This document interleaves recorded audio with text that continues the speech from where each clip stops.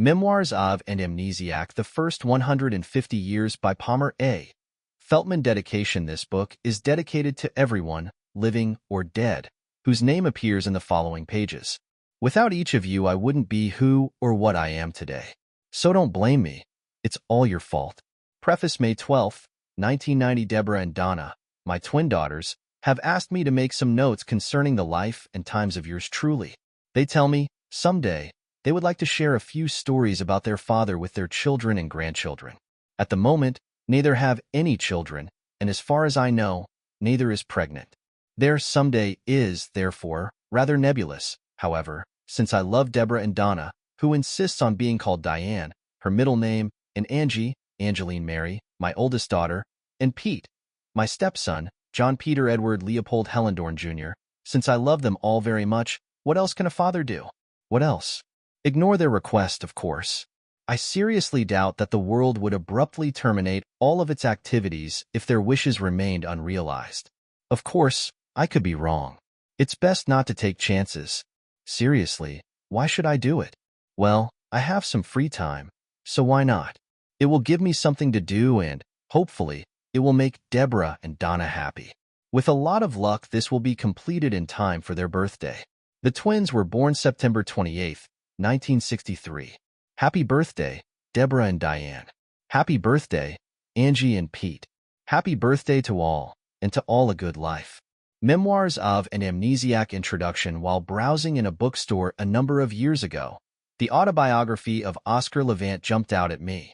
In the 1940s and early 50s, he was probably the most famous concert pianist in America.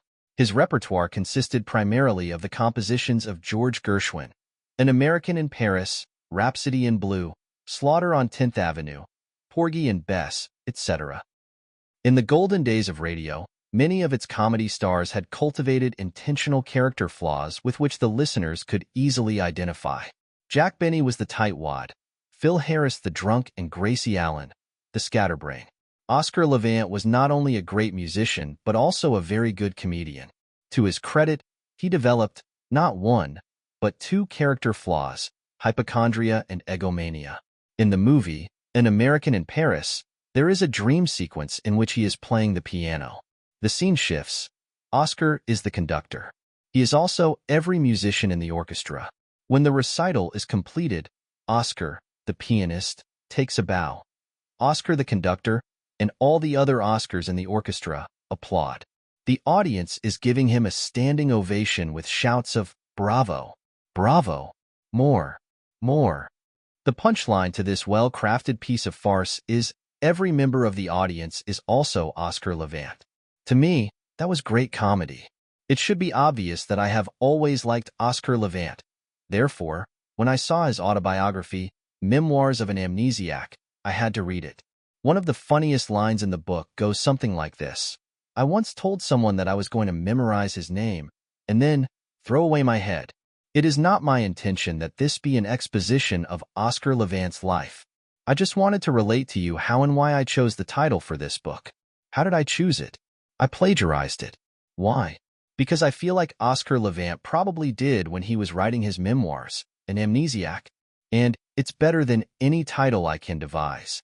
Chapter 1. A genealogical retrospective. In the beginning, Conrad Edward Feltman, my grandfather, told me many years ago that Conrad Feltman, my great-great-grandfather, was born in Schleswig-Holstein, Germany.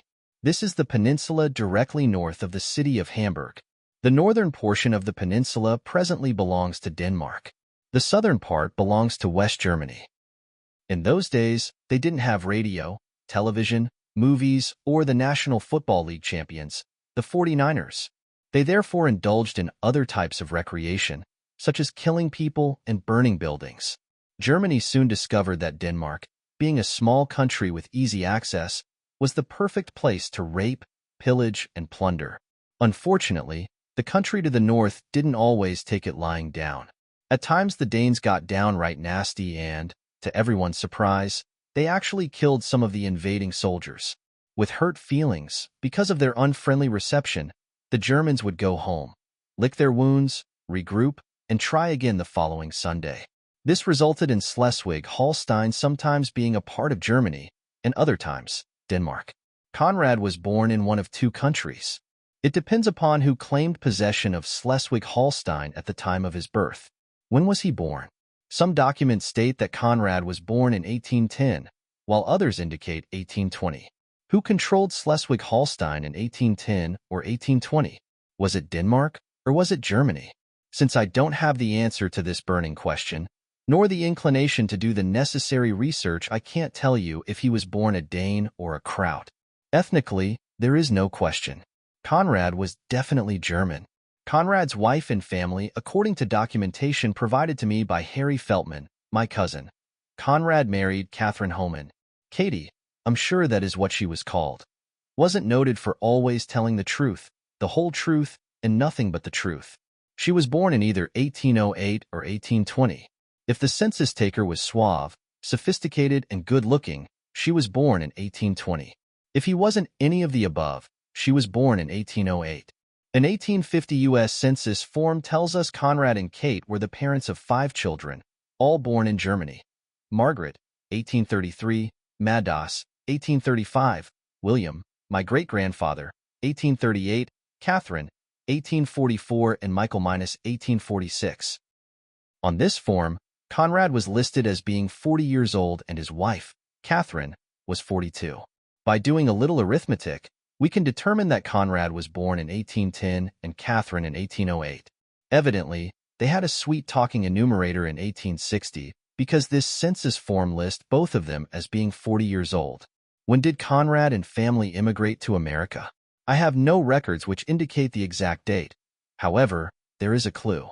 According to the 1850 U.S. Census, Michael, their youngest child, was born in Germany in 1846. This leads one to conclude that Conrad and family came to America sometime between 1846 and the 1850 census. Why did they immigrate? Quite possibly to get away from the all too frequent European wars. Or, perhaps, for religious, political, or economic reasons. We'll never know. William Feltman, the next person of genealogical interest, is Conrad's son, William, my great-grandfather. As noted above, he was born in Germany in 1838. August 9, 1861. In the city of Camden, New Jersey, William enlisted in the Union Army. 9 months later, at the Battle of Williamsburg, Virginia, he was wounded in his left shoulder. According to hospital records, the wound gave him trouble for the rest of his life. On October 13, 1862, he was given a medical discharge with a 25% disability. William returned home to New Jersey. In the fall of 1866, he moved to Germantown, Pennsylvania. We don't know the reason, but whatever it wasn't enough to keep him there. In the spring of 1867, he moved to Juniata County, Pennsylvania. Sometime prior to this date, his parents, Conrad and Catherine, had relocated to Juniata County and purchased a farm.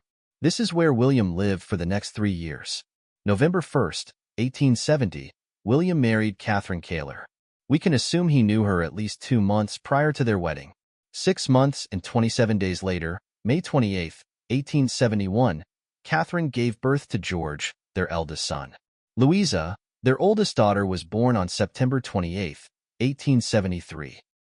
Exactly 90 years later, Deborah and Donna Feltman were born, but we'll get to them later. In April of 74, George Kaler, the father of Catherine Williams' wife, conveyed, this word probably means gave, an 86-acre farm, situated in Greenwood Township, Juniata County, to William. William and Kate's continued copulations produced 4 more children. Catherine, a good old family name, Edward, my grandfather, Susanna, also known as Annie, and Mary Ellen, who was better known to friends and family as Ellie. After 6 children and 6.5 years of marriage, William died. The date was April 26, 1887. Did he die of too much sex, the wounds he sustained in the American Civil War? Or did he work himself to death taking care of his wife and family? The wound in his left shoulder always gave him trouble, so that was a contributing factor. But too much sex can't be ruled out. Kate, who could shimmy better than anybody's sister, seduced him before they were married and as many times as possible thereafter. She was quite a lady. Catherine lived 17 more years and 17 more kids. The only birth control abstinence, and that wasn't any fun. Edward Feltman, my grandfather, Edward, was born August 12, 1878. When old enough to be on his own, he moved to Steeltown, Pennsylvania, and worked in the steel mills. Here, he and some friends almost joined the U.S. Army. They wanted to go to Cuba with Teddy Roosevelt's Rough Riders, but wouldn't you know it, before they could be inducted, the Spanish-American War was over. Damn the luck. No fame and glory for Ed and his friends. Back to the steel mills. Ed was very frugal. He saved his money, met and married my grandmother, Myrtle Faltz, and purchased a farm near Richfield, Pennsylvania. In the early part of the 20th century, the United States was underpopulated. This was unacceptable for a country that was quickly becoming a world power. To alleviate the shortage, everybody was multiplying like rabbits. The children of Ed and Myrtle were Jacob, Jake, my father, Ernest, Ralph, Harry, Simon, and Dervin, my uncles, and my aunts, Flavia, Sarah, and Lily. As you can see, Ed and Myrtle did their part in resolving the population problem. But what else could they do? The winters were long, and the nights were cold. They didn't have Denmark or Cuba to kick around anymore, and the San Francisco 49ers football team still hadn't been formed. Times were tough. They grew wheat, corn, apples. He had a small orchard, cherries, plums, pears, mulberries, and in their vegetable garden they grew potatoes, beans, lettuce, cabbage, peas, onions, and who knows what else. The farm animals were chickens, cows, hogs, and of all things, mules, not horses. All the other farmers in the area had work horses. Not Ed. He preferred mules. I wonder why. A typical breakfast was 3 or 4 fried eggs, home-fried potatoes, and 2 or 3 big, fatty slices of bacon. Lunch and dinner consisted of ham, potatoes, gravy, and a vegetable. For dessert, a piece of apple or cherry pie, and then a slug of Red Man tobacco. It's a shame he didn't know how his lousy diet and chewing tobacco all the time could affect his health. Myrtle, my grandmother, died in 1941. Ed continued farming the 60 acres, or whatever it was, until he could no longer plow the fields, pick the apples, and milk the cows. Every fall we would go down into his cellar where he kept a couple of barrels of homemade cider. To this day, it is still the best cider anyone has ever tasted. Their water was always good and cold. It came up from the well through a hand pump in the front yard. After visiting Grandpap, and before piling into Dad's car to go home, we all had to have a drink of that water. Of course, everybody drank out of the same dipper, which was a metal cup with a long handle. Good, clear, cool water, but not as good as his cider. However, what could you expect? Pumping water wasn't an art, but making cider sure was. Not only did Ed chew tobacco, but occasionally he liked a sip or two of liquor. I remember once, when I was maybe 5 or 6, that Grandpap was inebriated at the St. Peter's Church annual picnic. This upset my mother and Esrelai. All the other do-gooders, but what the hell? He lived a good life. If people didn't like what he did, when he did it, that was their problem, not his. Ed remained quite healthy until his later years. First his legs gave out, and then he had the typical ailments of old age. I previously mentioned his high cholesterol, tobacco chewing, diet, and seriously believe if he had eaten healthier food, didn't chew tobacco, and had all the advantages of modern medicine that he would have lived the usual 70 years. Fortunately, we can't correct past mistakes. In the fall of 1970, at the age of 92, Edward Feltman passed away. I only hope that after he made his transition, they provided him with a big, brass spittoon. He was a good shot, hardly ever missed. Frank Snyder. The information I have concerning my mother's side of the family is rather limited. A few names, but no dates or locations. Christopher Snyder and Mary Benner, my great-grandparents, were married and had a son, Frank, my grandfather. Benjamin Stuck and Catherine Arbogast were also married and had a daughter, Minerva, my grandmother. Frank Snyder married Minerva Stuck, who were my mother's parents. My guess is that the name Snyder is an Americanization of Schneider, which would be German. Stuck may also be a German name. In fact, they were so old country that German was the language spoken at home, which was not uncommon. In Pennsylvania Dutch country, in the days of my grandparents, German was the primary language and English, the secondary. The Snyders also did their duty in helping alleviate the population shortage. Their children, although not necessarily in this order, were Julia, who married Paul Pretz; Lena married Charles Arnold; Sylvania, Dervin Feltman, son of Edward Feltman; Mildred, Floyd Willow; Hannah, Raymond Klein; Merrill, Mildred Schaefer; and Mary, my mother, married Jacob Feltman. They lived much the same as the Feltmans. Some differences were: the Snyders' water came from a spring, not a well. The hand pump was located inside the house, not outside. Frank had workhorses, not mules, and Ed had 6 boys to work the farm while Merrill was Frank's only son. It hasn't been mentioned, but we are talking about some tough, hardy people. They didn't have automobiles, trucks, tractors, electricity, gas, indoor plumbing, or central heat and air. The wood-burning kitchen stove was used to cook food, heat water for a Saturday night bath, and provide heat for the rest of the house. Once, when Frank was sawing wood, he accidentally cut off 2 of his fingers, between the first and second knuckles. Today, if something like that happened, you would be immediately rushed to the hospital emergency room. Not Frank. He was cool. He picked up both of his fingers and took them in the house where Minerva helped clean them with alcohol. They put his severed fingers back on the bloody stubs from whence they came, then splintered and bandaged them. No doctors, no hospitals, no tetanus shots, nothing. His fingers grew back together, and he only lost feeling in the parts that had been sawed off. Tough? Hell yes, they were tough. They had to be to survive. The Snyders lived maybe 2/10 of a mile, easy walking distance, from their one-room school. 8 grades of students in one room, all taught by one teacher. Was that a tough assignment for a teacher? You bet it was, but every one of his or her students knew how to read, write, do basic math, and knew something about the world by the time they had graduated. The Snyders and the Feltmans went to different schools. The Feltman kids had to walk 2 miles to their one-room school, but attended the same church, St. Peter's. This is where Dad met Mom. The church was, and still is, non-denominational.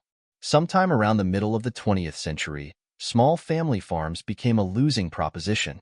Frank sold the farm and he and Minerva moved to Milton, Pennsylvania.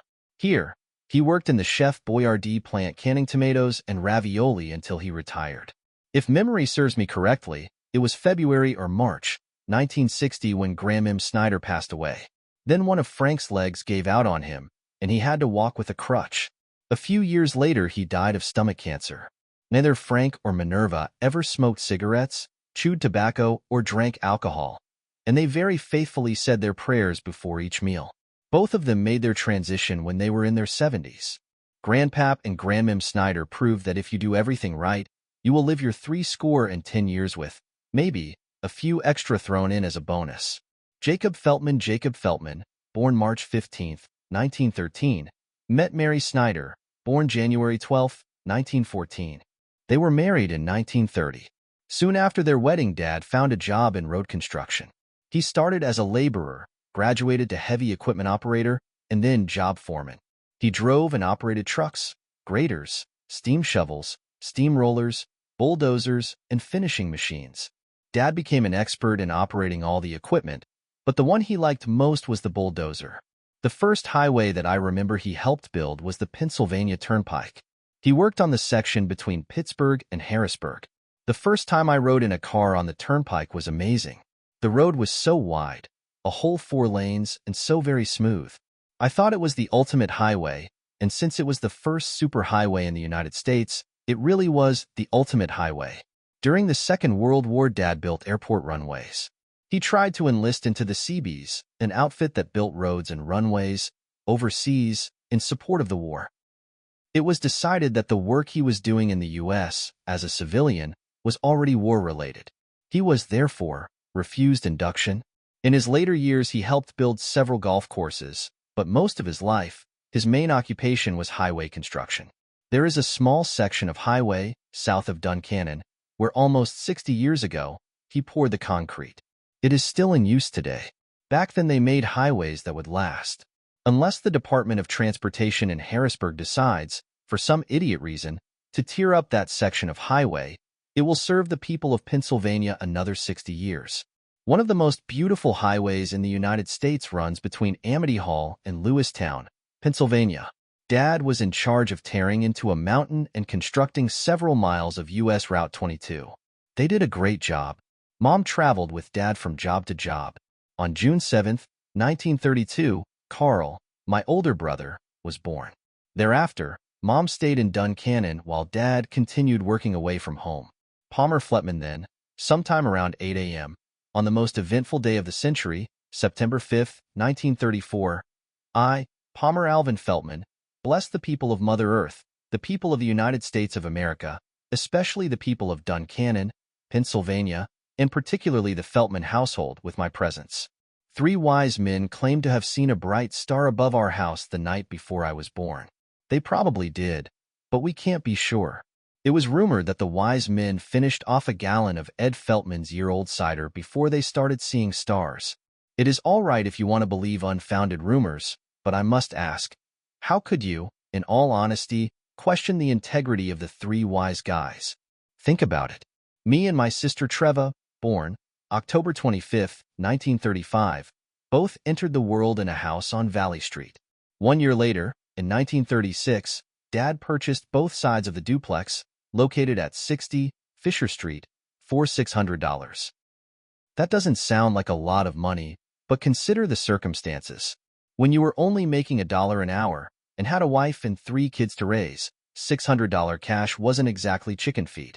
Lester, the baby of the family, was born on October 13, 1937. Genealogy. The genealogical record looks something like this. Feltman family. Conrad Feltman, born Germany, 1810, married Catherine Hohmann, born Germany, 1808. Their children, all born in Germany, were Margaret, 1833, Mattis, 1835, William, 1838, Catherine, 1844, and Michael, 1846. William, son of Conrad Feltman, born Germany, 1838, married Catherine Kaler.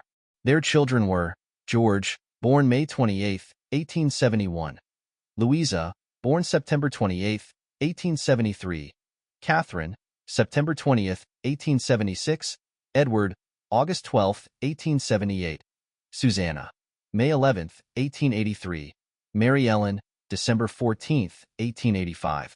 Edward Feltman, son of William, born August 12, 1878, married Myrtle Faltz. Their children were Jacob, born March 15, 1913, Ernest, Ralph, Harry, Simon, Dervin, Flavia, Sarah, and Lily.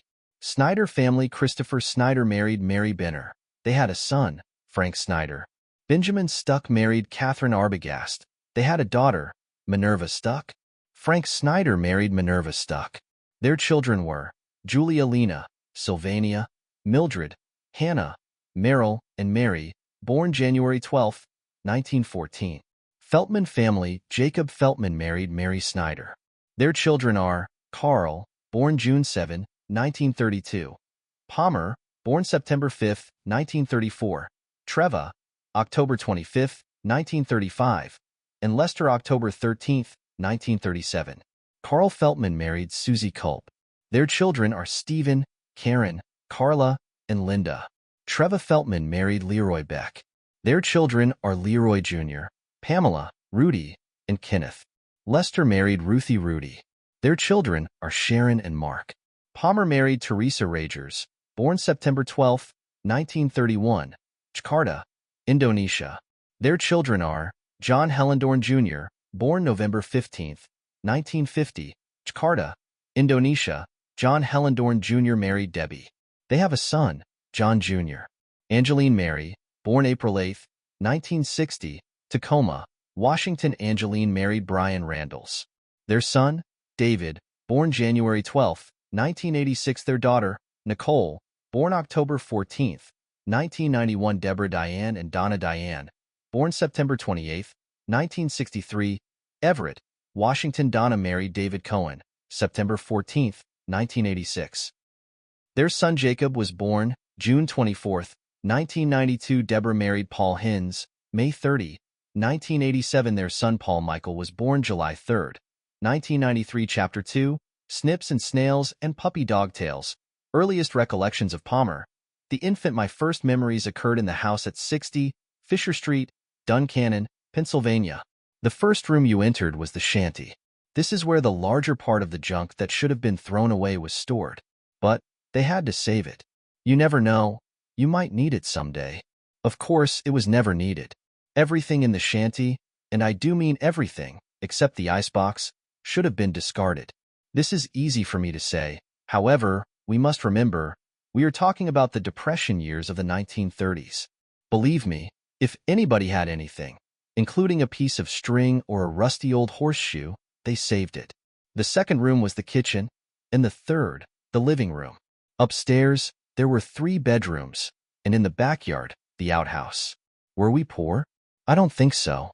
We always had plenty of food and warm clothing. Dad had a job and a good automobile. If we were poor, we didn't know it. Children's hour up on a shelf, in the kitchen, and out of reach from us kids, was a small wooden radio. Mom used to call me in from playing, and we would listen to John Van Cronkite's Little Brown Book. It was broadcast every weekday afternoon.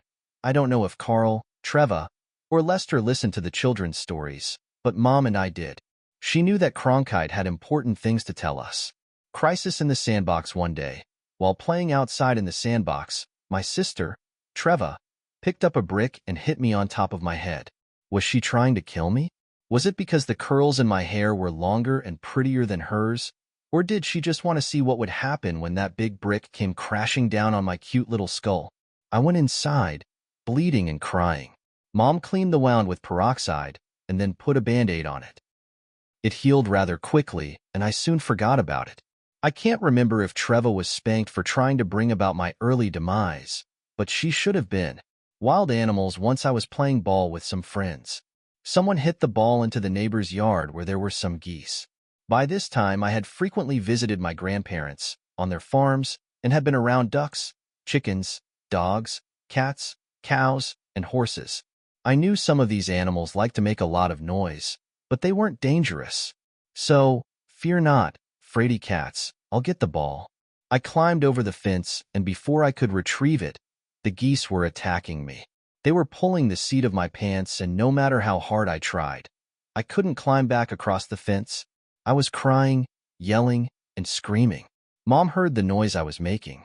She came out, leaned over the fence, and, like Superwoman, she saved me from a fate too horrible to imagine. The next day I couldn't talk. In fact, I couldn't talk for 2 or 3 days. Strained vocal cords. After that experience, if a ball was hit into that neighbor's yard, the game was over until someone came up with another ball. Nobody was going to venture into that jungle of wild animals. Mrs. Doutrich's front porch. If I remember correctly, the following incident occurred on a Saturday. Dad was building our ads somewhere in Pennsylvania and came home only on weekends. His car was parked in front of the house. There was something in it that he wanted and asked Carl, my older brother, to get it for him. The road in front of the house is at a slight incline, so the emergency brake was on.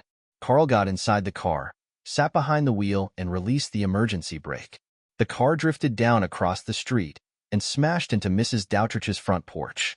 Dad was good at building roads, bridges, and fixing damaged property.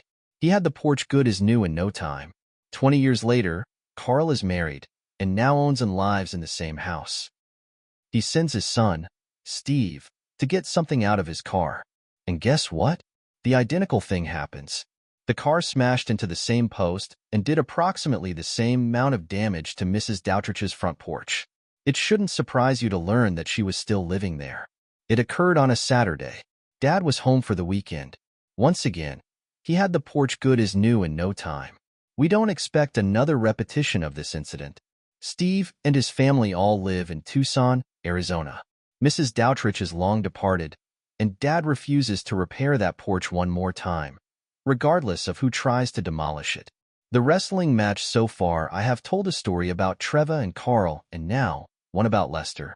This occurred when I was maybe 17 years old, and he was maybe 14. One evening we were both at home. Lester, feeling frisky as a pup, decided that he wanted to wrestle me. I didn't want to, because I honestly thought I might hurt him. He persisted, so I asked Mom's permission, hoping she would refuse. She surprised me. "If you want to wrestle," she said, "go ahead. Just don't hurt each other." We wrestled on the kitchen floor. He pinned me 2 times in a row. The wrestling match was over. He won. I quickly realized that Lester had grown up too fast. I knew Carl could eat me. He was bigger and stronger. But I didn't expect my little brother would also be able to beat my ass. Sex, a very traumatic experience. The Mutsabaugh family lived next door on the other side of the duplex. Janet was a year or two younger than me. When I was 5 or 6 years old, she took it upon herself to teach me about the birds and the bees. While standing in their backyard and not wearing any panties, she called my name. Then, while I was looking, she pulled up her dress. I had already known there were differences between boys and girls. Girls had longer hair, and they wore dresses. When Janet lifted up the one she was wearing, I learned something new. Some of her plumbing was missing. Difference. I figured that must be another difference. One day Mom saw Janet putting on a show for me. She didn't like what she had seen, and therefore asked Mrs. Mutsabaugh to stop Janet from performing her favorite activity. Mrs. Mutsabaugh was infuriated. Janet would never do anything like that. The innocent little activity that Janet would never do started a long-lasting feud between the Mutsies and the Feltmans. Dad told Mr. Mutsabaugh they had to move. He was so adamant about it, he stopped collecting the $6 a month rent. There wasn't any place the Mutsabaughs could move to. So after 6 months, Dad collected all the back rent in one lump sum, $36. After that incident, Mom and Mrs. Mutsabaugh never spoke another word to each other. The moral of the story is, sex education, at too early of an age, can be a very traumatic experience, especially for the parents. School days. Penn Township Elementary School was located at the top of Carver's Hill. It overlooked the town of Duncannon with a perfect view of the nearby Appalachian Mountains and the beautiful Susquehanna River. The scenery was absolutely gorgeous. When I go back to Duncannon, I always make a pilgrimage to the old Penn Township School building to contemplate one of the most magnificent panoramas in all of Pennsylvania. The first Tuesday after Labor Day, 1940, Mom and a group of other mothers took their kids to school. Mrs. Roth assigned each of us first graders a desk where we were supposed to sit. We did as we were told, but such crying and goings-on you have never heard.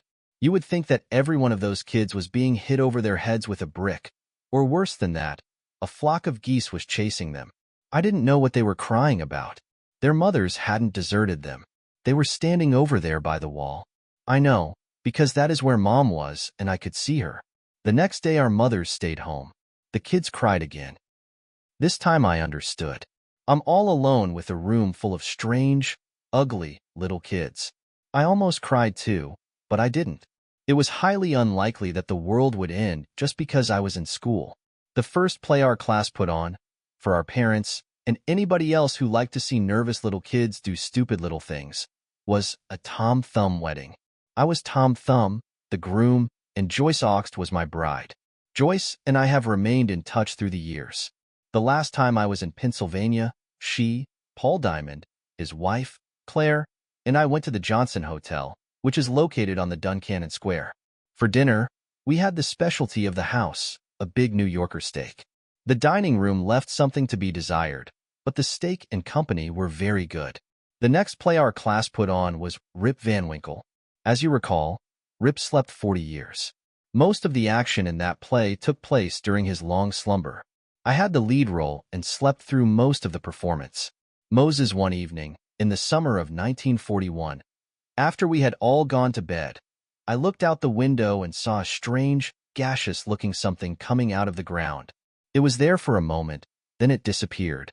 Several seconds later, it came back and a long column shot way up into the sky. We would soon be joining them. The newspapers explained it. Aurora Borealis. The Northern Lights, a natural phenomenon? I didn't think Sarah saw Moses. She doesn't know what she is talking about. We won't go to war. Hey Mom, what's war anyway? World War II, December 7th, 1941. A day that will live in infamy. Japan attacked Pearl Harbor. We didn't know where Pearl Harbor was, but we did know this was the excuse that many people were looking for. The Germans were pounding the hell out of the English, and somebody had to go over there and save those poor bastards. We weren't all that concerned about the Japanese. We'll take care of them after we finish off Hitler. To convince the American people that we are really serious, We must make all of them suffer and sacrifice just enough to get them emotionally involved. How can we pull this off? I know, someone said. First, we must declare war. Then, we will ration meat, coffee, sugar, shoes, and gasoline, and set the speed limit at 35 miles per hour. Everybody will still have all they need, but they will be forced to cut back and conserve a little. With fewer things to buy, they should be able to save some money. Good idea. If this war works out right, everyone will get rich. While we are at it, let's also limit the amount of new construction, impose rent controls, and place a freeze on wages and prices. We'll get Hollywood to produce some tear-jerking war movies. How does 30 Seconds Over Tokyo, starring America's sweethearts, June Allison and Van Johnson, sound? Great. Then we'll have Irving Berlin write some patriotic songs. Here's a good line. Remember Pearl Harbor. See what he can do with it. For clinchers, we'll turn the lights off of every public building and have practice air raids. We'll assign a sector air raid warden to check each house and ensure their lights are either off or that their windows are covered and light doesn't shine through. Violators will be arrested and thrown in jail. When Vera Lynn sings, when the lights go on again all over the world, everyone will believe she is singing directly to them. Save the war bulletins till Sunday night. Put them on the radio the moment Jack Benny is about to deliver a punchline. That should really get the public pissed off at the Germans. In case somebody in Washington makes a goof, we don't want the newspapers or the radio telling the American people about it. There is no choice. We must impose censorship. Most of all, we don't want any speculation about the bombing of Pearl Harbor. If the truth were known, that would be very damaging to the administration. Every American must be willing to fight and sacrifice for their country. Double pay for overtime. This should be a fun war. Lucky Strikes changed the logo on their cigarette packages to green. They had to. President Roosevelt was using the world's supply of red ink to finance the Second World War. From Roosevelt's perspective, our involvement was intended to get America out of the Depression and ensure his fourth victory on Election Day. His strategy was a success. America came out of the Depression. FDR was re-elected to a fourth term. August 5th, we dropped a firecracker on Hiroshima, and on August 8th, another firecracker of equal magnitude fell on Nagasaki. September 2nd, 1945, Japan signed an unconditional surrender. We won the war. I have hinted that the United States was not an innocent victim at Pearl Harbor. The fact is, many weeks before the attack, our cryptographers had broken the Japanese code.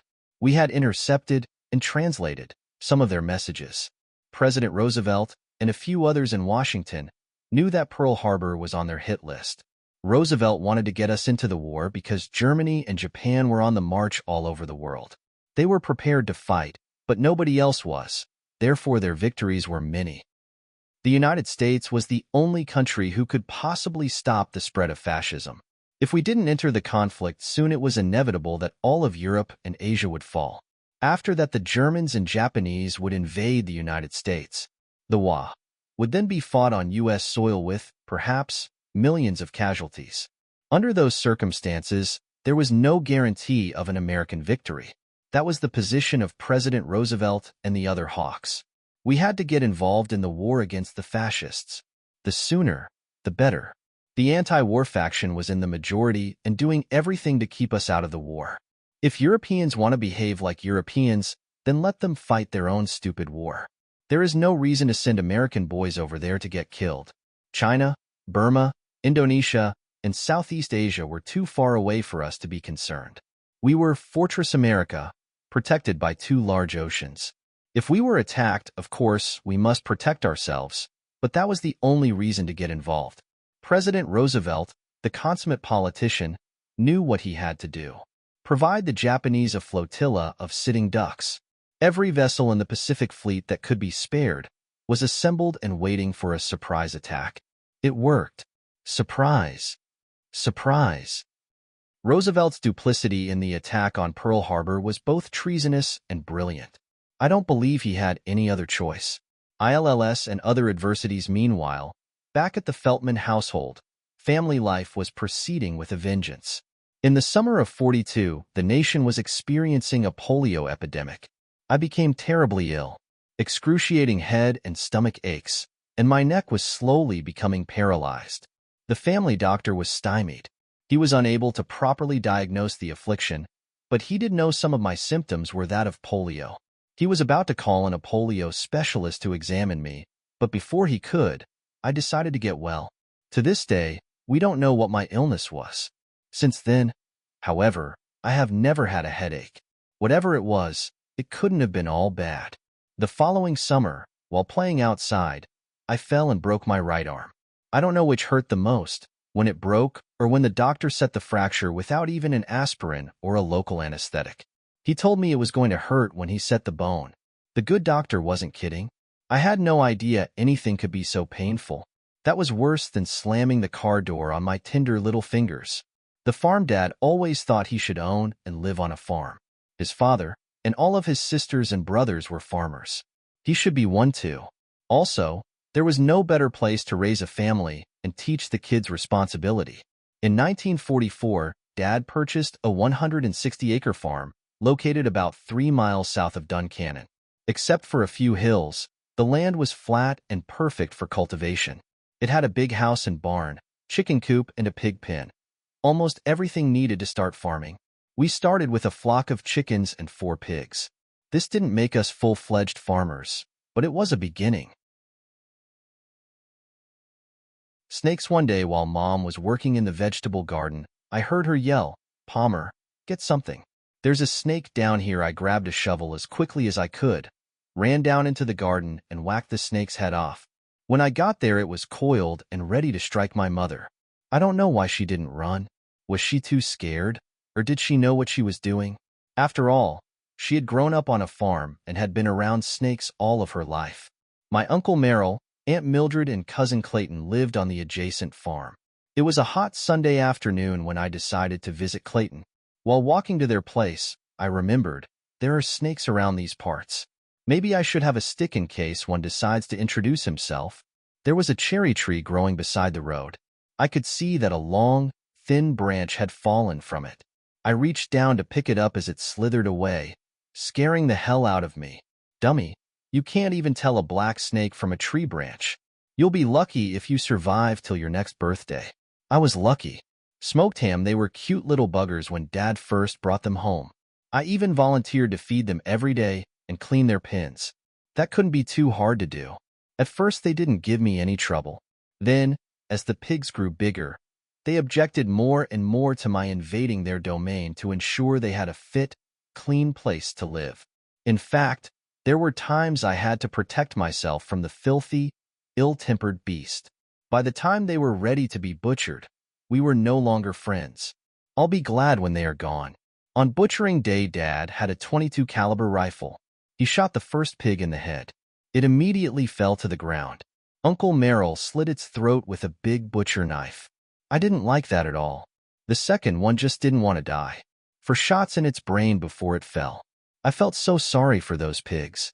It almost made me sick. The hams and bacon were kept in the smokehouse for 4 or 5 days. Then, they were cured with saltpeter. We always had hams and slabs of bacon in the house. Every fall, Mom and Dad would buy several of each from one of my uncles.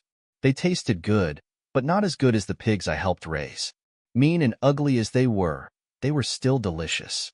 The pears were ripe and ready for canning. Carl climbed the tree beside the house and started picking. Then, all of a sudden, he started yelling. A swarm of bees was attacking him. He must have been stung 20 times. Poor bastard. I don't know how he survived. Quite painfully for a day or two, I'm sure. The pears weren't any good, anyway. Were they, Carl? Aunt Flavia, Mom, had to go to the hospital. I never knew why. Aunt Flavia came to take care of us kids while Mom was gone, and for several more weeks, while she was recuperating from the operation. One Saturday evening, I stayed up late to listen to the radio. The next day, I did something that annoyed Flavia. I don't remember what it was, but it made her angry enough that she didn't want to talk with me. Let me tell you a joke I heard on the radio last night. No, she replied. I don't want to hear any of your stupid jokes. Okay, I persisted. What did one casket say to the other casket? I don't know and I don't care. She was really pissed off. Is that you, coffin? It was a lousy joke, but it did the trick. She thought it was the funniest thing she had ever heard.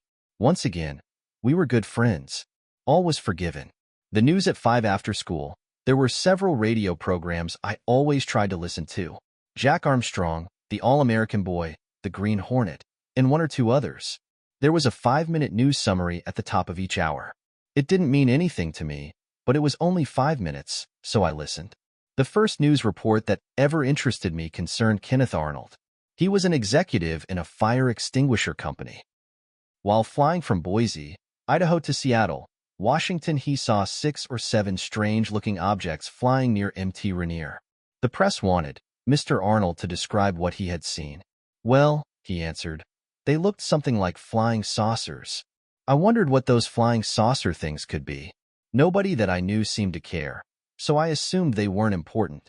That was good farmland. The Second World War ended in the summer of 1945. Soon thereafter, Dad checked the price of new farm equipment, tractors, plows, planters, wagons, and whatever else was needed to run a farm. The prices were just too high. It would cost more to buy new equipment than the $5,000 he paid for the farm. That didn't make any sense to him. The decision was painfully made. We weren't going to be farmers. Dad was disappointed, but I don't believe anybody else was. Farming was all right, but it was hard work. Somebody suggested to Dad that he should subdivide the farm into lots and sell them individually. He wouldn't do it. This is good farmland, and damn it, it should be farmed. He sold it to Dietz Ellenberger for $6,000. Dietz did the only logical thing. He subdivided the farm and sold individual lots. Within a few years, Dietz probably cleared $50,000 or $60,000. Today the land is worth in excess of $2 million. Years later I asked Dad if he ever regretted not subdividing the farm and selling it off like Dietz did. Nope, he answered. That was good land. It should have been farmed. 75, Main Street, our next home, 75, Main Street, Duncannon, Pennsylvania, was at a good location, between the Veterans of Foreign Wars, VFW, and Mugwire Service Station. Regardless of the direction you went, after leaving the front gate, you only had to go next door to get gassed. The above statement is true, but meaningless. Mom never had a drink of alcohol in her life. Dad did a small amount of drinking, but I never saw him intoxicated, and I doubt he was ever in the VFW. Newspapers and Little League. This is where I had my first newspaper route. Up at 6 every morning delivering the Harrisburg Patriot. I didn't have a bicycle, so I walked the route. It was summertime. School was out. The Lions Club of Duncannon was sponsoring one of the nation's first Little League baseball teams. I was under 12 years of age, so I qualified. I was very good at bat. Got a hit almost every time. But when a ball came at me in right field, it was anybody's guess if I would catch it. Tommy Borman was pitcher. A very good one, too. Nevin McGee on first base and Corky Culp was shortstop. I don't remember who played the rest of the positions. The season started off great. We played Newport, New Bloomfield, Enola, and Marysville. It was a sure thing we were going to win the pennant and go to the World Series of Little League Baseball. Then, about mid-season, we went into a slump from which we never recovered. Enola won the pennant. They should have, too. Enola was good, and they had a great pitcher, Charlie Schaefer, a distant cousin of mine. He was a mean little bastard. I never liked him, even when we played ball together at the St. Peter's picnic. The next year I was too old to play Little League. That didn't bother me. I had other things in mind. I wanted a bigger newspaper route so I could make more money.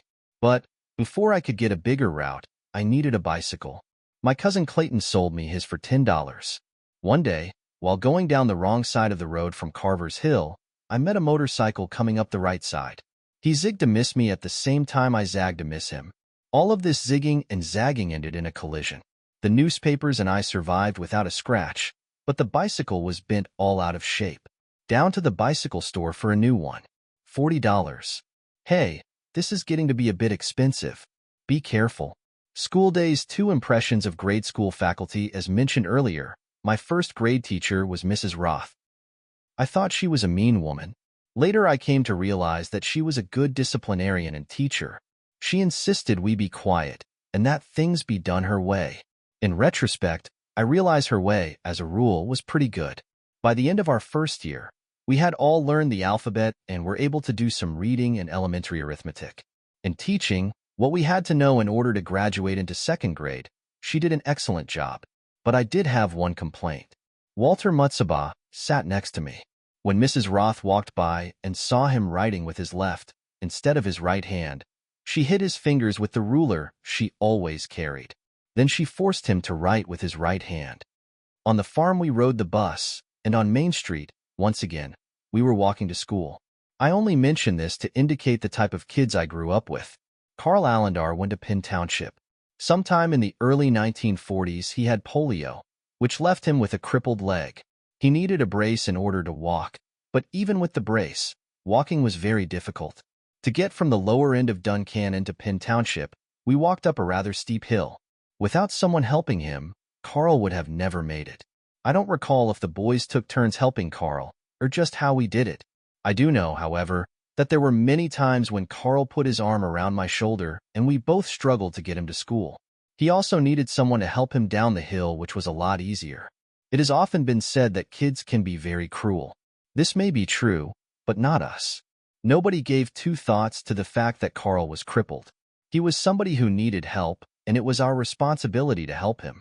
It wasn't any more complicated than that. Emma and Becky Barnett were sisters. Becky, the oldest, was mentally retarded. The school had made the decision to keep the two of them together. Every time Emma went from one grade to the next, Becky went with her. There was some communication between Emma and Becky, but not with anyone else. She could hear, but she couldn't talk, read, or write. Everybody accepted her, just as she was, a little different than the rest of us, but not much. In high school, one of the boys had epileptic seizures. His friends knew how to restrain him to keep him from hurting himself. This took some real energy, but when it was over, it was over. He was accepted as one of the gang, the same as everyone else. Nobody ever made fun of them or called them names. I'm sure if somebody would have tried, he would have had the crap stomped out of him, and it wouldn't necessarily have been their brothers who was doing the stomping. We just would not have allowed it. We were good kids, not a mean streak in a ton of us. Time out for a prediction. June 2nd, 1990. I seldom make predictions, but the few that I have made have been extremely accurate. Let's see how I do this time. At the moment, President Gorbachev of the Soviet Union and President Bush of the United States are holding a summit meeting. It seems to be going quite well. Lots of smiling faces in Washington, D.C. Gorby isn't getting all he wants, and neither is Bush. It appears that George is giving everything away except the kitchen sink. The analysts in the Soviet Union undoubtedly see things differently. They probably believe that Gorbachev is giving everything away, including their rusty, worn-out kitchen sink. While getting a haircut this afternoon, I asked my barber how long she thought Gorbachev would remain in power. She estimated 5 to 6 years. I disagreed and suggested that Gorby had only 6 to 9 months. Because of the horrible mess the Soviet economy is in today and Gorbachev's 8 to 10% popularity rating at home, I feel that I was being overly generous. I, therefore, insist on revising my prediction. I now predict that Mikhail Gorbachev will not be president of the Soviet Union on my upcoming birthday, September 5, 1990.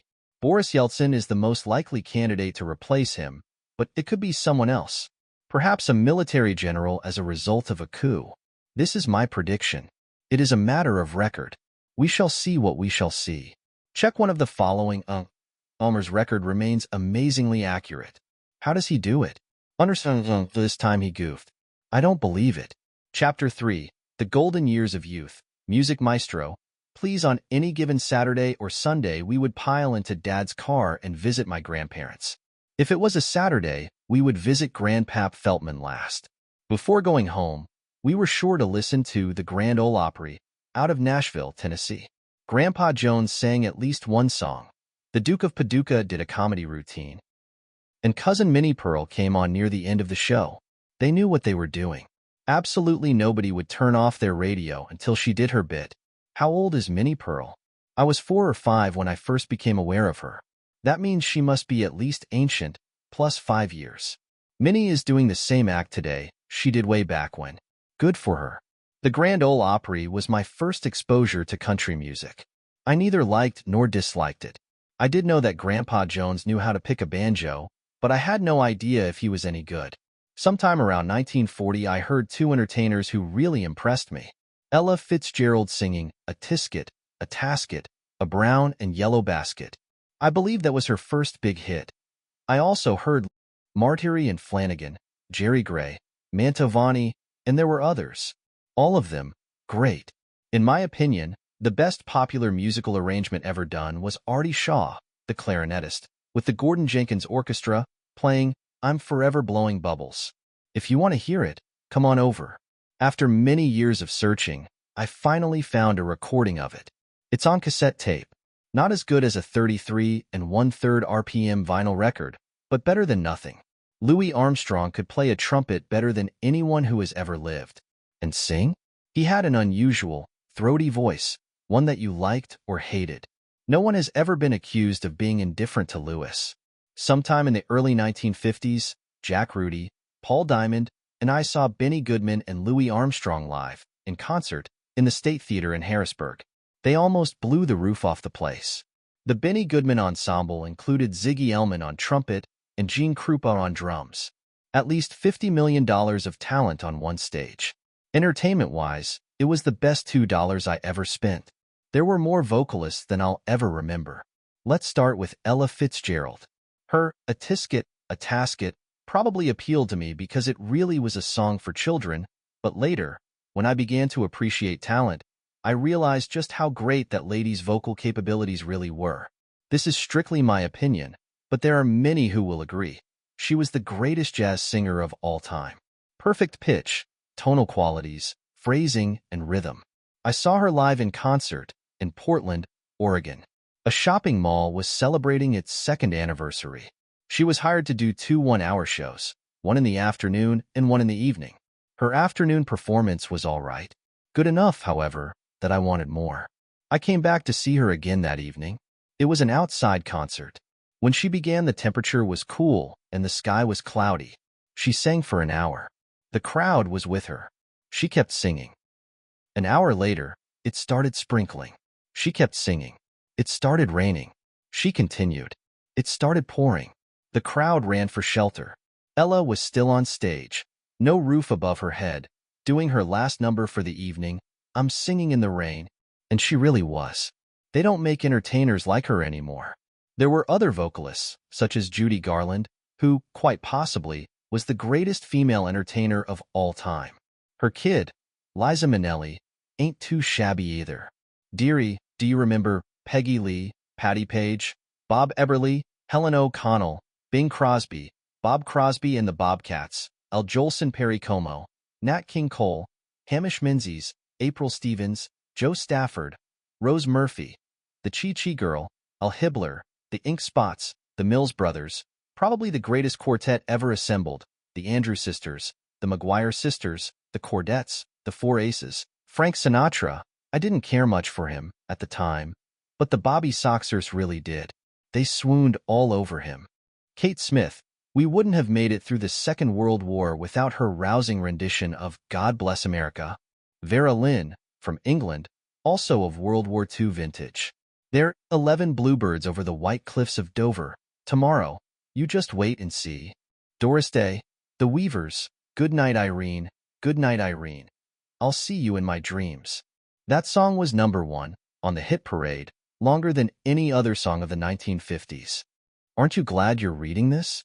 Where else could you learn such invaluable, yet totally useless, information? Hoagie Carmichael of Old Buttermilk Skies and Up the Lazy River fame. He wrote and sang a ton of them. Teresa Brewer, Johnny Ray, Kay Starr, Pearl Bailey's Me and My Shadow. It later became Deborah's, Donna's, and my theme song. I have no idea why. The crystal clear voice of Joni James. First you fell in love with her, then you knew it was your job to protect her. She was so vulnerable, innocent, and wonderful. And, as Ethel Merman would sing, if you remember, then dearie, you're much older than I. Who will ever forget Merv Griffin's I've Got a Lovely Bunch of Coconuts, Mel Blanc singing the Woody Woodpecker song, The Thing, by Phil Harris, Lawrence Welk's arrangement of Bibbidi Bobbidi Boo, Mairzy Doats and Doats Doats, by the Merry Macks, Inka Dinka Doo by Jimmy Durante, Slap Her Down Again Pa by Arthur Godfrey, and There's a Place Called Omaha, Nebraska, in the foothills of Tennessee, as decimated by the one, the and only, Groucho Marx? Yes, who will ever forget these unique treasures of Americana? I have honestly tried, but can't. It is obvious that much of the popular music of my day was done strictly for laughs. If you have ever heard the Spike Jones Orchestra, you know exactly what I mean. He could take any beautiful piece of music and totally destroy it. A good example is his version of Cocktails for Two. If you get a chance, it's worth a listen. Come to think of it, Jack, Paul, and I saw Spike Jones in the Zimbo Mosque in Harrisburg, and you could understand every word. Did you hear that, kids? I said every word. No yelling and screaming, such as goes on in today's so-called music. Words were important. When Perry Como sang, I wonder who's kissing her now, you really did wonder who's kissing her now even if you never had a girlfriend. And when April Stevens sang, I'm in love again, you really were in love again. Probably for the first time, and then only with April. She was the sexiest woman who ever sang a song.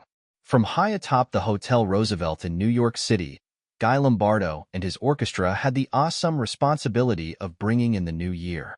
There was no way an old year could end, or a new year begin without Guy Lombardo and his Royal Canadians playing Auld Lang Syne. It was more than a tradition. That is the way things were always done, and the way they should be done today. It's no wonder the world is so screwed up. We miss you, Guy. Were there others? Of course there were. How about Mario Lanza, the greatest operatic tenor since Enrico Caruso, Jan Pearce, who sang Bluebird of Happiness, and was also a member of the Metropolitan Opera? Eartha Kitt, a sexy, slinky, black woman. Her biggest hit was C'est Si Bon. She was too sophisticated for American audiences, so she went to Paris and became the singing sensation of Europe. Billy May had the best-sounding saxophone section this side of heaven. And didn't we all swing and sway with Sammy Kaye? You bet we did. Do you remember Frankie Lane? He recorded Mule Train, I Believe, That Lucky Old Son, and I'm just a poor bachelor who never did wed. But please don't feel sorry for me. I'm always complaining. It's so cold in bed, with nobody in there but me. So drink to the girl that I never did find. Drink to the road that I roam. Drink to the dreams that will never be mine, while I go drifting along. Nobody's tenderly holding my hand. Nobody cares when I'm blue, and I get my supper right out of a can. What else can a poor bachelor do? So drink to the girl that I never did find. Drink to the road that I roam. Drink to the dreams that will never be mine, while I go drifting along. That song was a real downer. I didn't realize it until now. Such was the music of the 40s and early 50s. Some songs were happy, others were sad. That's life. Did I hear someone ask, whatever happened to country music and the Grand Ole Opry? Answer: the longest, continuous-running radio program in America is still on the air. The Grand Ole Opry started broadcasting in 1929.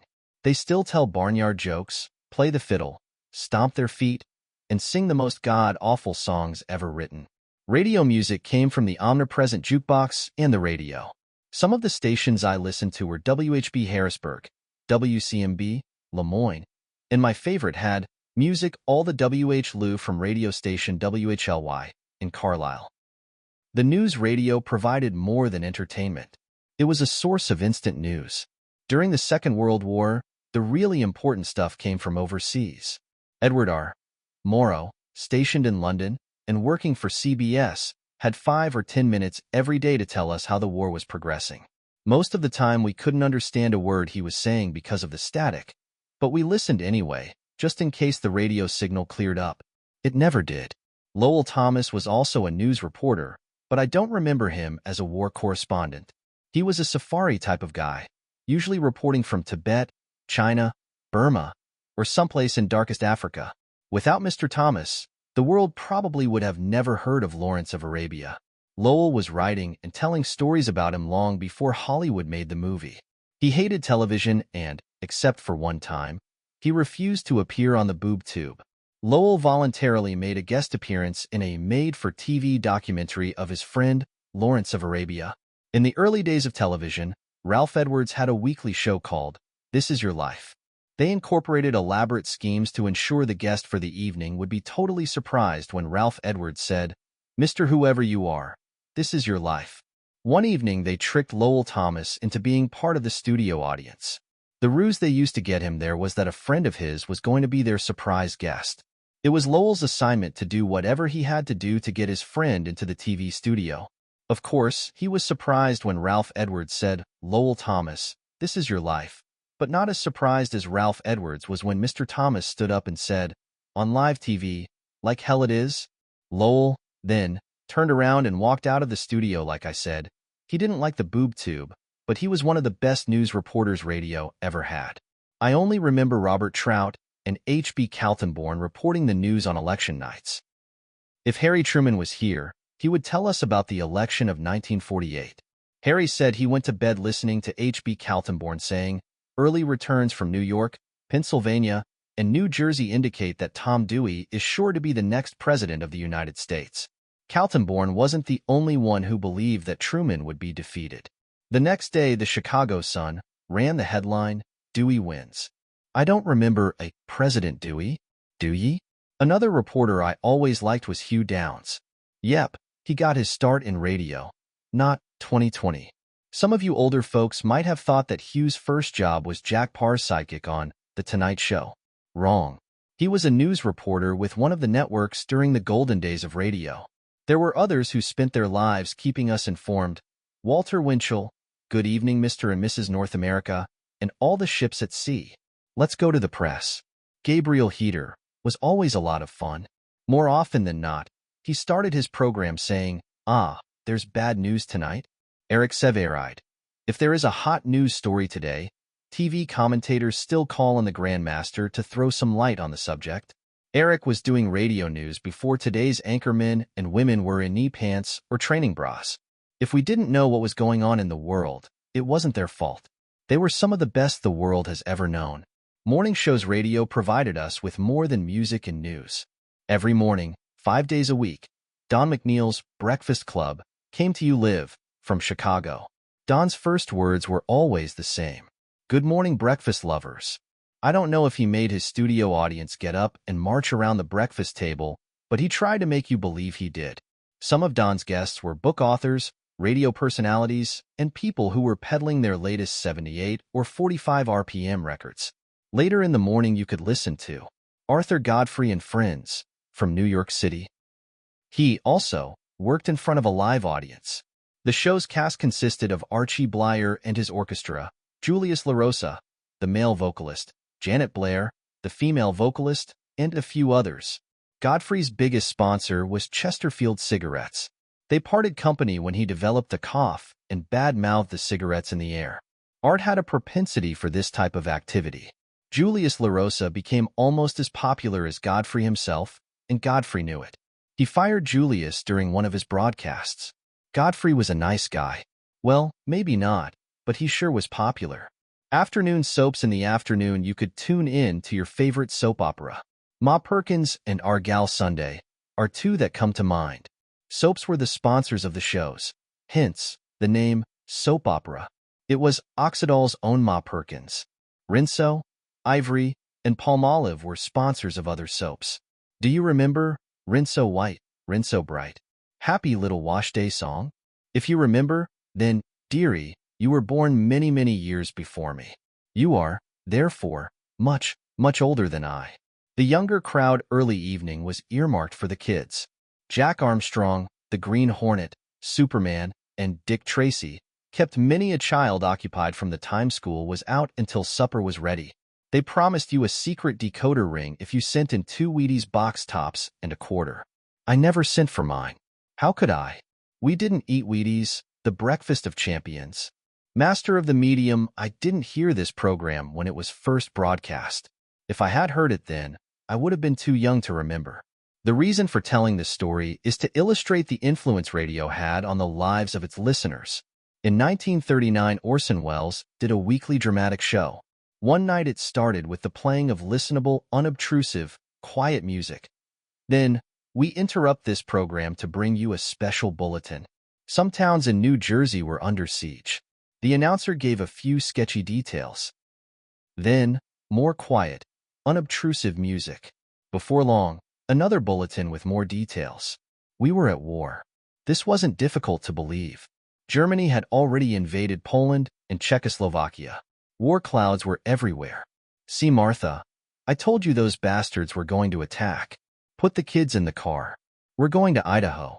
Telephone switchboards lit up all across America with calls to radio and police stations. People were scared to death. A few actually committed suicide. Orson interrupted the program to tell the audience they were listening to a dramatic presentation. The War of the Worlds was fiction. There were more disbelievers than believers. Those poor people in New Jersey. New York will probably be next. And it was. People everywhere were traumatized. Eventually, the program ended. We had survived. But that was a close encounter of a kind we don't want anything to do with. Do we, Martha? Radio was powerful, and Orson Welles proved he was the master of the medium. Primetime radio was the same as primetime TV. It started at 7 p.m. and ended at 11. The depression of the J-Zeros, the Second World War, a few years of peace, and before you knew it we were fighting in Korea. Those were serious times. We needed something to relieve the stress and tensions of everyday life. The pressure relief valve was the on-off switch on the radio. We had Lum and Abner, two dumb old hicks, chewing the fat while sitting around a pot-bellied stove in the country store. Blondie and Dagwood. Dagwood was always an accident going somewhere to happen. Henry Aldridge, the trials and tribulations of a teenager. George Burns and Airhead, Gracie Allen. Herb Schreiner, 15 minutes every evening. He was definitely a better comedian than the kid who followed in his footsteps, Will Schreiner. But what could you expect? We Miss You Guy. Our Miss Brooks, Eve Arden, the perennial school teacher. Judy Canova, a country bumpkin. Don Amici and Francis Langford did a husband and wife routine called The Bickersons. It was some of the best comedy radio ever produced. Tell us more about ancient times, Daddy. I will if you'll shut up and listen. There were also Bob Hope and Jerry Coloma from Southern California. Almost all of the other programs originated, live, from New York City. Fibber McGee and Molly, two old folks stumbling their way through life. Fibber had to open the hall closet at least once during each show. Everything, including the kitchen sink, came tumbling out. The sound effects man broke up the audience every time. America's Most Perfect Family, Ozzie and Harriet. Duffy's Tavern, the local bar. The Great Gildersleeve, another stumblebum. Fanny Brice's Baby Snooks, a wicked little child who was always outfoxing her father. Bud Abbott and Lou Costello, they never did much for me, but a lot of people like them. And George Jessel, a very patriotic, but crotchety, old bastard. Banjo Eyes, Eddie Cantor. Music and comedy. Where do you think the phrase musical comedy came from? Yep, you guessed it. The Eddie Cantor Show. The first time I heard Eddie Cantor sing Bye Bye Blackbird was on an old, hand-wound Victrola in Grandpap Snyder's attic. This is a fact you should remember. You never know when they will ask it on Jeopardy! The category will be unknown facts about unknown people. Just as dumb and just as funny. Quite possibly, the greatest genius and best comedian to ever host The Tonight Show is Steve Allen. Yes, I'm still talking about radio. Originally, The Tonight Show was broadcast simultaneously on radio and television, which wasn't a bad idea. There are many TV programs that should be simulcast today. More people than ever are roaming the highways and byways of America with radio as their only source of information and entertainment. Why not give them what they want? Steve Allen did it when I was a kid. Travelers of America, unite. Bring back quality radio. Vote for Proposition 2001. Drama. I may be wrong, but I believe the show Orson Welles appeared on was Mercury Theater, which presented a different drama every week. Saturday, at noon, we could tune in to an exciting mystery called Grand Central Station. The story almost always took place on a moving train. In case you didn't know, Grand Central Station is the largest train station in New York City. Millions of passengers move through there every year, each with an interesting story. Grand Central Station was guaranteed to keep you on the edge of your seat until its exciting, dramatic conclusion. The Lux Radio Theater presented the radio version of a recently released movie. When possible, they used the same cast of actors that appeared in the movie. The Lone Ranger, with Clayton Moore as the Masked Man and Jay Silverheels as Tonto. That show created more fights. Carl wanted to listen to it, but I always knew of a better show on another station. And we only had one radio. Times were tough. Every Sunday night we heard a strange-sounding voice asking the question, "Who knows what evil lurks in the hearts of men?" He. The shadow knows. To solve the current mystery, Super Sleuth, Lamont Cranston, would turn into the shadow. It was almost as good as being invisible, and just as stupid. Another program that created more than one disagreement in the Feltman household was Gunsmoke. Tales of Dodge City, starring James Arnes as Matt Dillon. Mom didn't care for Gunsmoke any more than I did. Therefore, more often than not, when the controversy arose between Carl and me, I won. How anyone could possibly prefer Gunsmoke over Al Jolson and Oscar Levant was beyond my meager comprehension. Also, on Thursday nights, the squeaking door would open and we were invited into the inner sanctum. Each story was a tale of horror. It scared most of us kids half to death. Were there more comedy and drama programs, Daddy? Of course there were. I can't remember everything. Sports, I doubt there has ever been a Major League Baseball game that wasn't broadcast on radio. There were the Washington Senators, where the President of the United States always threw out the first ball of the season. New York City had 3 teams, the Yankees, the Brooklyn Dodgers, and the New York Giants. Poor Philadelphia had only 2 professional baseball teams, the Phillies and the Athletics. Penn State's college football games were broadcast live. I heard a few of their games, but they didn't turn me on. Yes, but what about the 49ers? Shut your mouth about the world champions. Somebody in Denver might hear you. The Bronco fans are still smarting about the 1989 Super Bowl. What I really liked was the Friday Night Fights, brought to you by Gillette Blue Blades. They were the ones that promised to make you look and feel sharp. What they really did was cut your face to smithereens. At the time, Joe Louis, also known as the Brown Bomber, was heavyweight champion of the world. He fought anybody that would take him on. Some of his opponents never made it through the first round, but the ones who did were a bloody mess long before the 15th. Joe Louis was one of the greatest champions in the history of boxing, and we saw him on the radio. Other programs, there were several programs that do not fit in any of the previous categories. Horace Heights' Original Amateur Hour, which was later MC'd by Ted Mack. The premise of the show was obvious. They auditioned amateur performers, took the best, and put them on nationwide radio. The audience voted for their favorite son, daughter, niece, or nephew by calling the station. A winner every week. Several of the contestants went on to become quite famous.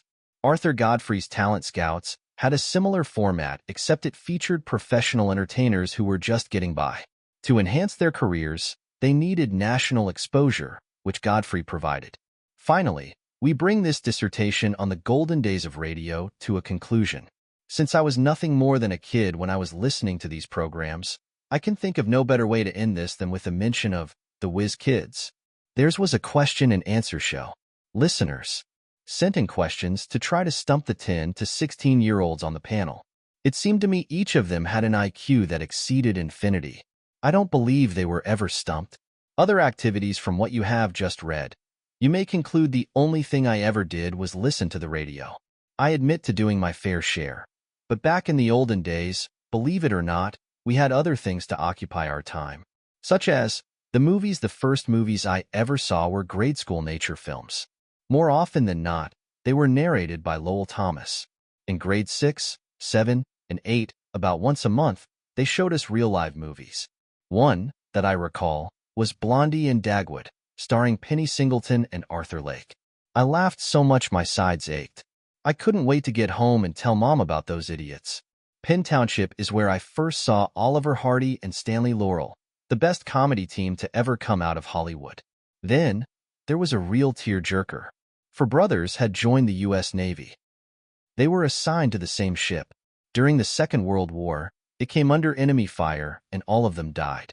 That was sad enough. But to make it worse, it was a true story.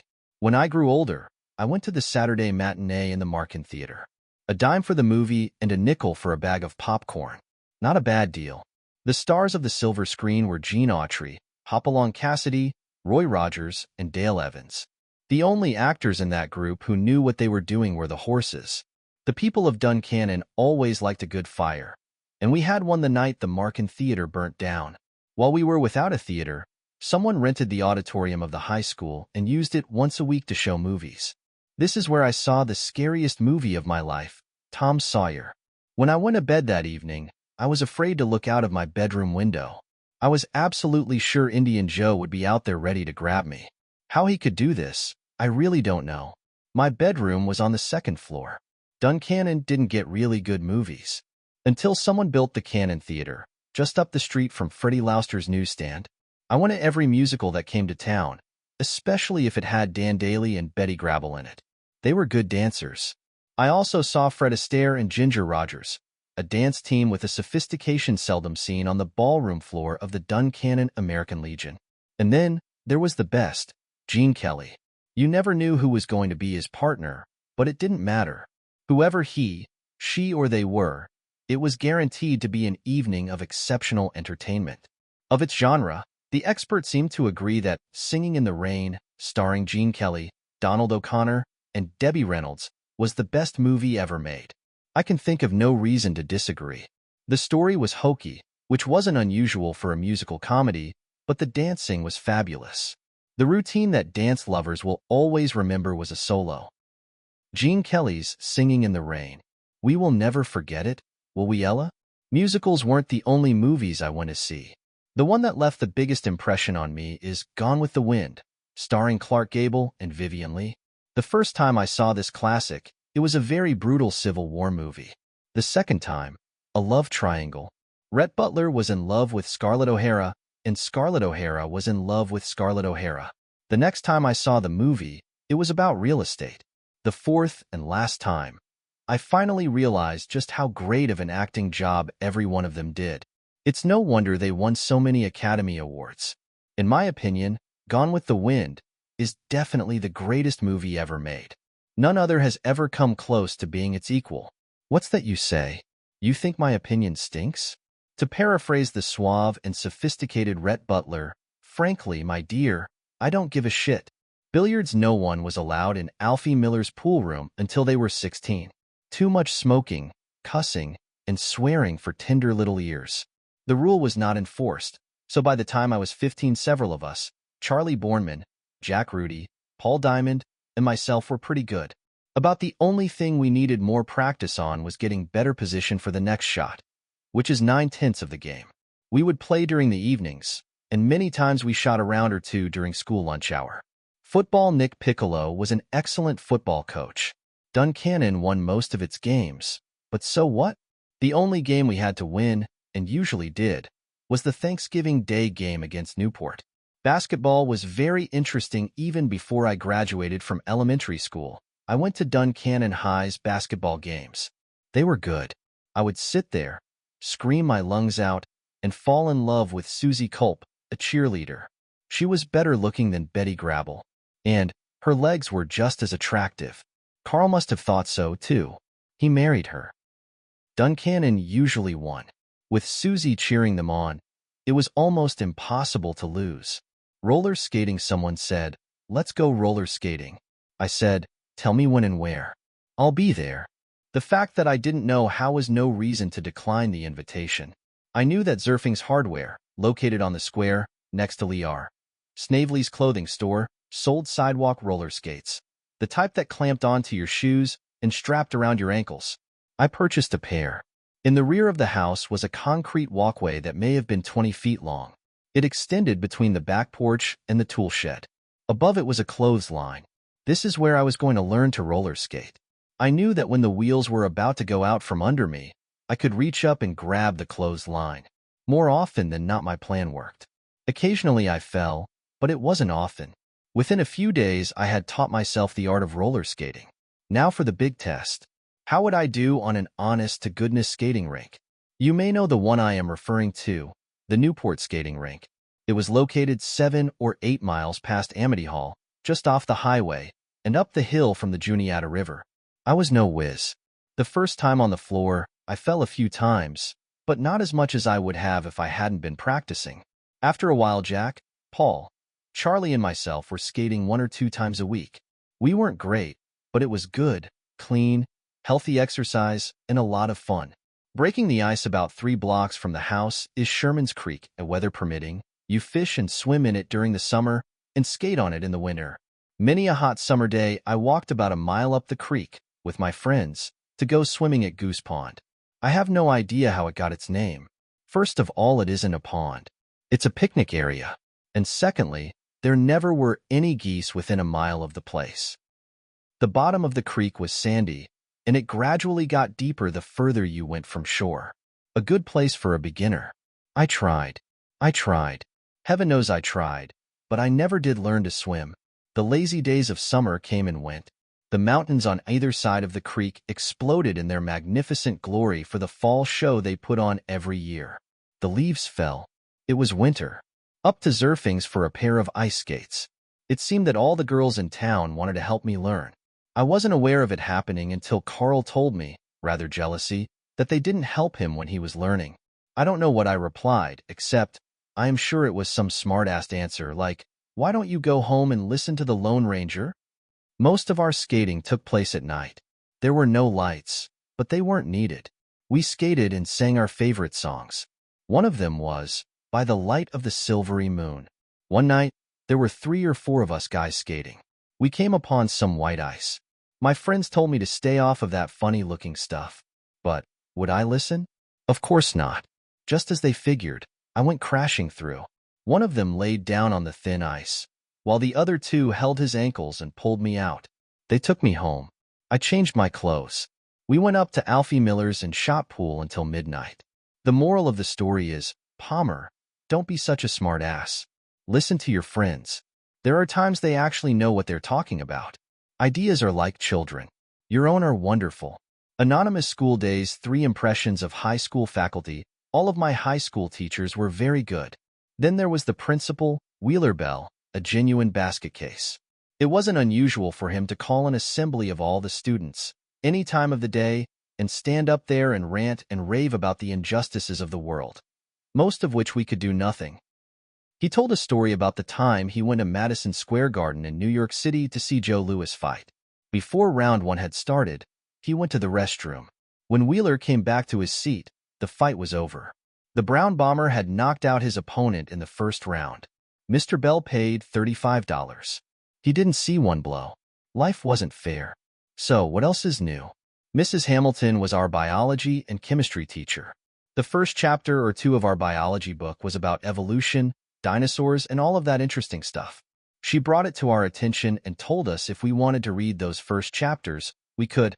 However, she wasn't going to teach it, and we weren't going to be tested on it. She didn't believe in it. After retiring, Mrs. Hamilton became a minister in the Methodist Church.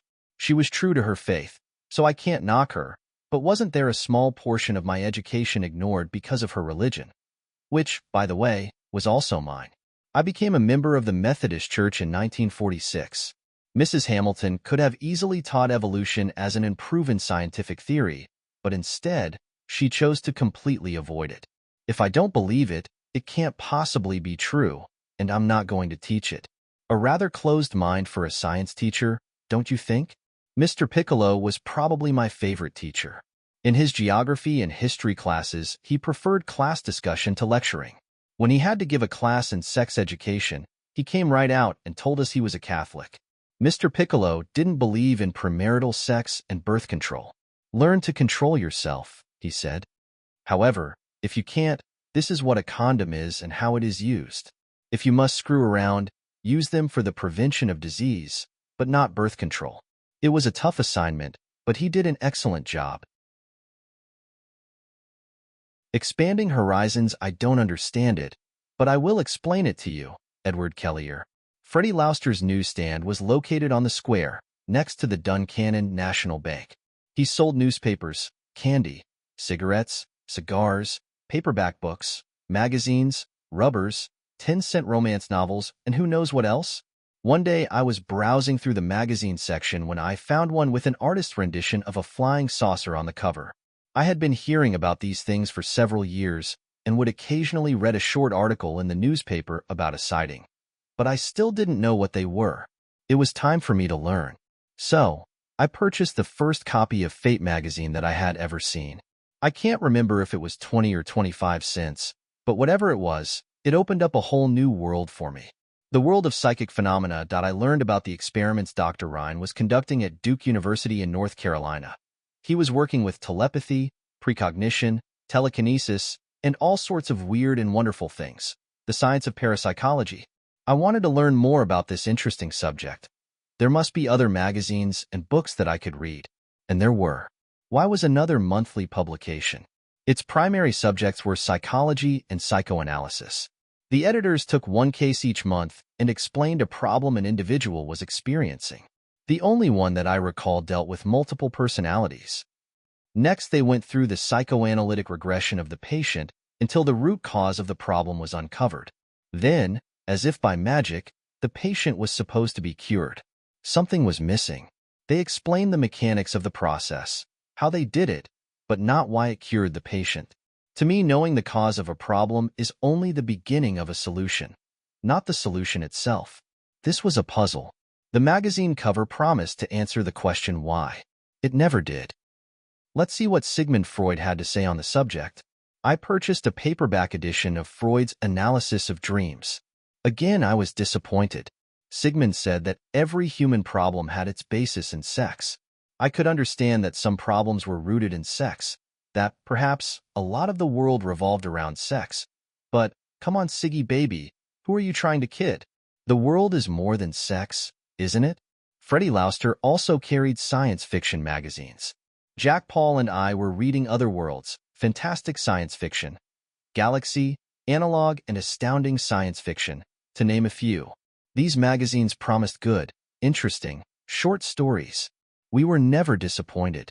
Fiction had its entertainment value, and it helped expand one's imagination, but I was searching for answers. I wasn't sure what the question was, but I knew that if I read a book or an article, I was not supposed to end up with more and more questions. The writers were supposed to provide me with answers. Damn it. I read books on palmistry, graphology, astrology. There seemed to be a grain of truth in each of these pseudosciences, but nothing that I found to be highly reliable. The quest continued. The search for little green men. About this time, Ray Palmer, the editor of Other Worlds magazine, was advertising a book that he co-authored with Kenneth Arnold. I knew if I read The Truth About Flying Saucers, my curiosity on the subject would be satisfied. Instead, I learned quite a bit about Ray Palmer and Kenneth Arnold, and I still didn't know what flying saucers were.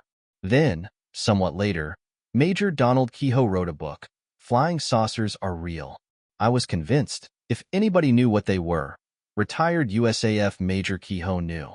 After all, he had been in charge of Project Blue Book, headquartered at Wright-Patterson Air Force Base in Ohio. It was composed of several civilian and military personnel. Their job was to investigate every reported sighting of unidentified flying objects, UFOs. They discovered most sightings could be explained as some form of natural phenomena. Weather balloons, the planet Venus, swamp gas, unusual cloud formations, etc. Virtually all sightings could be explained thusly, but there remained a small percentage that were unexplainable in the conventional manner. The ones visually seen, tracked on radar and chased by Air Force fighter planes. Those were unidentified and unexplained, but they were real. Major Kehoe said so.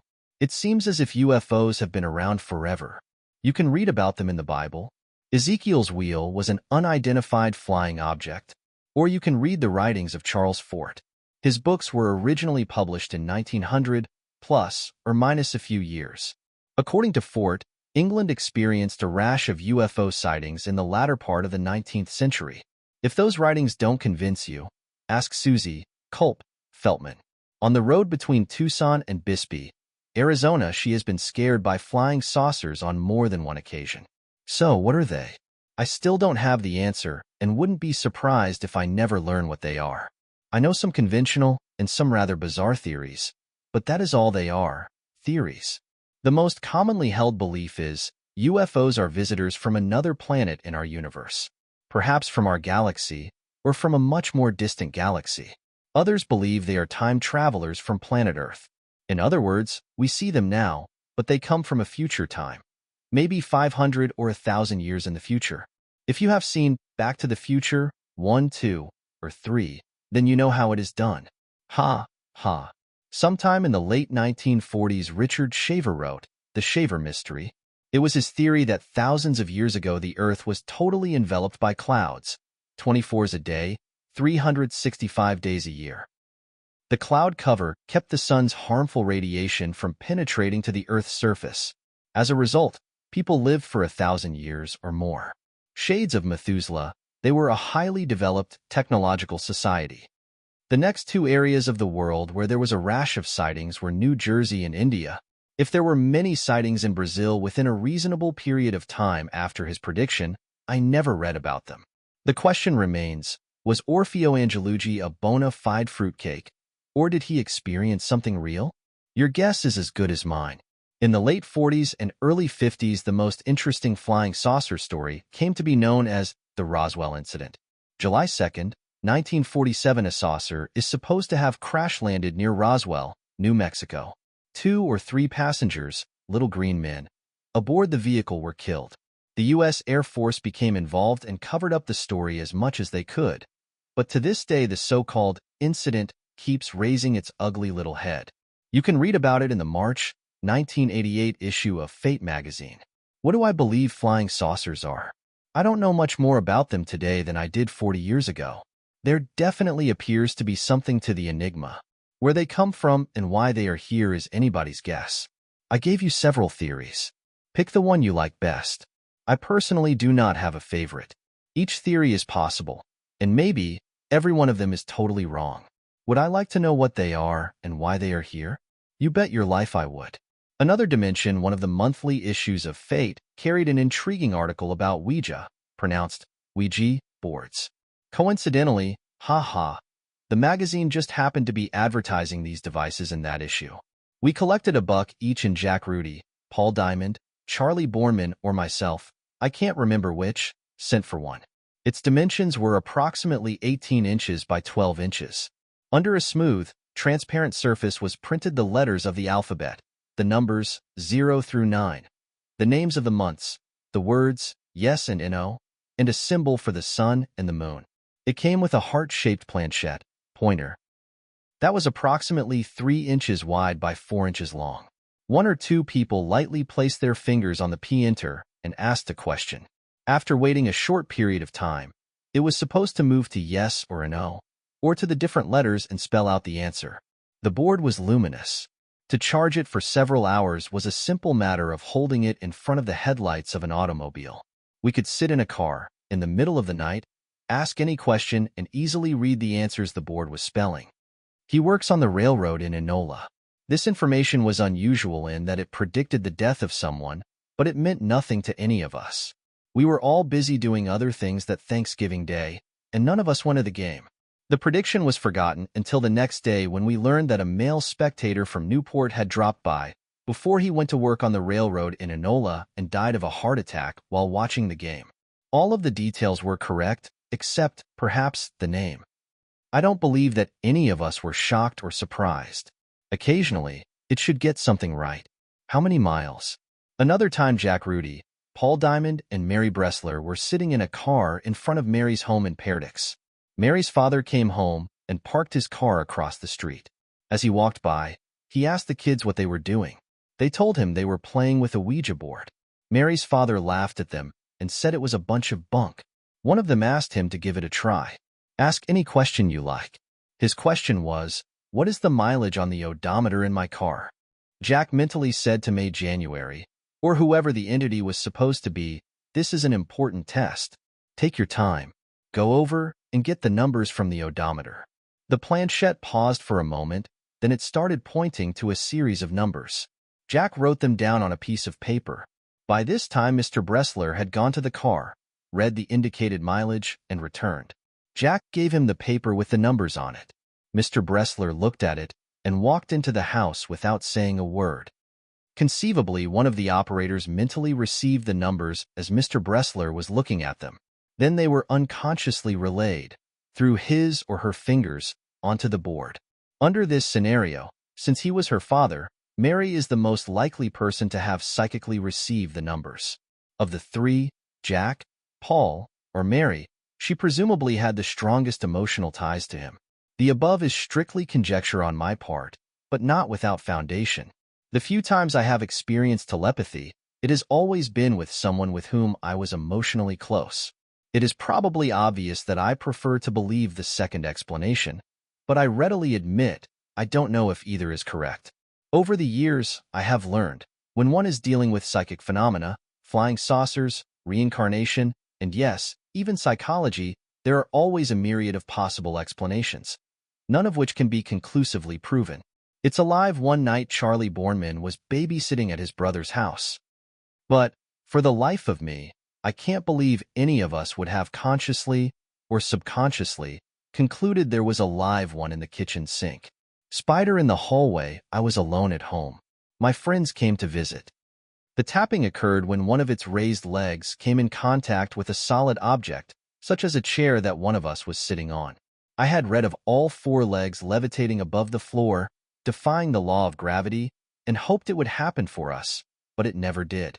The code we used was 1 tap for no and 2 taps for yes. If words were involved in the answer, it was 1 tap for A, 2 taps for B, 3 for C, etc. One night, while visiting Charlie Borman, we were sitting in front of a television set. On top of the TV was a thick, clear, glass ashtray. Someone suggested we try something different. Instead of allowing the table to rise up on one leg, let's forcibly hold it down and keep it from moving. Why not? We hadn't tried it before. What could possibly happen? We turned off the lights and, with considerable difficulty, held the table down and kept it from moving. All of a sudden, there was a very loud noise. We thought that a gun had gone off in the house. Charlie quickly turned on the lights. Then we saw the ashtray. It had split into 2 pieces. Each was rocking back and forth on top of the TV. There were no cigarettes in the ashtray, and the TV was off. Heat did not cause it to break. If it wasn't heat, would it cause it? We don't know, but it scared the living hell out of us. And no more fun and games then. Some very weird things started happening. As if the above wasn't weird enough. 1. Mary Bressler had 2 strange dreams. In the first, a beautiful woman appeared and asked Mary to do everything she told her to do. Mary refused. 2. In her second dream, Mary was in a ring of fire. 3. About the time she was having these dreams, she went for a walk on a stone wall and fell off. Jack and Paul saw her fall. They were of the opinion that Mary was in a trance when it happened. 4. Jack Rudy, Paul Diamond, Charlie Borman, and Jean Charles were playing with the Ouija board in one of their cars in Paradise. This is where Jack and Paul lived. The 4 of them were being silly, but the entity wanted them to be serious. Charlie was operating the board by himself when he received a strong electrical shock. This got their attention. They became very serious. It was late. Everybody wanted to go home. The board told them not to leave until it gave its permission. They all felt it best not to do anything stupid, so they remained prisoners in the car. About 4 o'clock in the morning, the board gave them permission to depart. 5. Another time, Paul Diamond was at home alone, playing with the Ouija board. He said to the entity that he would like to shake its hand. Paul extended his hand and received a severe electrical shock. He departed the bedroom where he had been playing with the board. When he walked past the open door, his hair stood straight out. Either there was a tremendous amount of static electricity in his bedroom, or he was scared almost to death. Fun and games had come to an end. After these experiences, nobody, except me, wanted to play with the board or have anything to do with table tapping. I was never able to operate the board by myself, and nobody else would go near the thing. Lessons? What did we learn from the Ouija board and the tables? Not much. However, I believe there are vast powers within the subconscious mind, of which science knows very little. When released, if properly controlled and directed, they could be very beneficial to mankind. But if misdirected, these powers, like a rifle, have the potential of being dangerous. We were playing games with subconscious dynamite. Nobody knew what they were doing. Nobody got hurt. We were lucky. I have learned to use the word impossible with the greatest caution. Wernher von Braun Amity Hall, June 20th, 1950.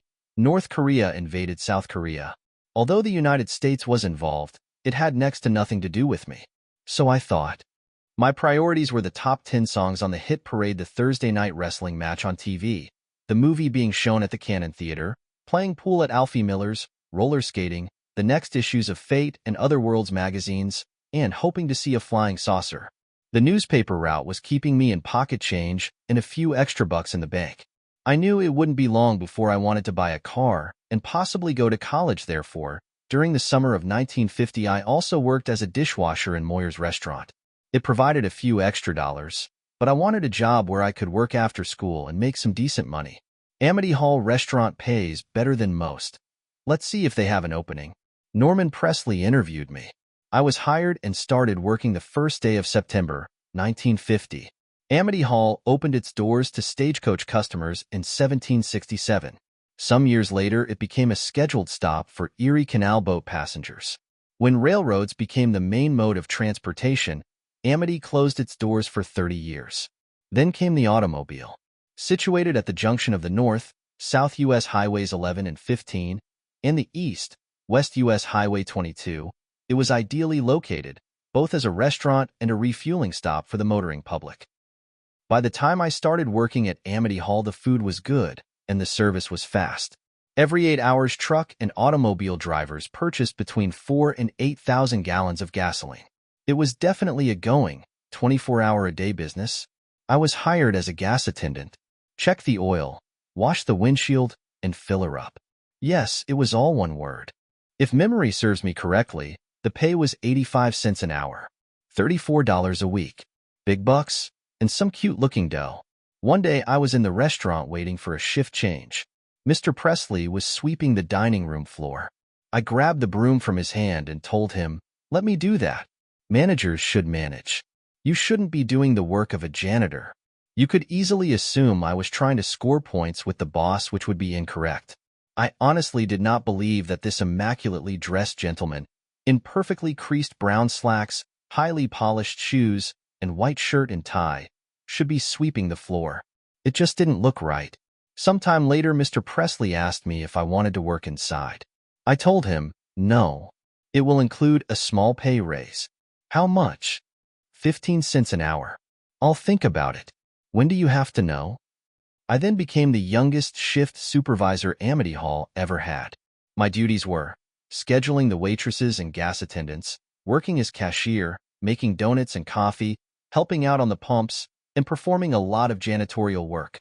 Not that Amity didn't have a janitor for each shift, but he couldn't possibly keep up with the demands placed on him. Before long, Jack Rudy, Paul Diamond, and Jean Charles were working as gas attendants. Jack, Paul, and I were somewhat anxious to get our first automobiles.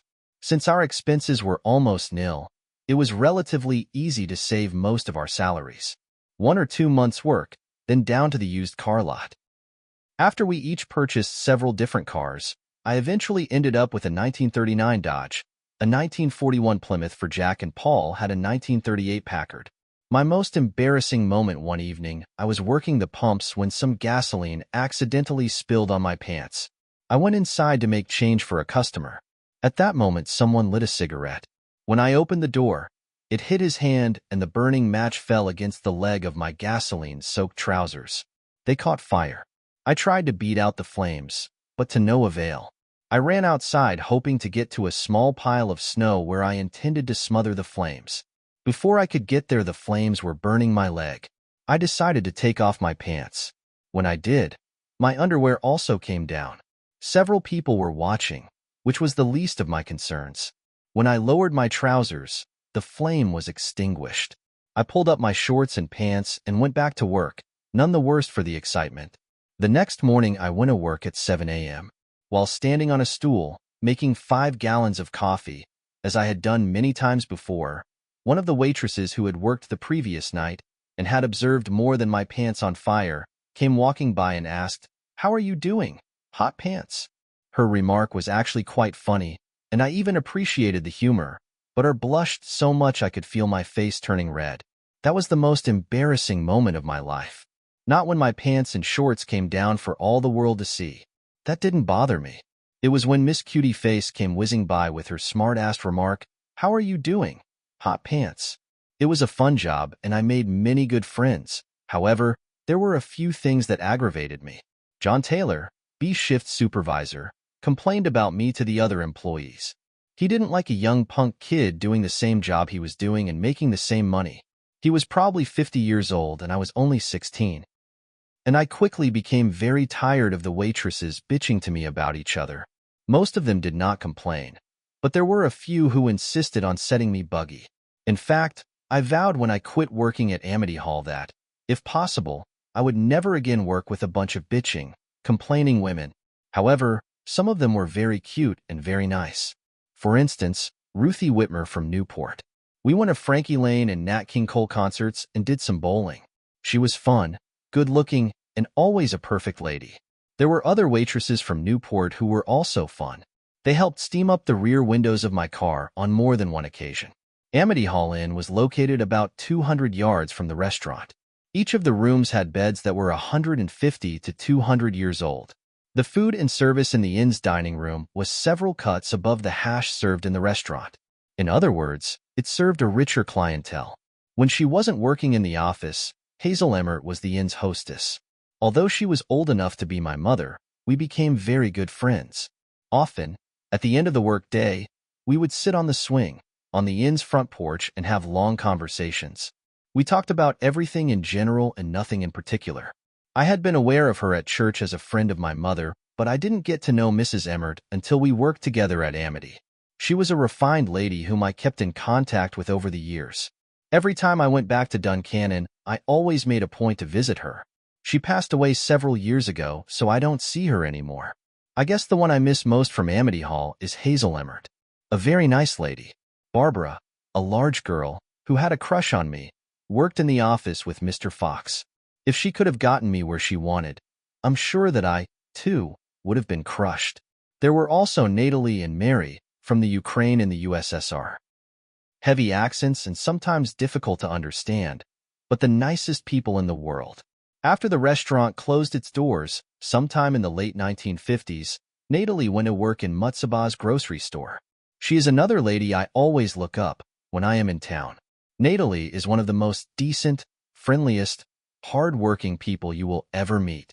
Mr. Presley and I always got together when I went back to Duncannon to visit, but sad to say, he is no longer with us. The old hometown ain't what it used to be. As you may have surmised, working at Amity Hall for 1 week short of 3 years was almost a social activity. It was fun and the pay was decent, a hard combination to beat. September song during our junior year, a recruiter came by and told us the advantages of joining the Air Force upon graduation. I didn't think it was in the cards, surely. The Korean War would be over and the military draft terminated by graduation day in June of 1952, but we gave him the courtesy of listening to what he had to say. It sounded like a good life, traveling all over the world at government expense, free food, medical, living quarters, and lousy pay. Jack Allen and Leroy Humes were senior year dropouts. Jack joined the Army and became a paratrooper. I saw him once when he came home on leave. He was confident, lean, and mean. It was the right thing for him, but not for me. I didn't want to jump out of moving airplanes unless I absolutely had to. Leroy went to Korea where he was wounded in the latrine. Someone's rifle misfired in his direction. To go the whole way to Korea and get shot while shaving seemed to be a dumb thing to do. You could do that, or something just as stupid, at home. In January of 1953, Donald Liddick was driving his brother Max back to Army camp in Georgia. He wanted to know if I would go along. I agreed if he would also go to Miami and check out the chicks on the beach. It was a fun trip. The first time I had been further south than Washington, D.C., and the first time I had been on an Army base. By the summer of 1953, Eisenhower was president and things were beginning to wind down in Korea. The Panmunjom peace talks were on again, off again. Fighting was sporadic along the 38th parallel, but no one doubted the war could start up again at a moment's notice. The Army was still drafting healthy, 19 to 26-year-old, male citizens. One thing was sure, I didn't want to go into the infantry and be used as cannon fodder for the North Koreans or the Chinese. If I was going into the military, it would be my decision as to which branch it would be. The Army was out and I couldn't swim. Therefore, the Navy wasn't much of an option, and the recruiter had made the Air Force sound pretty good. What else would a recruiter do? Badmouth it? Jack, let's go down to Harrisburg and do some more talking with him. He seemed like a nice guy. The information we received led to physical examinations, and about 3 months later, we were accepted into the Air Force. Before being sworn in, however, we decided that since we would be flying all over the world and meeting thousands, perhaps millions, of beautiful, gorgeous ladies, we should be able to say yes when they asked us to tangle or to tango. Arthur Murray taught us to dance in a hurry. We learned to foxtrot, waltz, rumba, samba, tango, and jitterbug. I don't think the lessons really taught me how to dance, but they did give me sufficient confidence to ask some sweet young thing out on the dance floor. The instructions were definitely worth whatever we paid for them. I quit working at Amity Hall the last week in August. The final day or two was quite emotional. I walked the acreage, saying a fond farewell to everything and everybody. Amity means friendly. To me, it had fulfilled its promise. A few rough moments, but generally speaking, they were very good times. Mom was sad, but she knew I was going to do what I had decided, and there wasn't any point in trying to stop me. We wouldn't be having many more long conversations about religion and whether man would ever go to the moon. I was sure we would. She was sure we shouldn't. If God had wanted man to be on the moon, he would have put him there. I answered, if God wanted man to go 60 miles an hour, he would have given us wheels and a motor. Instead, he gave us brains. Using our God-given talents, man can now fly 600 miles an hour. Sometime soon, we will be going to the moon, then to Mars, and who knows where else. Mom and I didn't argue. We discussed. Each had a point of view. Hers was as good as mine, but we came from different generations. She could see so far, and I could see only a little further. We both knew that after September 1st, we would no longer stay up till 2 in the morning discussing things neither of us knew anything about. She also knew she wouldn't be yelling at me every morning, trying to get me out of bed to be at work by 7 o'clock, and that Paul Diamond, Jack Rudy, and Charlie Borman wouldn't be coming around anymore to see me or her. What will you do in the Air Force? I don't know. Whatever they want me to do is what I'll have to do. She knew of my interest in electronics because I had started a correspondence course from the DeForest Institute in Chicago. Do you think you can get into electronics? I'm sure going to underscore try, but nobody has made any promises. The nest was getting smaller. Carl and Susie were married, and I was about to go out on my own. This left Treva and Lester to worry about. And Mom loved to worry. She was one of the best. Not that we didn't give her plenty of reasons. Mom went with me to the recruiting station in Harrisburg, then she rode the bus with us to the train station. We both cried a little when we said goodbye, but we must remember, September 1st, 1953 was an unusually smoggy day which caused tears to flow rather easily. Chapter 4: The United States Air Force. Basic training train to Geneva, New York, then a bus to Sampson Air Force Base. When we got off the bus, our tactical instructor, T.I., was there to greet us. Grab whatever bags you have, then line up in 2 columns. We had no more idea how to line up in 2 columns than how to talk to the man in the moon, but somehow his orders were executed. We marched, if you want to call it that, to our new home, a 2-story, World War II vintage, barracks. For men to a cubicle. Our TI lined us up in the hallway and started giving his briefing on what we could expect during the next 11 weeks. I was standing there, leaning against the wall and smiling. Hey you, what's your name? Palmer Feltman. Where are you from? Harrisburg, Pennsylvania.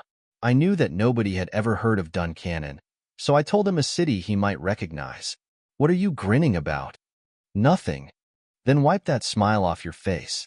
And, the rest of you men, keep an eye on him. I don't like people from Harrisburg or New York City. They are all troublemakers. Thank you, sir. That's a real friendly welcome. I had always thought the way to win friends and influence people was to smile. Lesson 1. Don't smile.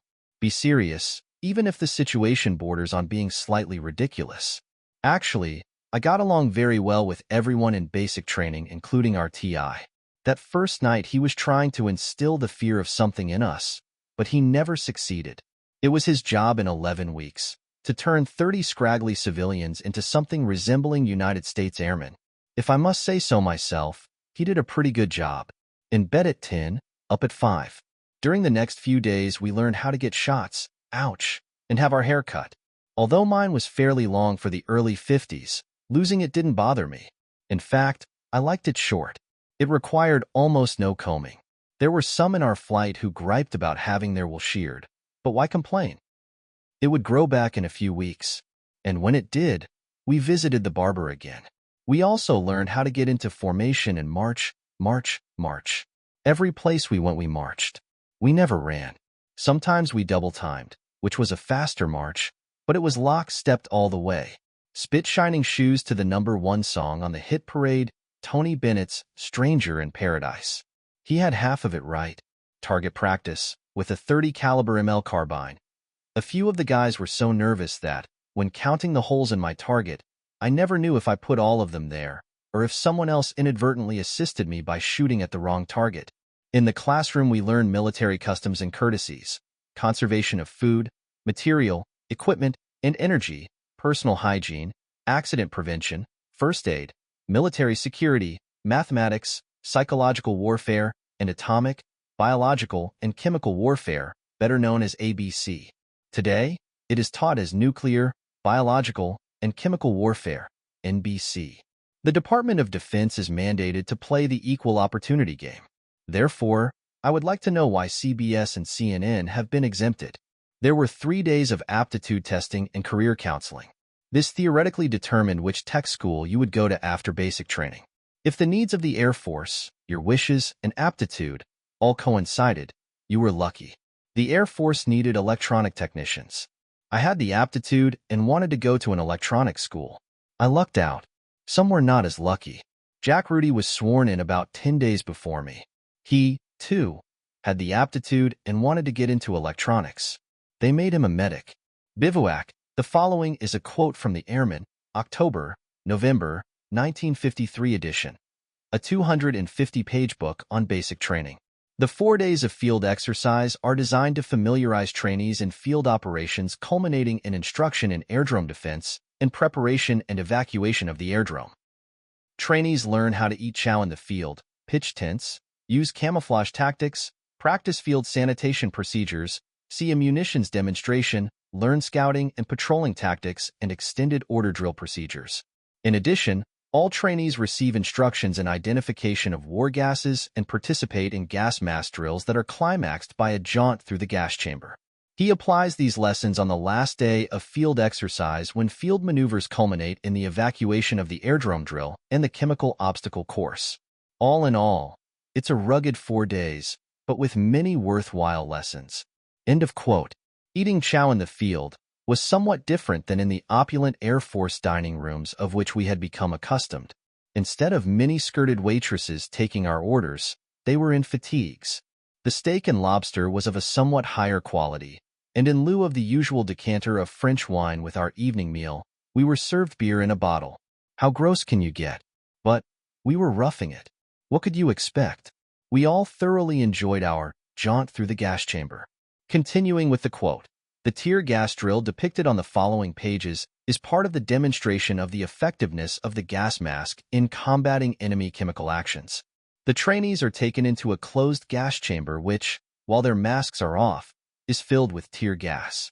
The latter, a harmless, harassing agent, nevertheless makes its presence known in no uncertain terms, as the pictures on the following pages show. Then, after a few moments of exposure, it seemed more like an hour. The trainees put on their masks and learn conclusively that a man's best friend in a gas area is his mask. Pictures of babies crying. It looks much worse than it actually is. The tear gas drill usually brings forth a few gallons of tears, but Air Force officials feel it brings forth something far more important insofar as the welfare of the trainee is concerned. It strengthens his confidence in his equipment and familiarizes him with the effect of gas. For the few tears it cost, the lesson is a cheap one for the trainee.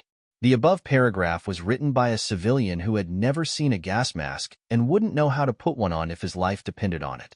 2 weeks before the end of basic training, we were given a 3-day pass. Mom, Dad, Uncle Merrill, and Aunt Mildred dropped by. We went to Niagara Falls and Rochester, New York. It was good to see them, but I couldn't wait to get back to the Air Force dining hall and be served by Fifi, my favorite mini-skirted waitress.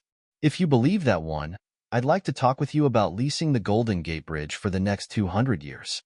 Basic training ended on or about November 5th, 1953. By Sampson AFB. It's been good to know you, but happy to be leaving. My next assignment was to study electronics at Scott Air Force Base, Illinois. Train ticket in hand. It was one of the best trains I have ever ridden. Individual compartments with toilet, shower, and a comfortable bed at night.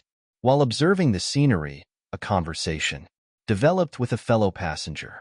He appeared to be rather curious about basic training. So, I asked him if he knew anything about the Air Force. He admitted to knowing a little. My orders said I had to report to my new assignment on Monday. We were arriving in St. Louis on a Friday evening. I wanted to know if I could spend the weekend in St. Louis before reporting into my new squadron. Being fresh out of basic training, didn't want to do anything that might get me in trouble. I explained my problem to the gentleman I was talking with and asked if I could wait until Monday to report in. After a perfunctory glance at my orders, he told me there was no problem. By this time, I had determined that Mr. X worked at Scott AFB, and because of the clothes he was wearing, assumed he was a civilian. I asked for his name and phone number in case anybody misinterpreted my orders when I signed in. General Nathan Twining, commander of the Air Training Command, was most cooperative. When I arrived at Scott Air Force Base, I was hoping someone would tell me I was AWOL. I was prepared. You don't mind if I call General Twining, do you? But I wasn't late, so nobody said anything. General Twining went on to become Commander-in-Chief of the United States Air Force. Sad to say, I was too dumb, at the time, to appreciate the importance of his position. But it was just as well. After we had introduced ourselves, we continued our conversation like two lost friends who hadn't seen each other for the last 5 years. Scott Air Force Base, Illinois, November 7th, 53 to September 7th, 54. 10 months of study, study, study. Hit the books every night. No fun in games. I have to learn this stuff. Someday it might come in handy. That may have been true for some of the airmen, but not for me. About the only time I cracked a book was the night before a test, and not always then. If my social calendar permitted, of course I studied, but that was a big if. I met Norma Remy at a Friday night dance at the Airmen's Club. She lived in St. Louis, 25 miles away, and worked in the Fox Theater. I recently learned that the Fox Theater in St. Louis was one of the great theaters of America. It was really beautiful. I drove by a few years ago just to see if the Fox was still there. She wasn't, but the theater was. Bob Hope and several other big names appeared on the marquee. After 35 years, it was business as usual. But I digress. We were talking about Norma. She was a captivating young lady. To give you a hint, her full name was Norma Jean Remy. No, she wasn't related to Norma Jean Baker, Marilyn Monroe, but she could have easily been her sister. Norma Jean was cute and sexy, much like her namesake. So round, so firm, so fully packed, and a genuine blonde. I couldn't find one black hair anywhere on her entire body. By this time, Jack Rudy was attending school at Maxwell Air Force Base in Montgomery, Alabama. We had seen each other a few times in basic training, but had almost no opportunity to carry on a decent conversation. We, therefore, had many notes to compare. During Christmas leave, in 1953, Jack and I went back home to Pennsylvania. A friend of his had gotten us tickets to see the Broadway show, The King and I, starring Jewel Brenner and Deborah Carr. Unfortunately, Deborah was under the weather the night we were in New York, so her understudy filled in. Whoever she was very good. The rest of the cast also did an excellent job. If you saw the movie, you almost saw the live show. I'm sure they used the same script, and the sets were so close to being identical, it was unbelievable. Norma and I celebrated New Year's Eve in the Casa Loma Ballroom in St. Louis. You may have heard of Jerry Gray and the Casa Loma Orchestra. The ballroom was their original home. We yelled and screamed, and bumped into all the other drunks on the dance floor. Midnight came. Auld Lang Syne was playing as we kissed and vowed eternal love. Norma knew other fun places to go, and we went to every one that we could afford. In 1954, the population of East St. Louis was almost totally black.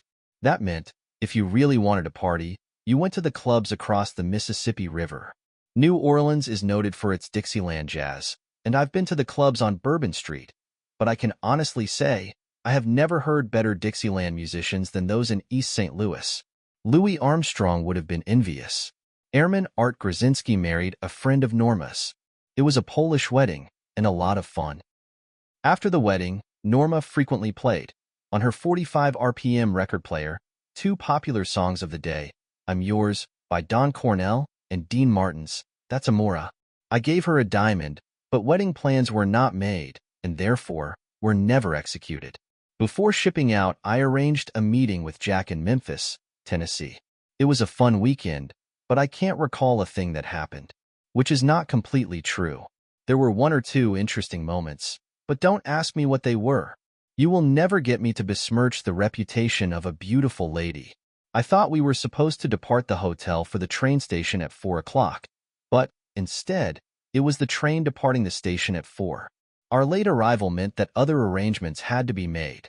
The railroad company would not issue new tickets in lieu of the two we had inadvertently let expire. Between the three of us, we were able to scrape together enough money to purchase 2 more tickets and get Norma and me back to St. Louis. Eventually, I received my money for the unused tickets.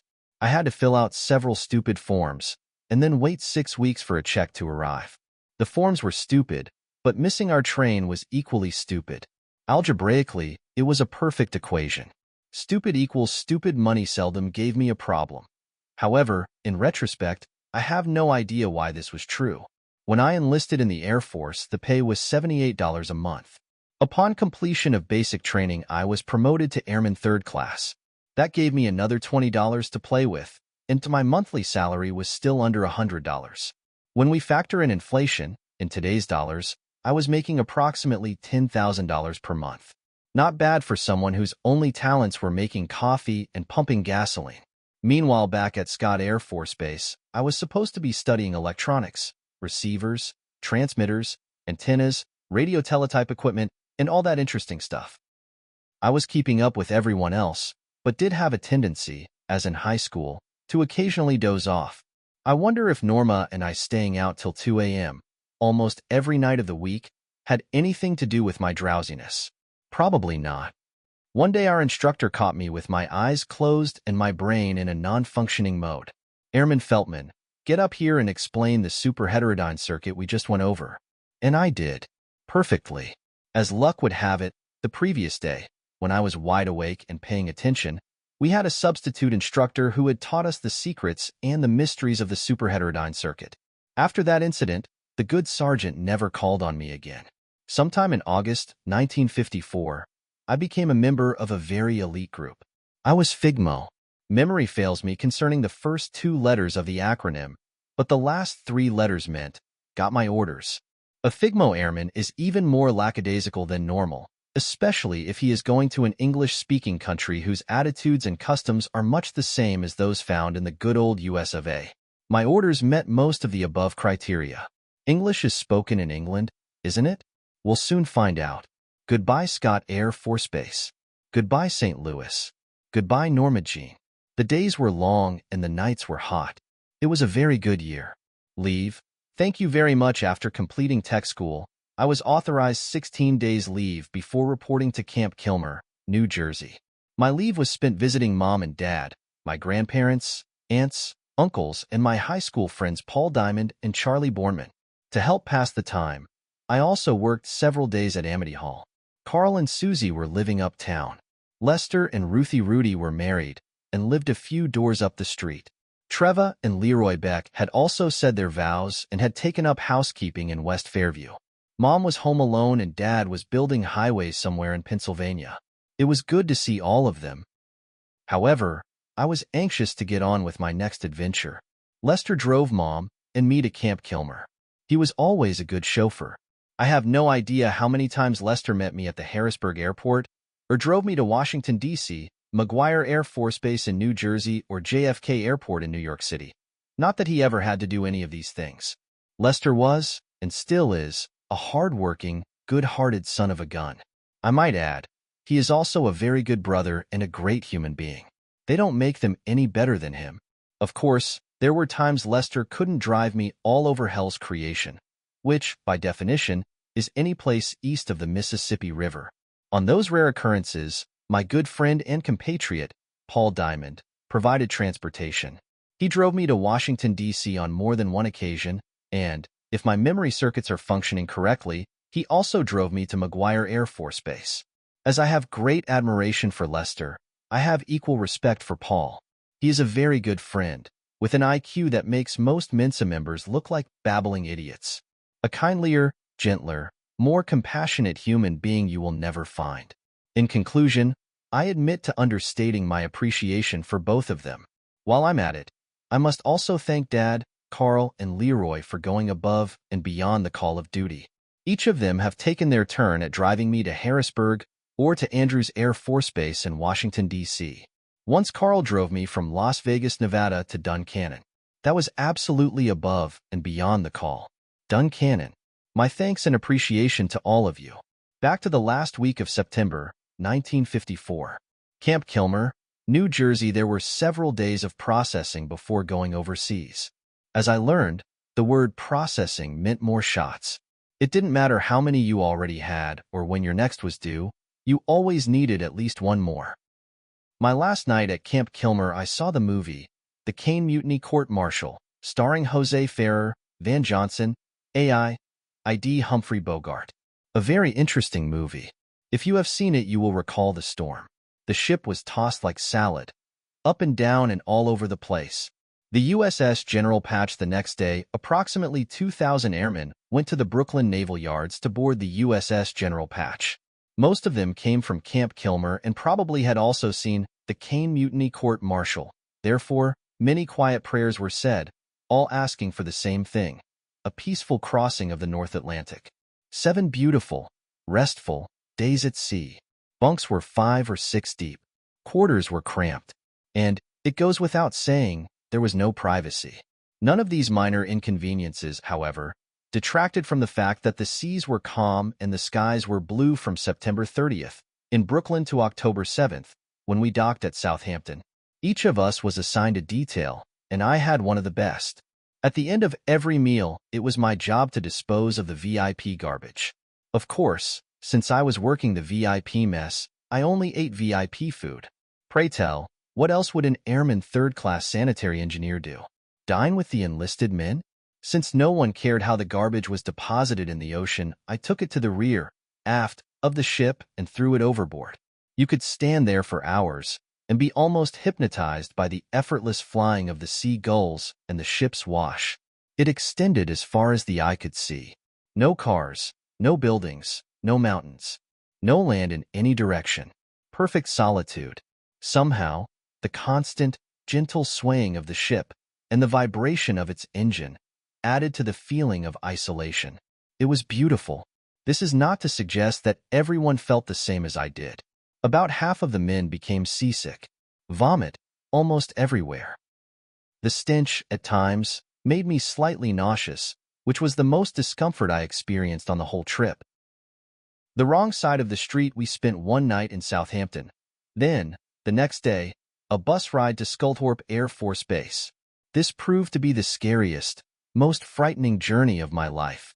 I knew the Limeys drove on the left, wrong, side of the road, but just because I was aware of this fact, it didn't mean I was emotionally prepared for the experience. When you are a passenger in the middle of a bus, it's impossible to get a good view through the front window. Instead, you get quick glimpses of trucks and buses rushing at you at 60 miles an hour. I didn't have a feel as to our exact location on the highway, but I knew where the vehicles coming at us were located. They were on the wrong side of the street. There was no doubt about it. And unless our driver was the reincarnation of Joey Chitwood, all of our next of kin were about to be notified. The trip from Southampton to Sculthorpe was the longest 150 miles ever traveled. Why I didn't die of a heart attack, I'll never know. As time went by, I became more accustomed to riding on the wrong side of the street, but the fact is, I never was comfortable doing so. During the next 4 years, I didn't drive one vehicle, which was all for the good.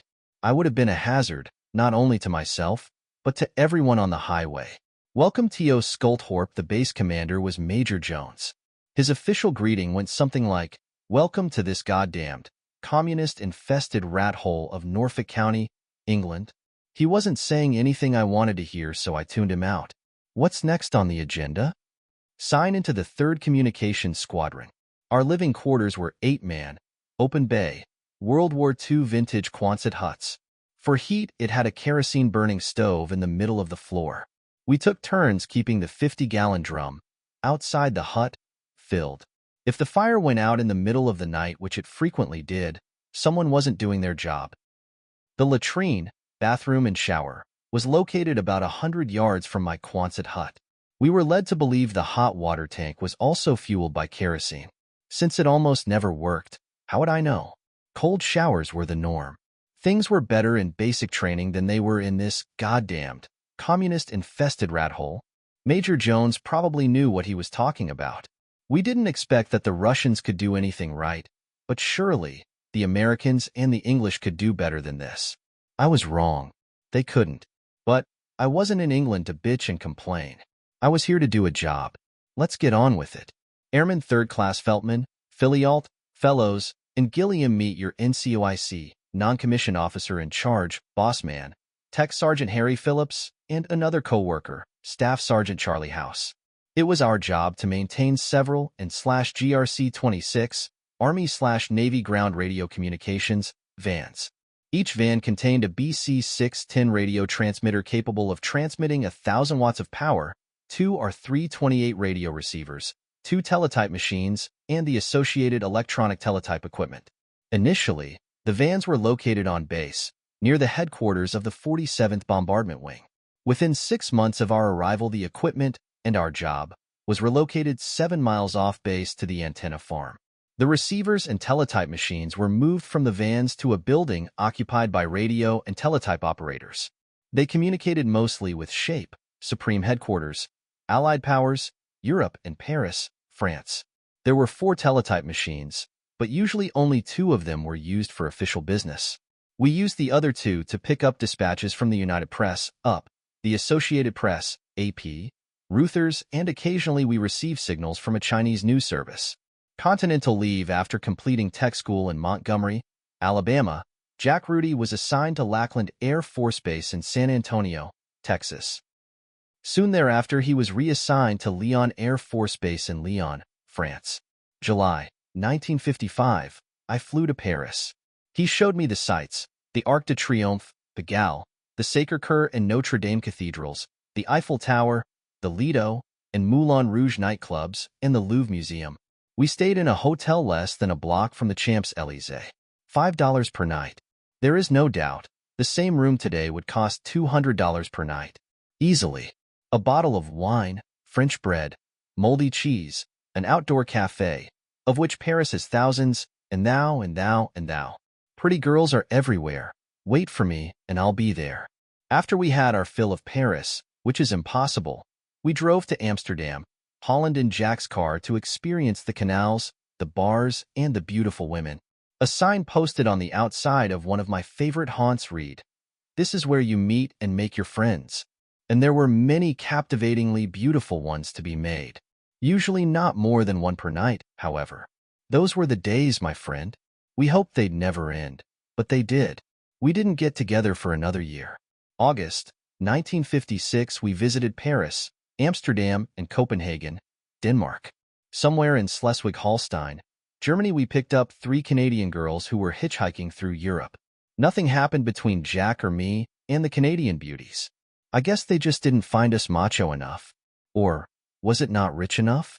It matters not. The Danish women were gorgeous, especially Miss Whatchername, who we met in Tivoli Gardens. The good times had to end.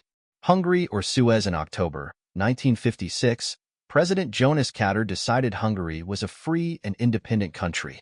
Alert, alert, alert. Everybody worked a minimum of 12 hours a day. Most worked 16, and some worked 24 without a break. Pilots slept on the flight line next to their airplanes. Things were tense. During this period, we monitored the press services very closely. When messages of Russian troop movements came in, we rushed them to base intelligence. The surprising thing about the reports was we were receiving them in the clear, unencrypted 5 to 10 minutes before intelligence received the official military version of what was happening. The U.S. never did get involved in the Hungarian uprising. We were too busy kicking the English, French, and Israelis out of the Suez Canal. Sometime earlier, President Nasser of Egypt had nationalized this important waterway, which was previously owned and operated by the French and the British. With the uprising in Eastern Europe occupying our attention, England, France, and Israel made their move on Egypt. To them, it was the perfect opportunity. They knew the U.S. was going to be kicking some Russian, but in Hungary. We would, therefore, be too occupied with Eastern Europe to be concerned with North Africa. Our European allies misinterpreted the intentions of President Eisenhower. The Russians could beat up on the Hungarians. Why not? That was their sphere of influence. But the French, English, and Israelis couldn't kick Nasser's ass around. He was our bastard, not theirs. Within a few weeks, activities returned to normal. The Hungarian Revolution fizzled out and Nasser was once again in control of the Suez Canal. Let's party. A pass, a glass. Alas, I had a 3-day pass to Munich, Germany. When we awoke the next morning, she went to the refrigerator for a bottle of beer and poured it into a glass. It was the best tasting beer I ever drank, but for the life of me, I can't remember Miss Fräulein all that well. She probably screwed my brains out the night before, which would explain my loss of memory. Don't laugh. This is serious. The way it probably happened is, I never told anybody about this, so you are being let in on one of my deepest, darkest secrets. About 3/4 of an inch above my left ear there is a teensy, weensy, tiny, very small screw that can only be seen by certain members of the Homo sapien population. Said member must be of the enlarged, double-breasted variety, well past the age of puberty and anxious to experience an evening of ecstasy, intense passion, and thoroughly exhaustive physical pleasure. Miss Fräulein conformed to the above criteria. Therefore, she probably found the screw, which would have been loose. Normal for me, but how was she to know? Being very resourceful, she also found the screwdriver that I always carry with me. Then, sometime during the night, she screwed my brains out. If the screw is tight, that is what happens. As previously mentioned, this would account for my loss of memory. A tight screw. Some cases of amnesia are easier to diagnose than others. The above example illustrates the need to know all the details before you can arrive at an accurate conclusion. And you must always remember U.S. Air Force General Order, Number 1. Never count your chicks until they've all been laid. A sickening coincidence. Who wants to go to Copenhagen? Me. I had been there before, but since the Air Force was providing transportation, I was more than willing to spend 3 days in that glorious city. With bags packed, I went to catch my flight. Flight canceled. Come back next week.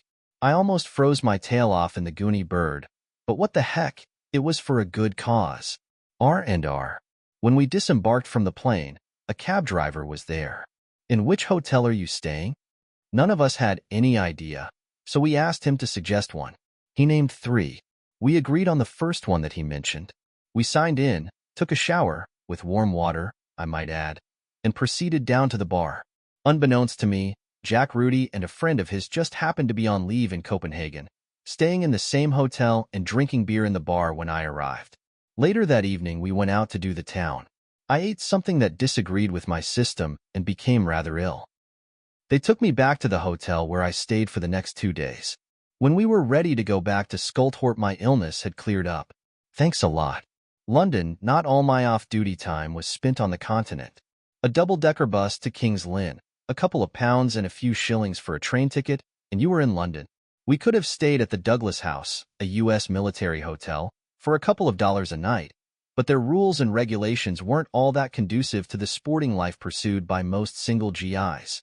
We, Tierra 4, our favorite hotel in Queensborough, or some such section of the city. But, enough already. You may think from what you have been reading that all I ever did was chase women. Your conclusion would only be partially correct. After connecting with a good-looking chick, I did not fully occupy my time complying with U.S. Air Force General Order Number 1. We also danced, wined and dined, and went to see some plays, of which London is rightfully famous.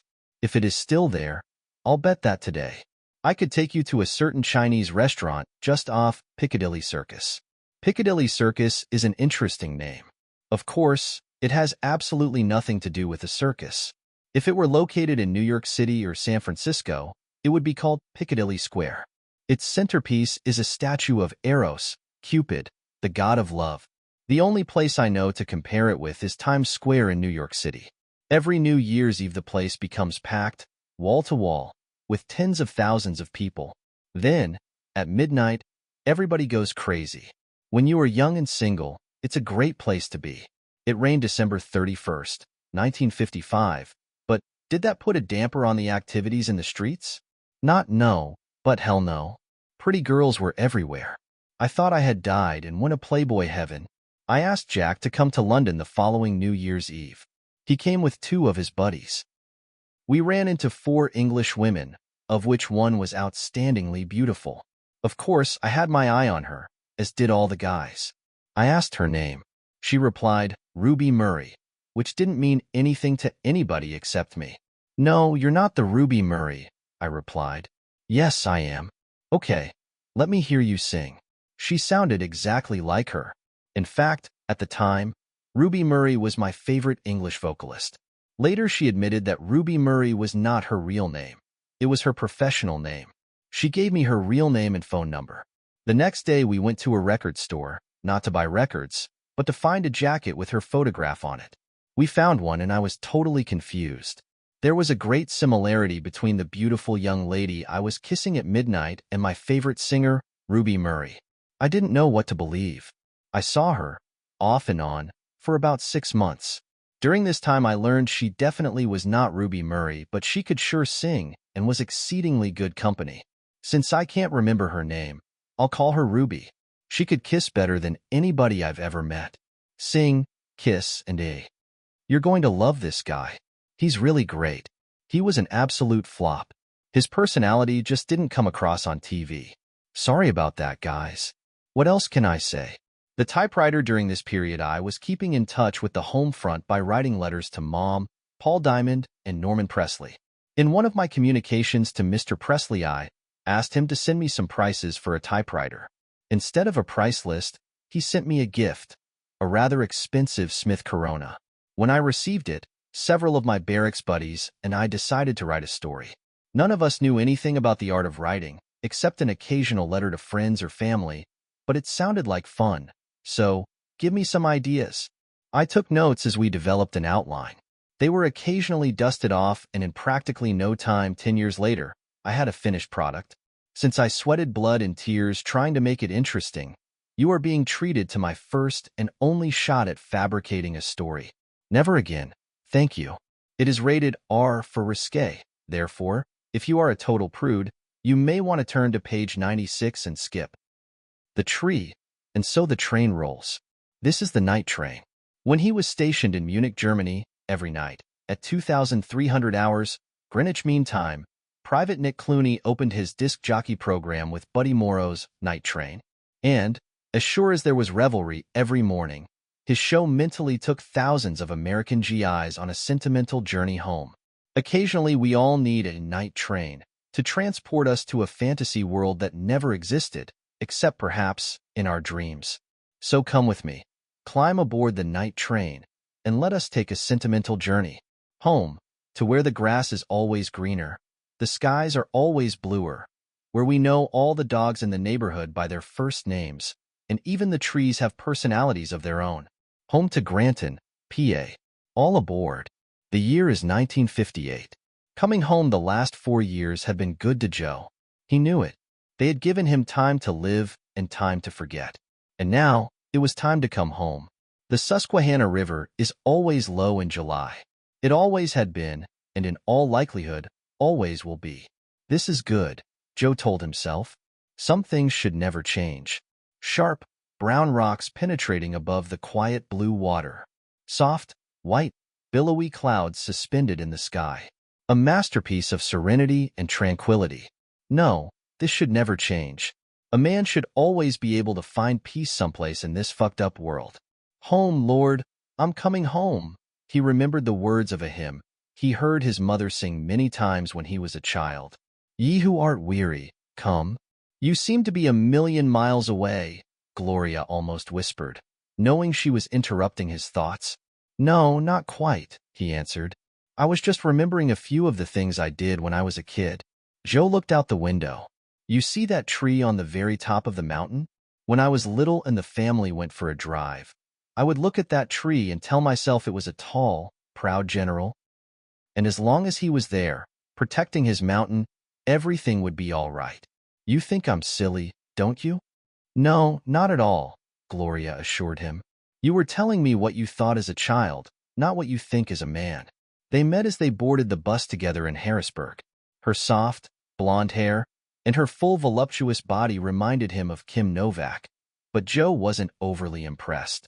To him, almost all women were beautiful, a fact he accepted as easily as he accepted Gloria's phone number and address. 1999, Elk Street. What were you doing in Harrisburg? Joe asked. Just visiting a few friends I met in New York. What were you doing there? Same as you, except I met my friends while I was stationed in England. We had some pretty good times together. Tell me some of the things you did. Well, let's see. I remember last New Year's Eve. We went to London and met some. He paused. That's no good.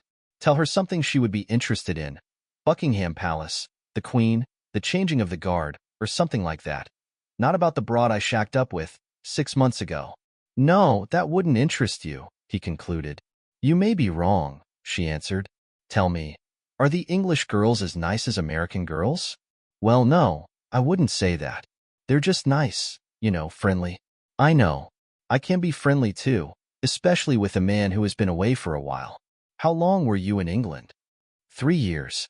He wondered how much longer these questions would continue. Aren't we getting close to the bus station? Only a few more blocks. 11, Gloria replied and relentlessly pursued her interrogation. What do you think it will be like? Joe had no idea, although he imagined that getting her between a set of lily whites would be a bit of all right. What do I think what will be like? Going home after being away for such a long time. Now, why did she have to ask a question like that? We were just having a pleasant little conversation when Kim Novak, here, has to mess it up. Did I ask her what happened in HW York? Did I ask how things are at home? Why must she ask a stupid question like that? Great. That's it. Great, he lied. It will be great to be home. Will it? A lot of things change in 3 years, and not all of them are for the good. As it should be, Joseph, the all-knowing philosopher, replied as he slipped his hand around Gloria's shoulder. I'll see you soon. Real soon, she whispered in his ear. Tonight?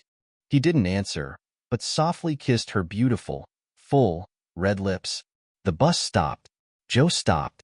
People were getting out of their seats. They had arrived. Granton, Pa, home. It's good to be home. It's good to be home.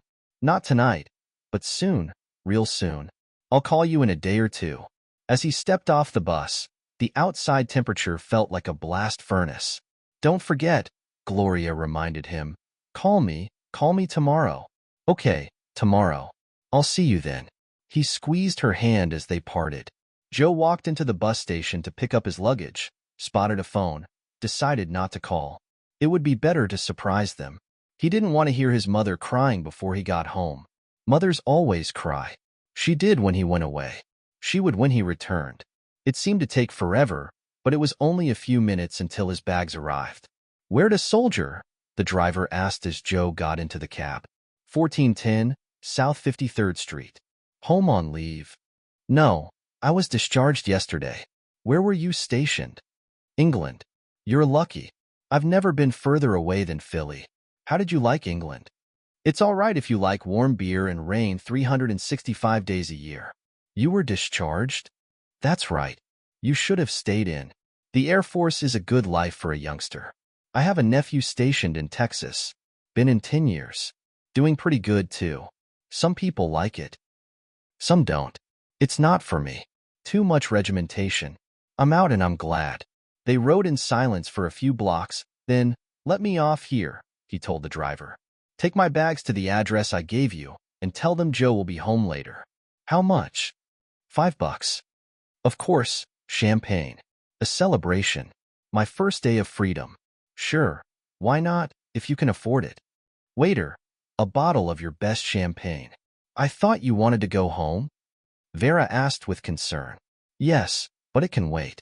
I've waited 4 years. A few more hours or another day won't make much difference.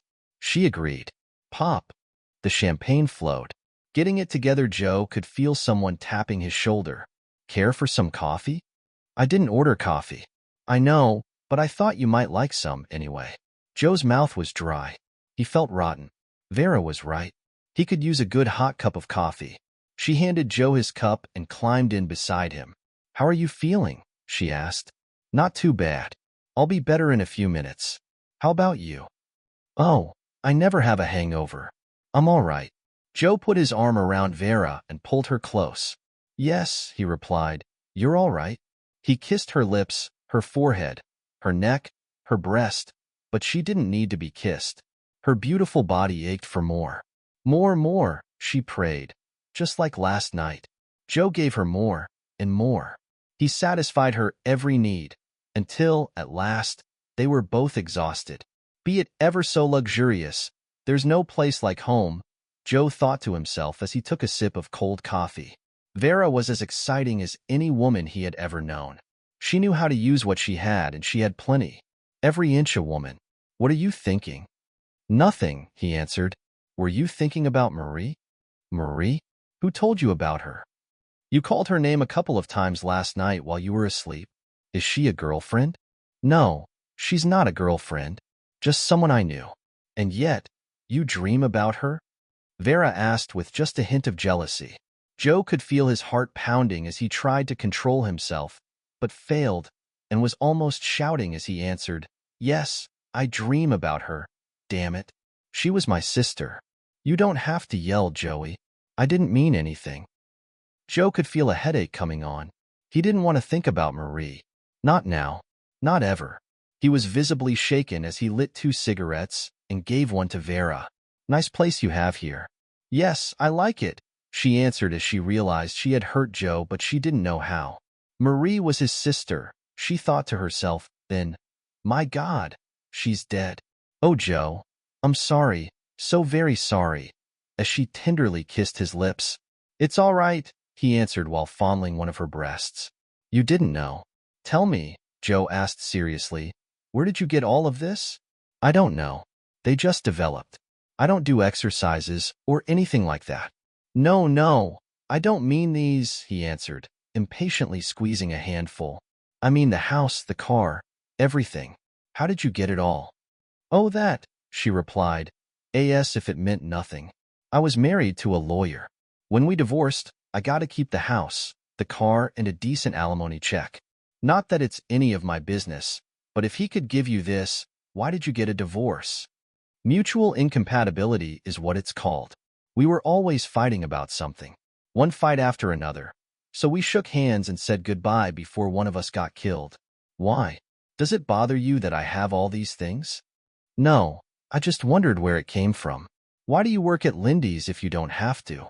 I'm only helping out for a week while a friend of mine is on vacation, and I like it.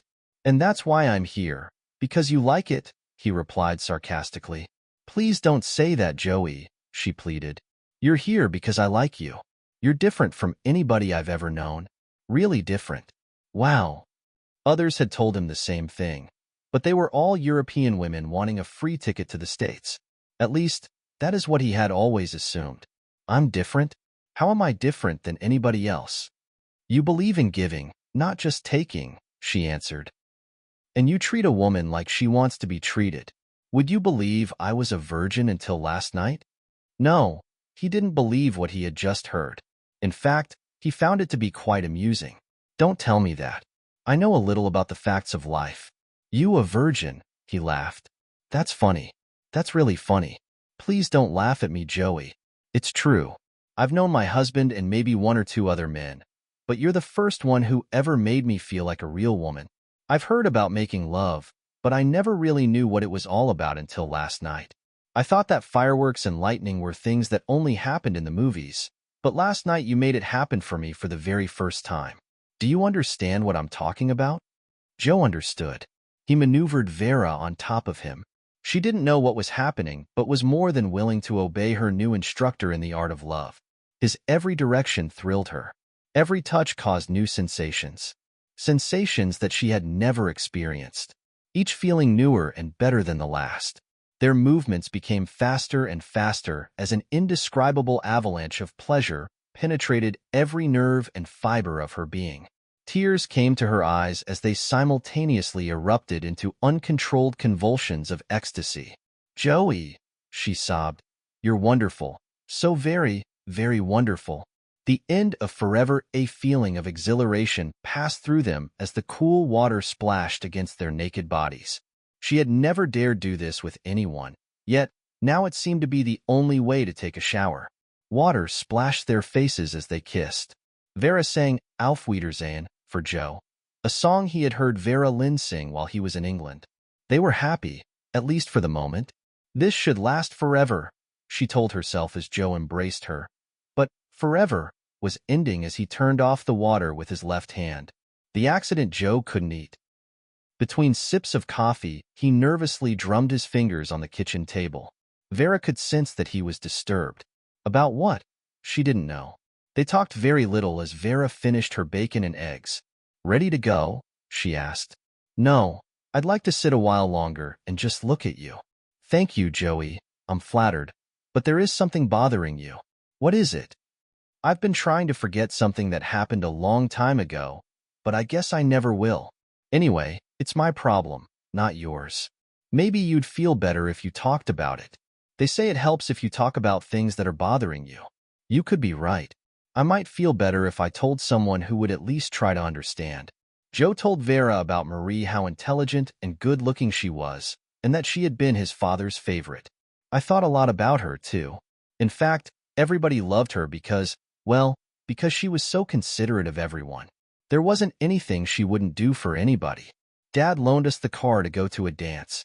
After that, the accident. That goddamned accident. Of course, it was all my fault. At least, that's what everybody said. We were going home when some stupid bastard forced us off the road. I hit a telephone pole. There was hardly a scratch on me, but Marie went through the windshield and died in the hospital a few hours later." Joe told Vera he joined the Air Force to forget it all. He wrote a few letters to his mother, but never received an answer. No doubt, because his father wouldn't let her write to him. He ruled with an iron fist. "So now I must go.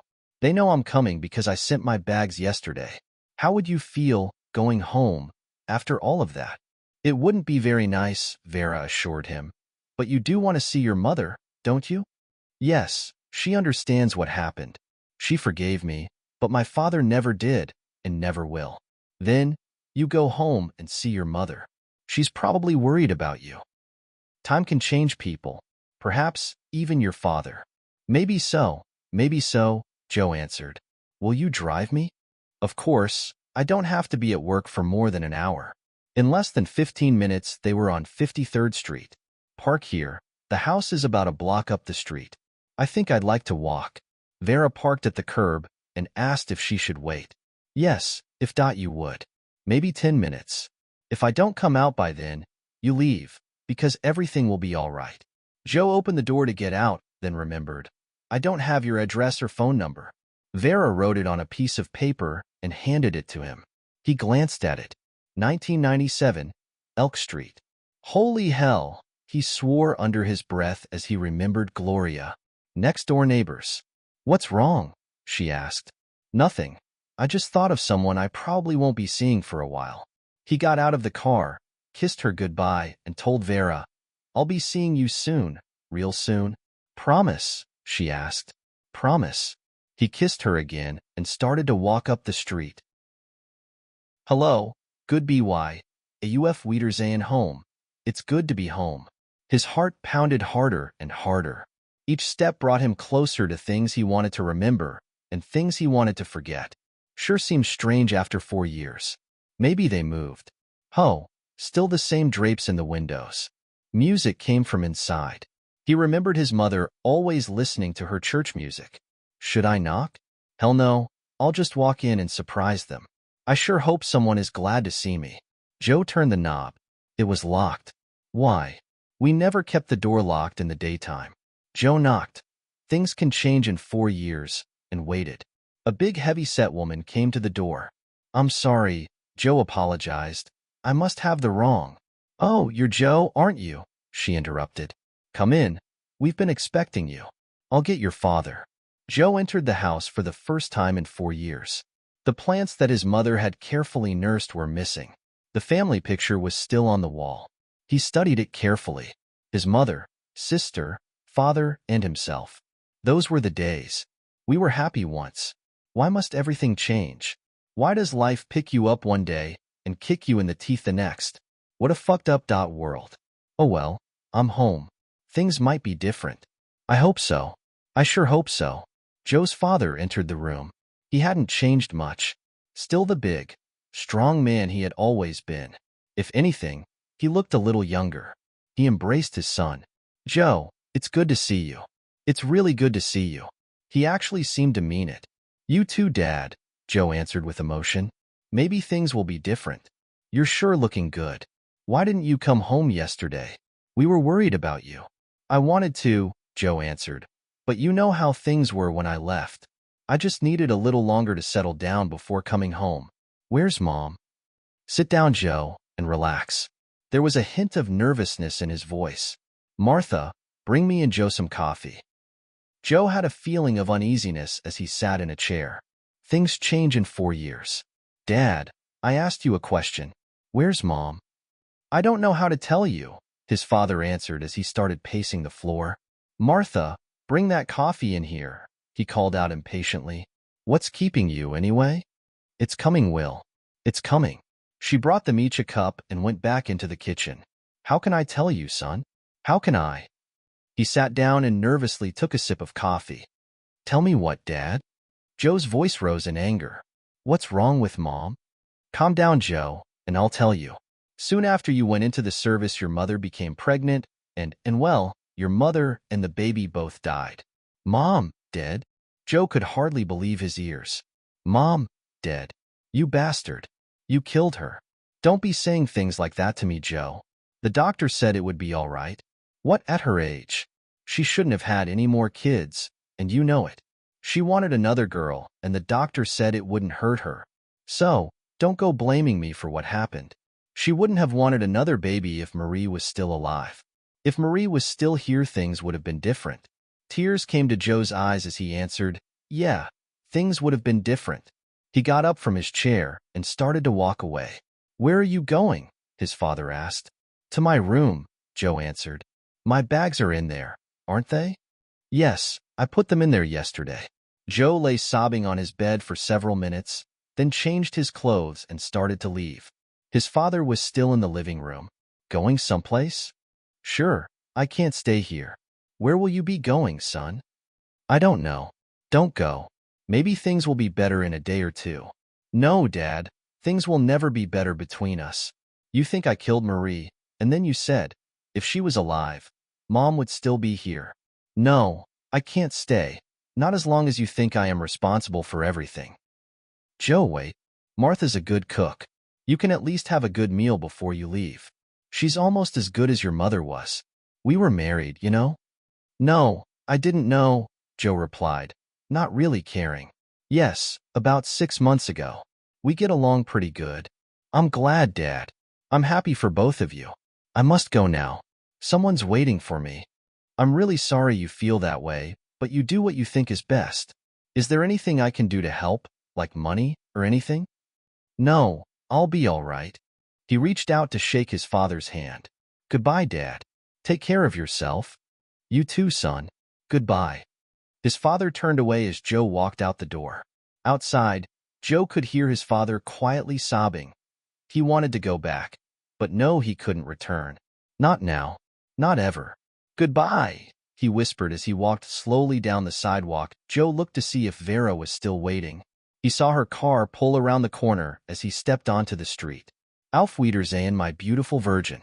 This lovely day has flown away. The time has come to part." She was the swingingest shower soprano I've ever seen. He held out his thumb at the first car that came by. It stopped. "Where are you going?" the driver asked.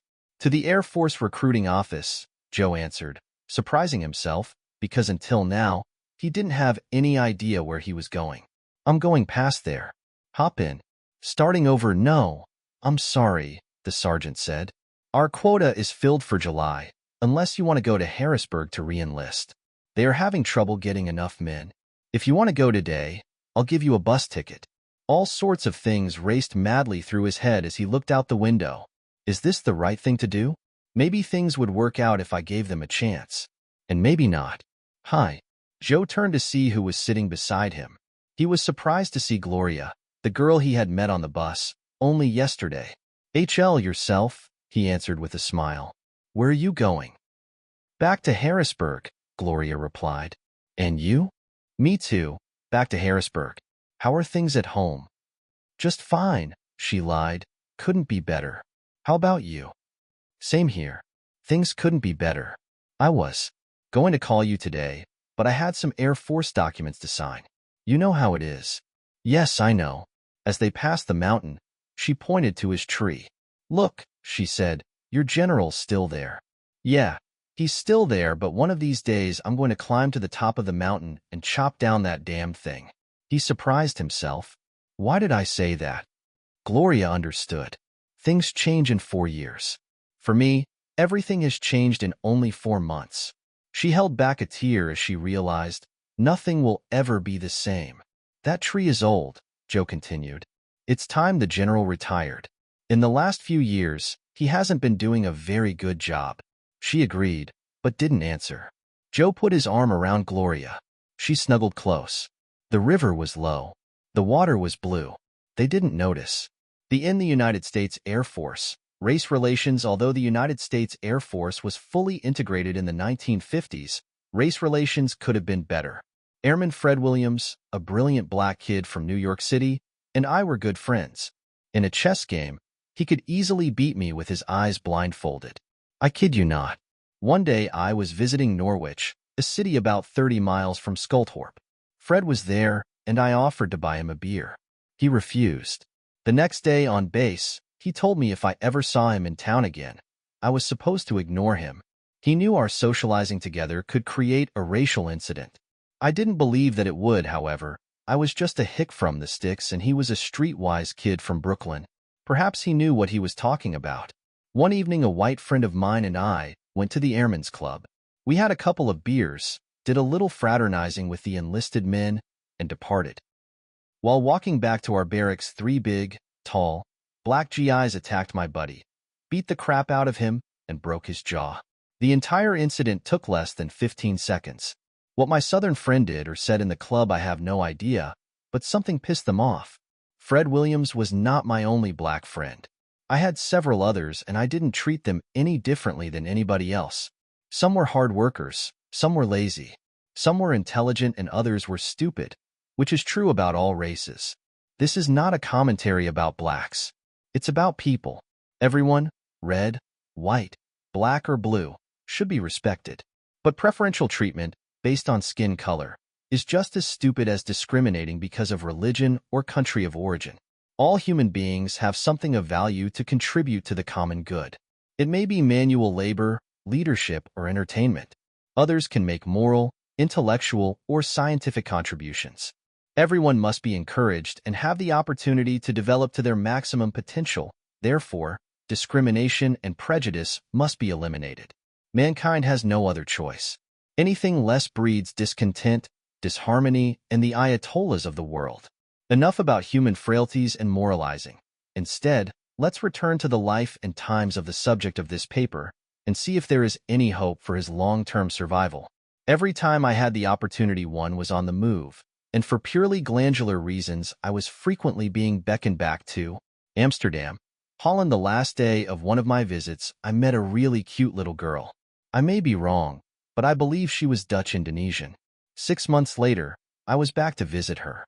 We were supposed to meet on my first day in Amsterdam, but before the designated hour, I met another gorgeous Dutch-Indonesian, Teresa Ragers. She was having lunch in a restaurant. I bought her a glass of wine. You know, we might get married. You're crazy, she replied. A few days later we went to Paris. Someone had to show her the crown jewel of Europe. Then, I invited her to England. I said, no, I'm not going. You're crazy. 10 months later, April 9, 1958. In the city of Kings Lynn, England, Airman Keith Jennings, of Tacoma, Washington, was best man at the wedding of Staff Sergeant Palmer A. Feltman and Teresa A. Ragers. I believe she was right. I was crazy. Once again, I had a loose screw in my head.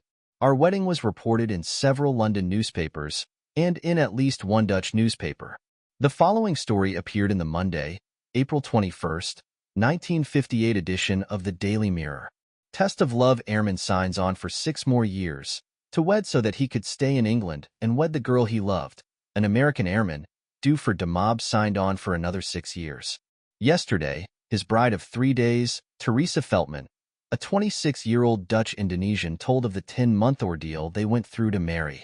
She said, "It feels like waking up from a nightmare. It is hard to believe we are husband and wife at last."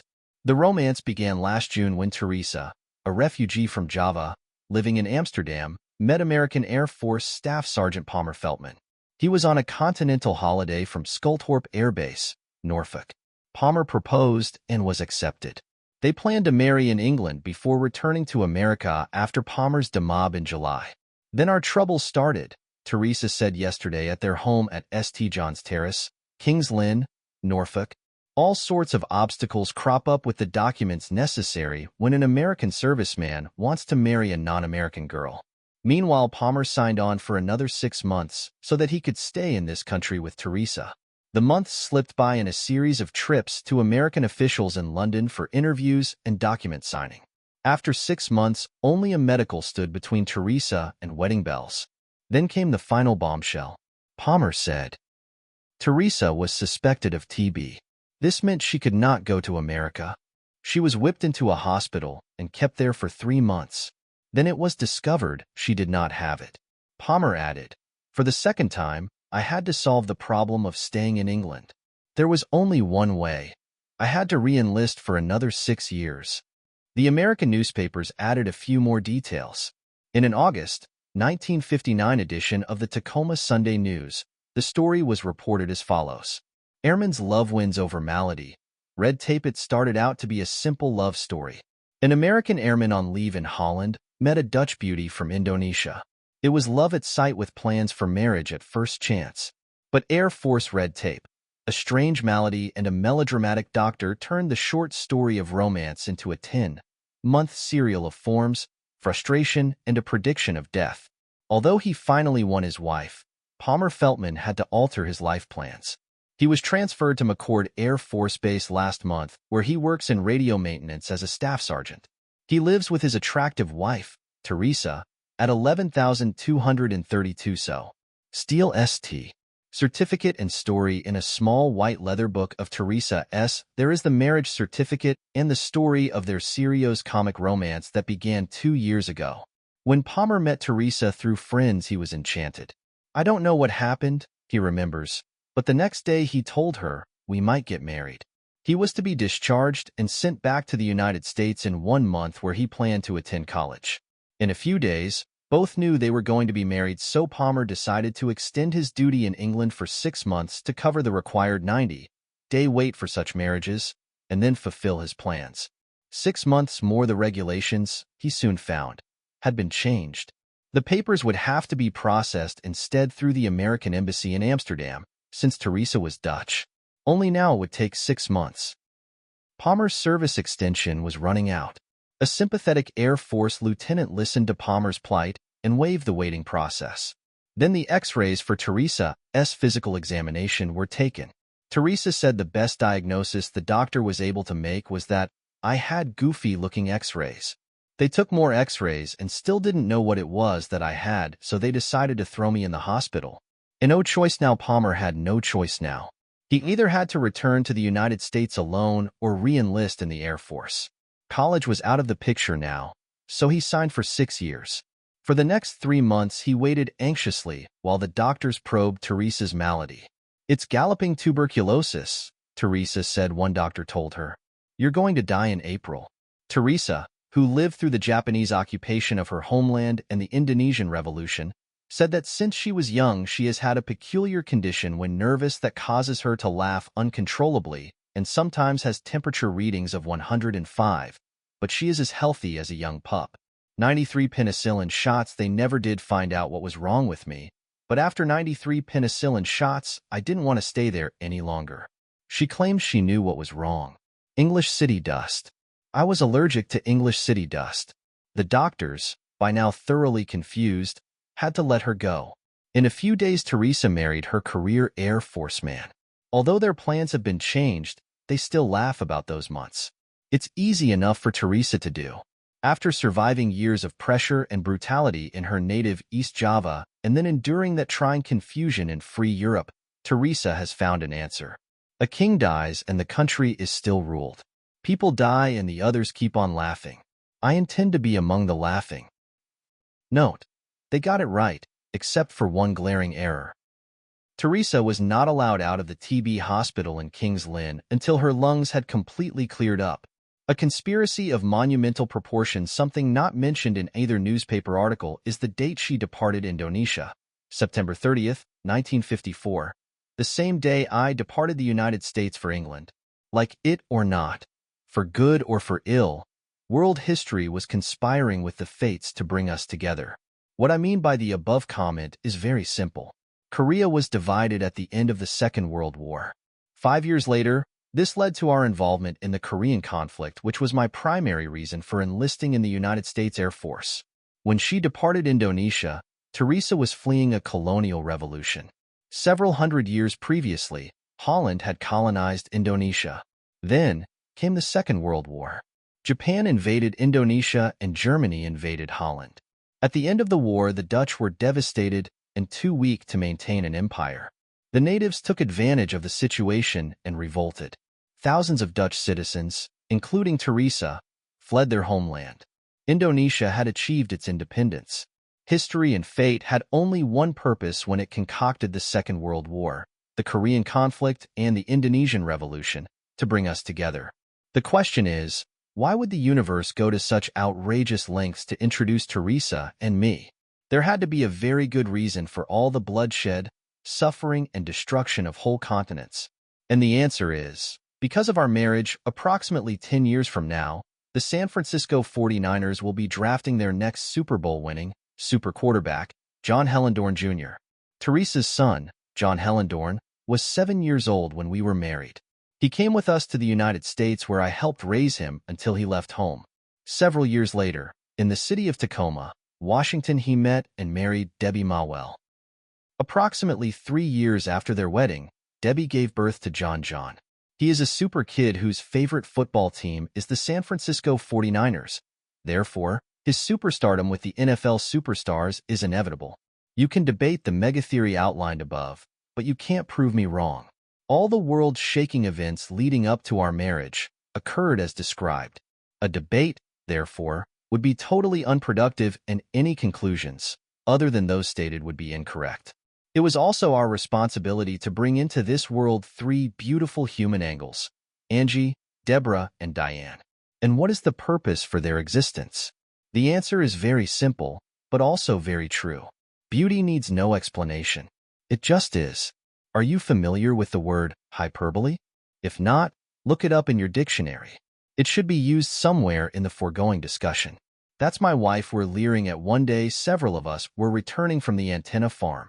As we drove around the corner in front of Skulthorpe's movie theater, someone spotted this gorgeous chick. Her back was all we could see, but every gentleman in the vehicle concurred. Her hourglass figure was too extraordinarily beautiful for mere mortals to gaze upon. Just being in her presence would probably cause permanent blindness. She absolutely had to be reserved for the gods. Then, I recognized who it was. "Stop the truck," I told the driver. "That's my wife." "Bullshit, Palmer." "No way." All agreed.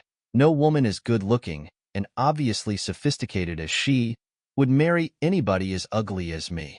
There just wasn't time to explain. All the details of the Second World War, the Korean conflict, and the Indonesian Revolution. That fate had decreed we should depart our homelands on the same day, that we would meet in a little restaurant in Amsterdam, and that someday her grandson would be the star quarterback of the 49ers. There just wasn't enough time. I told you to stop the truck. He did. I got out, kissed my wife, and introduced Teresa to my friends and co-workers. "Okay, guys, Quit your panting. Put your balls back in your heads. From Sculthorpe to Portland, October 30th, 1958, we, Teresa, John, better known as Pete or Peter, and I, departed Sculthorpe for Prestwick, Scotland. We were scheduled to fly out of there the next day, but instead, the fog kept us earthbound for the following 30 long days of leave was spent in Pennsylvania visiting friends and relatives. When one is accustomed to working 8 to 12-hour days, or traveling all over England and Europe for business and or pleasure, it is very difficult to cease practically all activities for a month. In retrospect, a week to 10 days would have been about right. Otherwise, a tendency quickly develops to get on everybody's nerves. We had flown across the Atlantic. Now we were looking at a longer Greyhound bus trip from Harrisburg to Portland, Oregon. The first and only overnight stop was scheduled in Fort Wayne, Indiana. Before I met Teresa, my plans were to go to an engineering college and get a degree in electronics. After investigating the curriculum and the cost to attend many colleges and universities, I found Indiana Tech and Fort Wayne met my criteria better than most. These findings were conveyed to Jack Rudy since he and I were planning to attend the same college. We scheduled 2 days to visit with Jack. Teresa had previously met him in Paris, France. He showed us around town and introduced Teresa, Pete, and me to Marcine and her son, Tom. I don't believe they were engaged at the time, but it wasn't long until Jack and Marcine were married. Nice to meet you, and good to see you again. Next stop, Portland, Oregon. Our first real home in the States was an apartment in downtown Portland. The price was right. However, there was an elderly lady who liked to roam the hallways without a stitch of clothing on her front, back, top, or bottom. Not exactly the perfect environment to raise an 8-year-old son. We, therefore, moved to a small house in North Portland. It had an additional advantage of being closer to the airport, where I spent 8 hours a day working, if you want to call it that. Actually, I was malassigned. There were 6 or 7 of us maintaining the communications equipment at Portland International Airport, but 3 good technicians would have been plenty. My only noteworthy accomplishment was repairing a misaligned receiver. It had been sitting around for a long time before I arrived, hoping someone would come along who knew what they were doing. I studied the receiver for several hours, then took a cheapo signal generator, an even cheaper oscilloscope, OS 8/U, and forced a signal through the mother. I then calibrated the superheterodyne circuit, the class I almost slept through at Scott Air Force Base, and adjusted the if section to perfection. All in all, it was a rather simple procedure, one that performed many times before on other receivers. The difference being, there had always been a technical manual to me step by step. I had done something that had stumped all the brains in the squadron and, therefore, became known as a genius. Genius, my foot. Any technician worth his meager Air Force salary should have been able to do the same as I did. I was working with a bunch of dummies. It was time for a bigger challenge. Up the street, about 150 miles, a bigger and better challenge was waiting. McCord Air Force Base, July 6, 1959. I was assigned to the 25th Air Division, McCord Air Force Base, Tacoma, Washington. The communications site was using 12 old, broken down, Navy transmitters to communicate with ships patrolling offshore. It was their mission to protect the Pacific Northwest. In case of an attack, when I arrived, if 5 of the transmitters were operational at any one time, it was a miracle.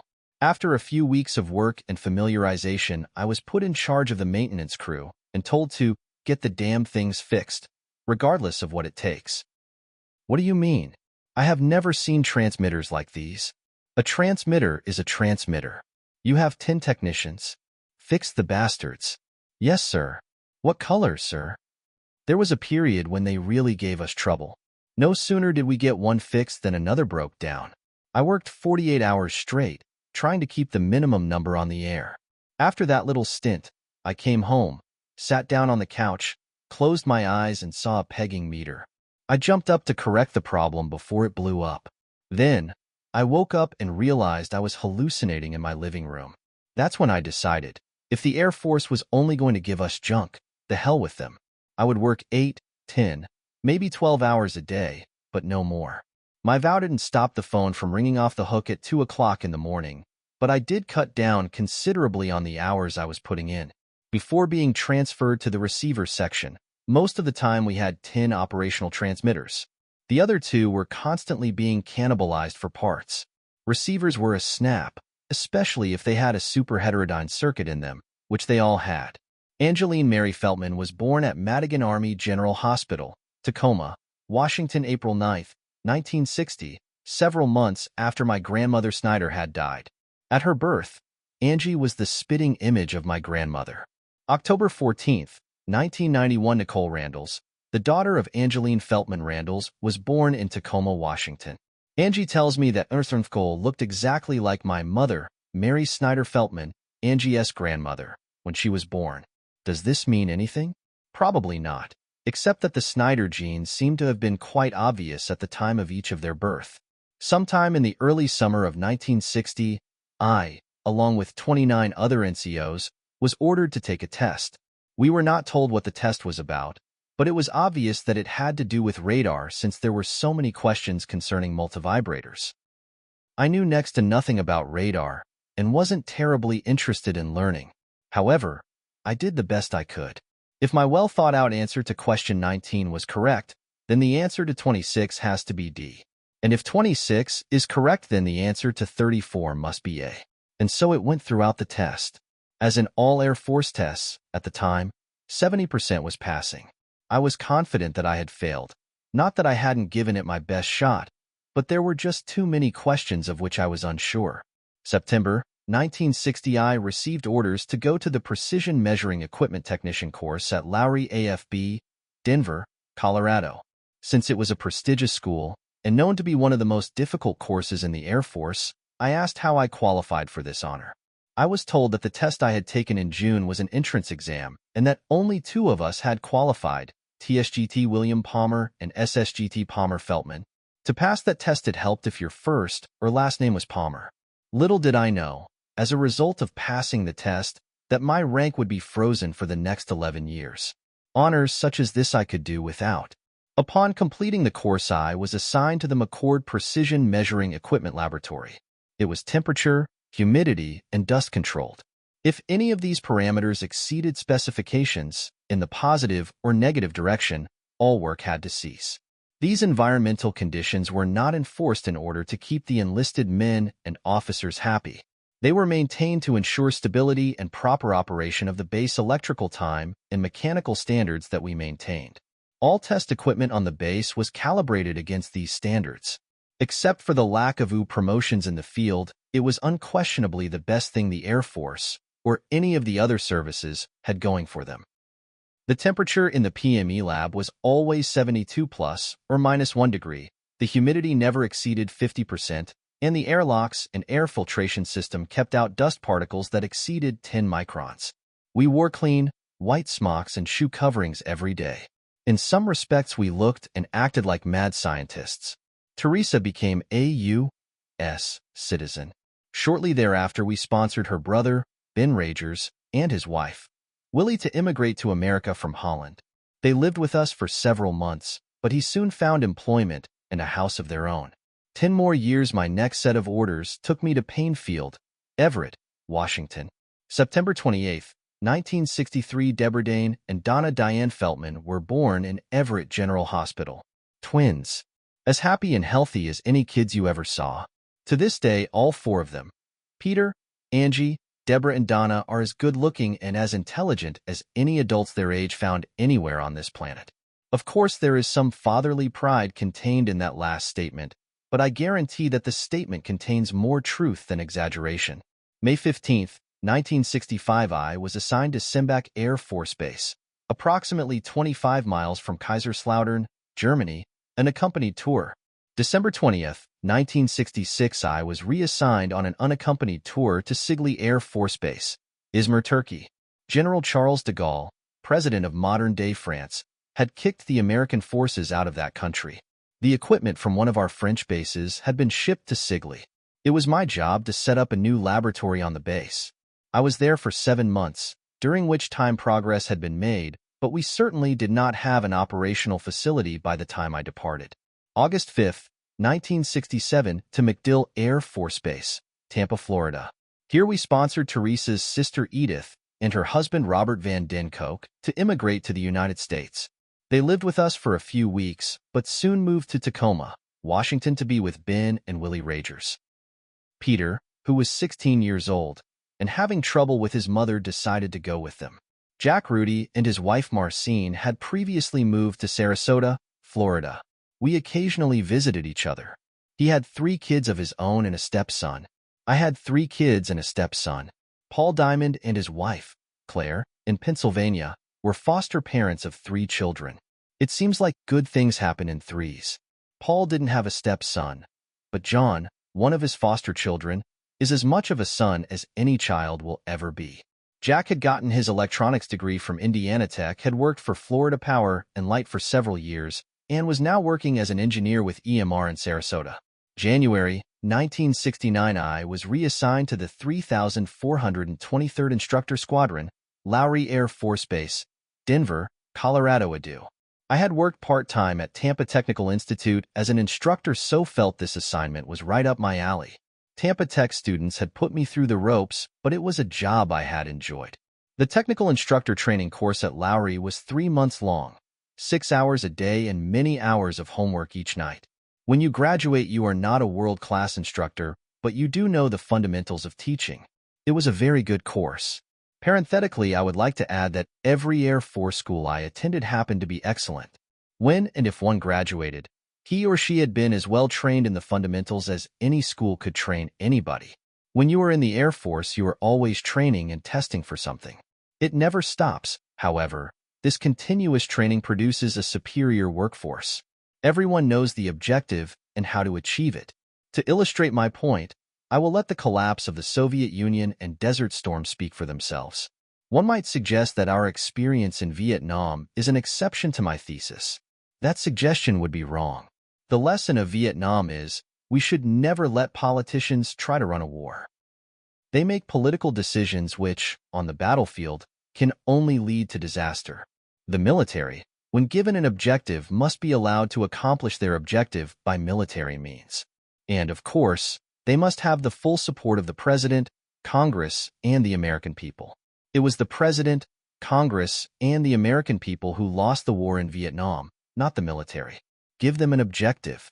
Do not tie both of their hands and a leg behind their back, and they will accomplish the mission. They always have, and if the amount of training they have historically received since World War II continues, there is no force on the face of the earth that can match their ability to get the job done. But I digress. The following 4 years, teaching electronic fundamentals, mathematics, and precision measuring equipment to airmen of the regular Air Force, the National Guard, and students from Chile, Germany, Korea, and Turkey were the most rewarding experiences of my professional life. For the first year or so, I must admit that the students taught me almost as much as I taught them. But remember, this was a learning phase. For me, I wasn't longer troubleshooting, repairing, and calibrating malfunctioning precision measuring equipment, much of which I could do with my eyes closed. I was now learning to be a master instructor. In all honesty, that is exactly what I became. It's break time. Don't come back unless you have a joke to tell the class. Of course, they had no choice. They had to come back. The first 10 minutes of each hour was spent telling jokes. The next 50 minutes, learning. Before the class was dismissed for the day, I would tell them not to study at night. Go to a movie, a party, bowling, whatever turns you're on, but no studying outside of class. Everything you need to know you will learn in class from each other and from me, but don't put any more stress on yourselves. You have enough from your first sergeant and all those other idiots. They did as I told them and learned very, very well. In the vast majority of cases, when they were done with me, their grade point average had increased. This is not to suggest that I didn't have a few failures, but in every case, the student just did not have the aptitude for that type of training, and within a few weeks was washed out of school. Initially, I had weekly evaluations from my supervisor, and they were not always as good as I would have liked. As time went by, however, they became better. Within a year, my evaluations were monthly, and I was always rated as being exceptionally well qualified. The same assessments were made by students at the end of each block of instruction. The student evaluations of me also went from fair to superior. I was good. I knew it, and I loved it. Meanwhile, things were not going so well on the home front. Teresa had always wanted to live in Tacoma in order to be with her sister and brothers. We packed a U-Haul truck and moved her and the kids to Tacoma. May 14th, 1971, we were divorced. It wasn't pleasant, but divorces never are. There never was any infidelity on her part or mine, but there was a lot of mental and emotional incompatibility. She filed for divorce. Eventually, I signed the papers, and it was over. As I state in this short paragraph, it may sound cold, hard, and cruel, but it wasn't. It was a very tough period for all concerned, but one recuperates and life goes on. She married Jerry Davis, TSGT, U.S. Air Force, McCord Air Force Base, a very nice guy. I could not have ever asked for a better substitute father for Angie, Deborah, and Donna. August 1st, 1971, I was promoted to Technical Sergeant, TSGT. I became involved with the Mile High Church of Religious Science in Denver, where I made many friends, several of which were Dottie Mori TZKY, Joe Erickson, Jim and B. Verley Downing, Sue Lee, Sharon Finch, Barbara Rosenberg, Ruth Fincher, a full-blooded American India, 20 to 30 years my senior, but a beautiful lady. Shirley and Peter Penzas, Fred Vaught, and many other male and female friends whose names I no longer remember. Life goes on. March 1973 to March 1974, I was assigned to Ubin Air Force Base, Thailand. Here I worked as the Quality Assurance Inspector and lead technician in the laboratory. It was a fun job because I had the responsibility to assist other technicians with their most difficult troubleshooting, repair, and calibration problems. Thailand has the well-earned reputation of having the most physically attractive women in the world. And there were many, many, many. They truly are unbelievably good-looking and extremely friendly people. The days were long. The nights were hot. It was a very good year. My last 4 months in the Air Force was spent at Lowry AFB in Denver. If I could have been reassigned to the Precision Measuring Equipment School, I probably would have re-enlisted for another 4 years, but such was not the case. There were no instructor vacancies to be filled.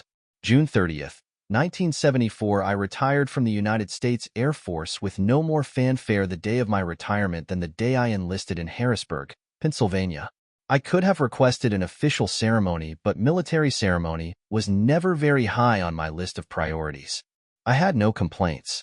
All things considered, it had been a good 20 years and 10 months of duty. I don't know which was my worst assignment because there really weren't any bad ones. But there is no question, the best job I had was instructor at Lowry Air Force Base. My fellow instructors and superiors were all of the highest integrity, everyone a gentleman. There weren't any who wouldn't do anything to help in time of need, and there wasn't any who I wouldn't have done anything for. But, no, it wasn't a sad day when I retired. Just another day in the life of yours truly. Palmer A. Feltman, TSGT USAF, Ret. Chapter 5, Thoughts of Love. During the summer of 1972, I wrote the following article, which was later published in Science of Mina magazine. It was inspired by Dottie Maritsky, with whom I was having a rather torrid love affair. Thoughts of love. Throughout history, nothing has occupied more of the thoughts and efforts of man than the subject of love. Most historians, psychologists, sociologists, and, yes, even men of the clergy would have us believe otherwise.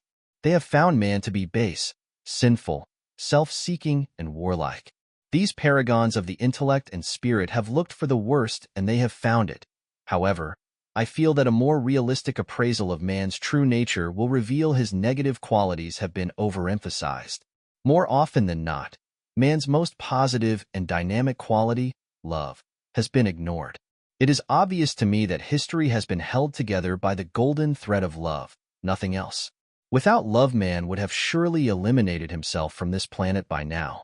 He unquestionably possesses the capability to do so.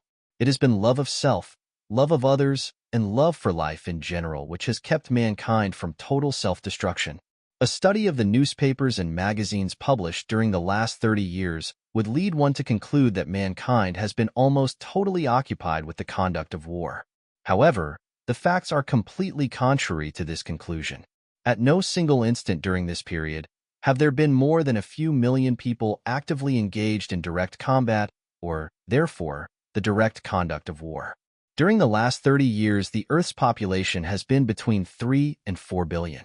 If we accept an exaggerated figure of 4 million people actually engaged in combat at any single instant, That computes to approximately 0.1% engaged in the direct conduct of warfare. 0.1% is a very small part of our total population. What were the vast majority, the other 99.9%, doing in the last 30 years? Many were undoubtedly engaged in the direct support of a war effort. Perhaps as many as 10% were engaged in such activities, leaving 90% of us to pursue love and peace. We have all heard the slogan, "Make love, not war." This is exactly what the overwhelming majority of mankind has been doing, making love, not war. Man has always been, and still is, preoccupied with love, regardless of what you read in the newspapers and see on television. Historians and journalists prefer to concentrate their attention and to emphasize the negative aspects of the human condition because this is the exceptional, as opposed to the ordinary, side of man. Most acts of human kindness and love occur so frequently and are so commonplace that, of necessity, the press must ignore them. Mr. Jones gives Mrs. Jones a bouquet of roses. Mrs. Smith makes a beautiful dress for Jane. Little Tommy helps an elderly lady cross the street and Jimmy gives Susan his lollipop. Acts such as these occur billions of times a day. Very few acts of human kindness and love could be classified as exceptional or extraordinary. The press, radio, television, and other prophets of doom would lead us to conclude otherwise, but as should be evident by now, man is basically a loving creation of God and is continually expressing this love. He expresses his love with music, country and western, classical, rock and roll, jazz, and much more. All music, whatever the form, is an expression of love. Usually it is obvious that the composer is expressing love for something or someone. Other times his love is not so obvious. Some music is an expression of anger and fear, but his anger is only distorted love and his fear is that he isn't loved.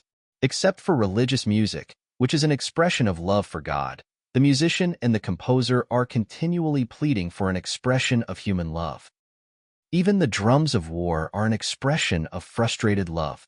A look at the American theater during the last 30 years brings to mind such classics as Love Story, Dr. Zhivago, Camelot, Carousel, Oklahoma, South Pacific, and The King and I. Love is the central theme of all these great Broadway shows and movies. Mankind does not tire of variations of the theme, boy meets girl, boy wins girl, and they lived happily ever after. Throughout history, variations of this theme have been repeated billions and billions of times.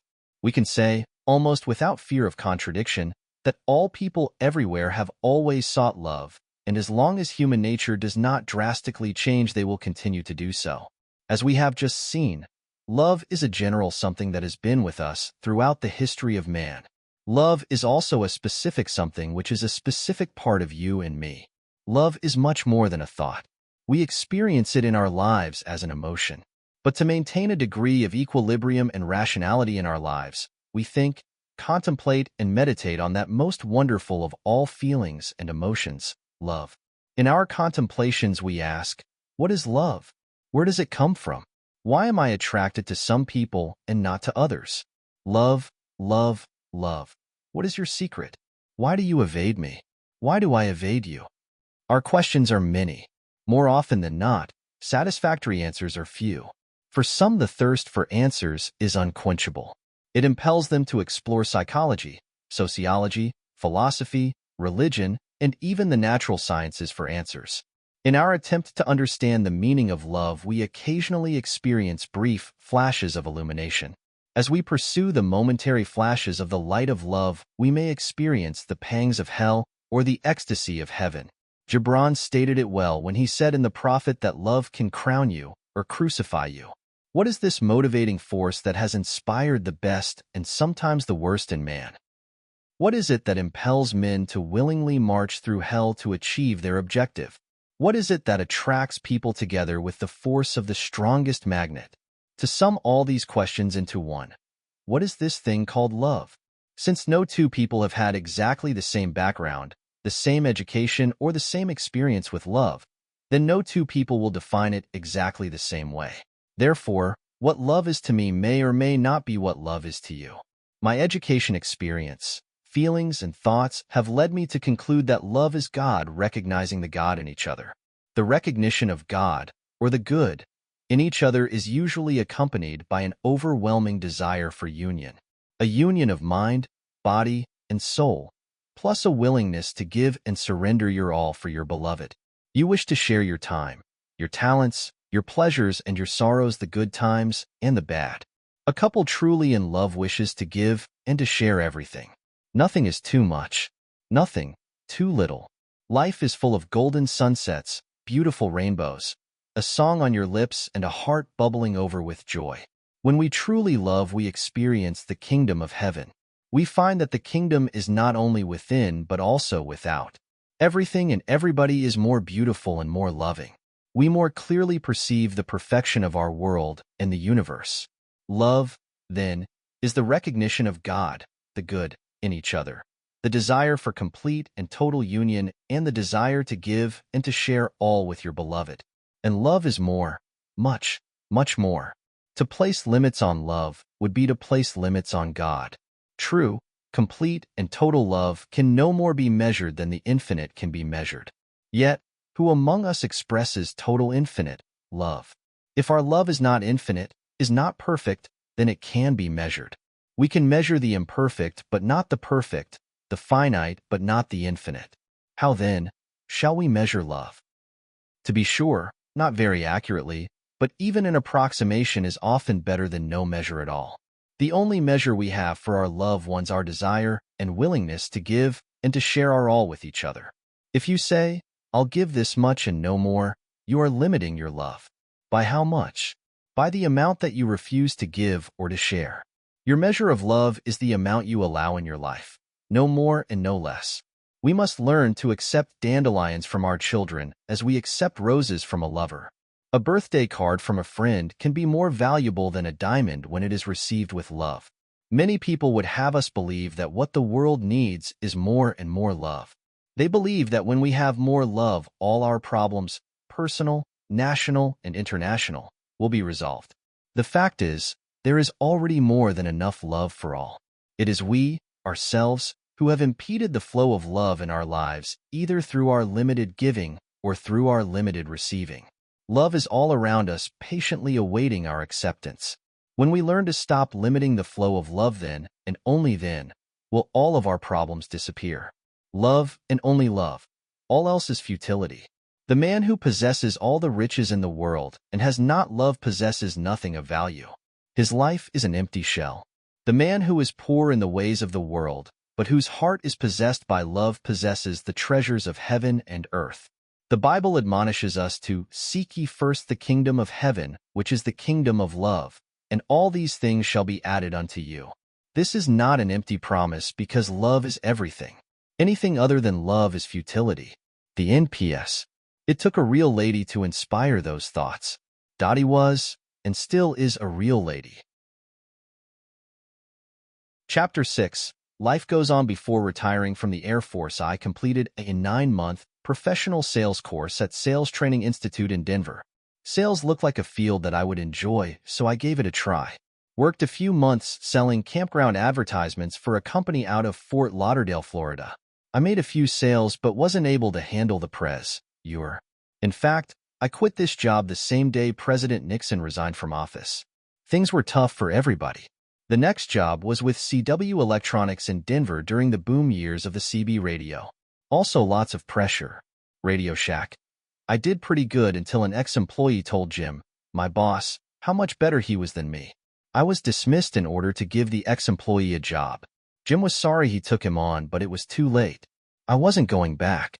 For about a year, my only income was my retirement pay and the money I received from the GI Bill while going to school at the National College of Business. I enjoyed being a student almost as much as being a teacher. When political science and psychology proved to be my best subjects, I should have realized that perhaps I wasn't cut out to be a businessman. But no, I have kept trying and have failed every time. Iran. Then in the fall of 1976, I answered a Northrop Worldwide Aircraft Services advertisement for calibration technicians in Iran. Before long, I was the on-the-job training instructor for the lab. It was a job I enjoyed, but was working with some very hard-headed people, the Iranian technicians at Mehrabad Airport in Tehran. Yet, said, pronounced CAD, with a long I, Shekeleslami happened to be one of the best supervisors I have ever had. Unfortunately, Northrop lost its contract with Iran Aircraft Industries in December of 1977, so I was free to find other employment. Bell Helicopter was hiring. Once again, I became a classroom instructor teaching basic electronics to Iranian students. They were the most undisciplined, unruly, hard-headed, inconsiderate bunch of bastards I have ever tried to teach, and I say this as a U.S. Air Force trained master instructor. I was happy when another job opened and I became a writer for the on-the-job training development section for Bell Helicopter. This time I was working with an all-American crew of professional writers. Joe Erickson. I met Joe Erickson while I was stationed at Lowry Air Force Base. She had a beautiful home situated in the foothills of the Rocky Mountains. From her back patio, almost every evening the sky presented us with pure Colorado gold, the most glorious sunsets found anywhere on Earth. The house was too big now that her 3 children, Eric, Robin, and Dave, were grown and had moved out. Joe sold her house, quit her job as manager of Dr. McKinstry's dental office, was adrift with nowhere to go. I suggested she come to Iran, find a job, and make some relatively good money. Joe came but didn't look for work. It was all right with me. I really didn't care if she worked or not. Yet she was always busy taking photographs, making an Afghan for someone, painting, or teaching English to our landlord's granddaughter. I have no doubt that Joe could teach arts and crafts, or almost anything to anyone. She really is that good. Before you knew it, her 3 months visa was about to expire. What to do? She had several options. 1. Fly to Bahrain, go to the American embassy, and get a 3-month extension. 2. Return to America. Or 3, the one she liked best, was to marry me. I didn't propose. In fact, I wasn't too thrilled with the idea, but I couldn't say no. I didn't want her to feel rejected because she was, and still is, a beautiful, kind, considerate, intelligent, and gracious lady. The fact is, it would be almost impossible to find a better wife or friend. We honeymooned in a resort town on the Caspian Sea. From Tehran, we traveled by taxicab across the Alborz Mountains. They are some of the most rugged mountains I have ever seen, with 200 miles, more or less, of totally insane drivers. Before long, Joe and I became frequent visitors to the Tehran Bazaar. Tons of gold, diamonds, Persian carpets, bolts of every kind of cloth imaginable, clothes, radios, televisions, you name it, and it was probably there. The bazaar was fascinating, mysterious, and just a little scary. Although I never perceived any real danger, you almost felt like you were putting your life on the line every time you went. Maybe we were, but it never stopped us. It was an adventure. If one could survive the trip across the Alborz Mountains and the Tehran traffic, in all probability you were immune to every form of danger. We did, however, have one minor problem. I, who at times can be as stubborn as a mule, had no intention of trying to correct it. Being the intelligent lady that she is, Joe decided if that is the way I felt, perhaps we should call the whole thing off. I agreed. Robin, Joe's daughter, who was a theater major in college, came for a visit. They went to Greece, toured the islands, Athens, a large part of the country, and had a fabulous time together. Within a few months after Robin's visit, Joe returned to Denver and filed for divorce. Since it was not contested, several months later our divorce was final. To find fault in any of the above, you must look to me, because Joe was, and continues to be, a lady in the best sense of the word. We always were good friends, and am happy to report that our friendship continues to this day. Frank Korehek. While living in Iran, I met the most amazing person I have ever known, Frank Korehek.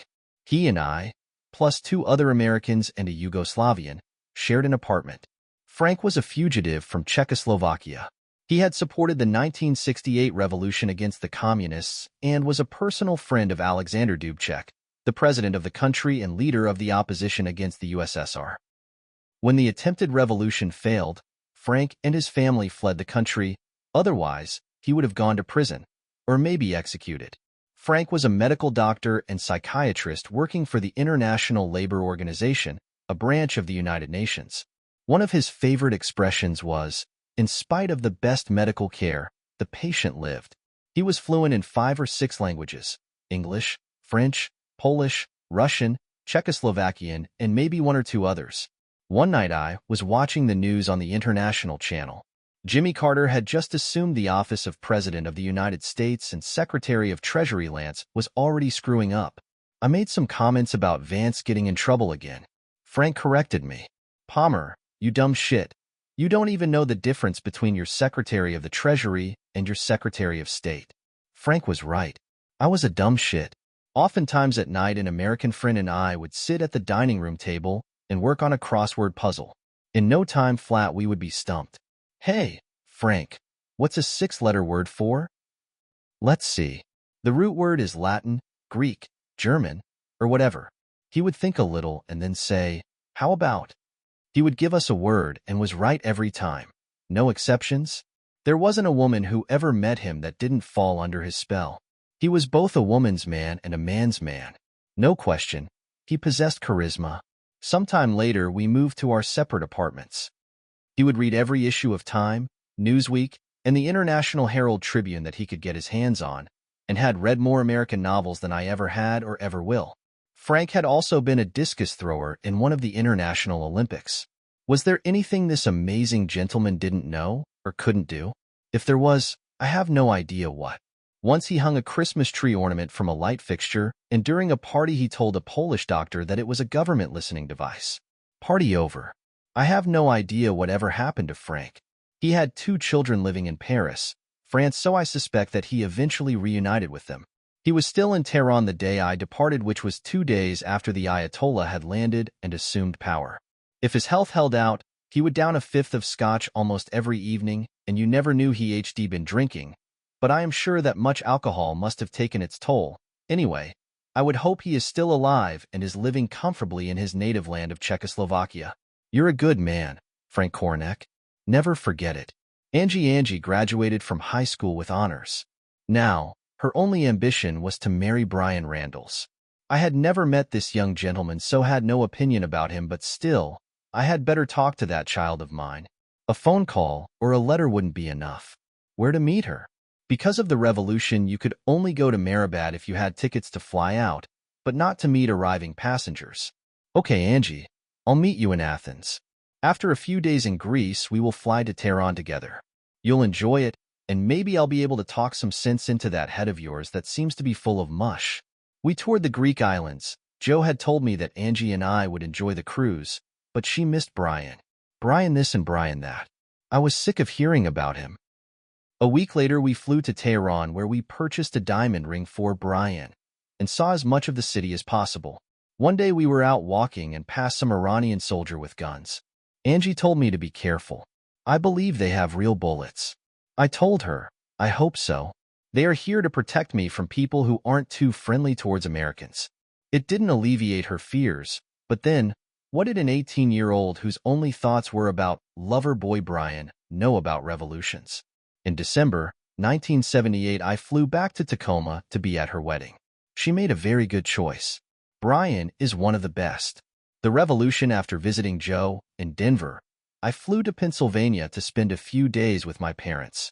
Every night, on television, we would get reports about how things were going in Iran, and especially Tehran. Nobody wanted me to return, but I'd tell them, don't worry about it. That's 5 to 10 miles from where I live. I really knew how to set their minds at least. I had to go back because I had money, documents, and a job in Iran. Besides, this is an interesting revolution. There aren't a lot of people getting killed, and it doesn't seem to be directed towards Americans. Soon after I returned, Mrs. Gazarian, my landlord's wife, came into my apartment crying, Palmer, Palmer, Palmer, and then she tried to tell me something in broken English, Farsi, and Armenian. The only word I understood was my name.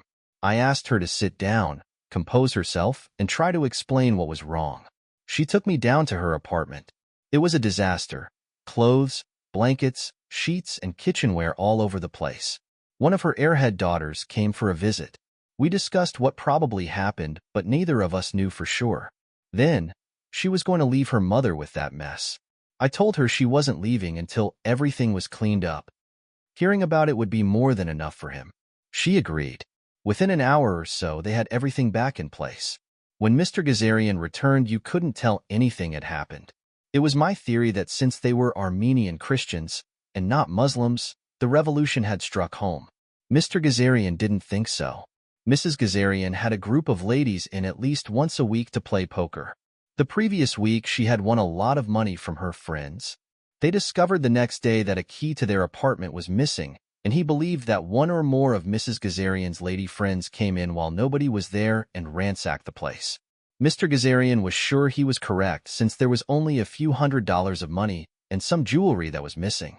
The picture of the Shah, hanging on the wall, was still intact.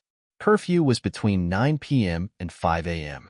Nobody was allowed on the streets between those hours.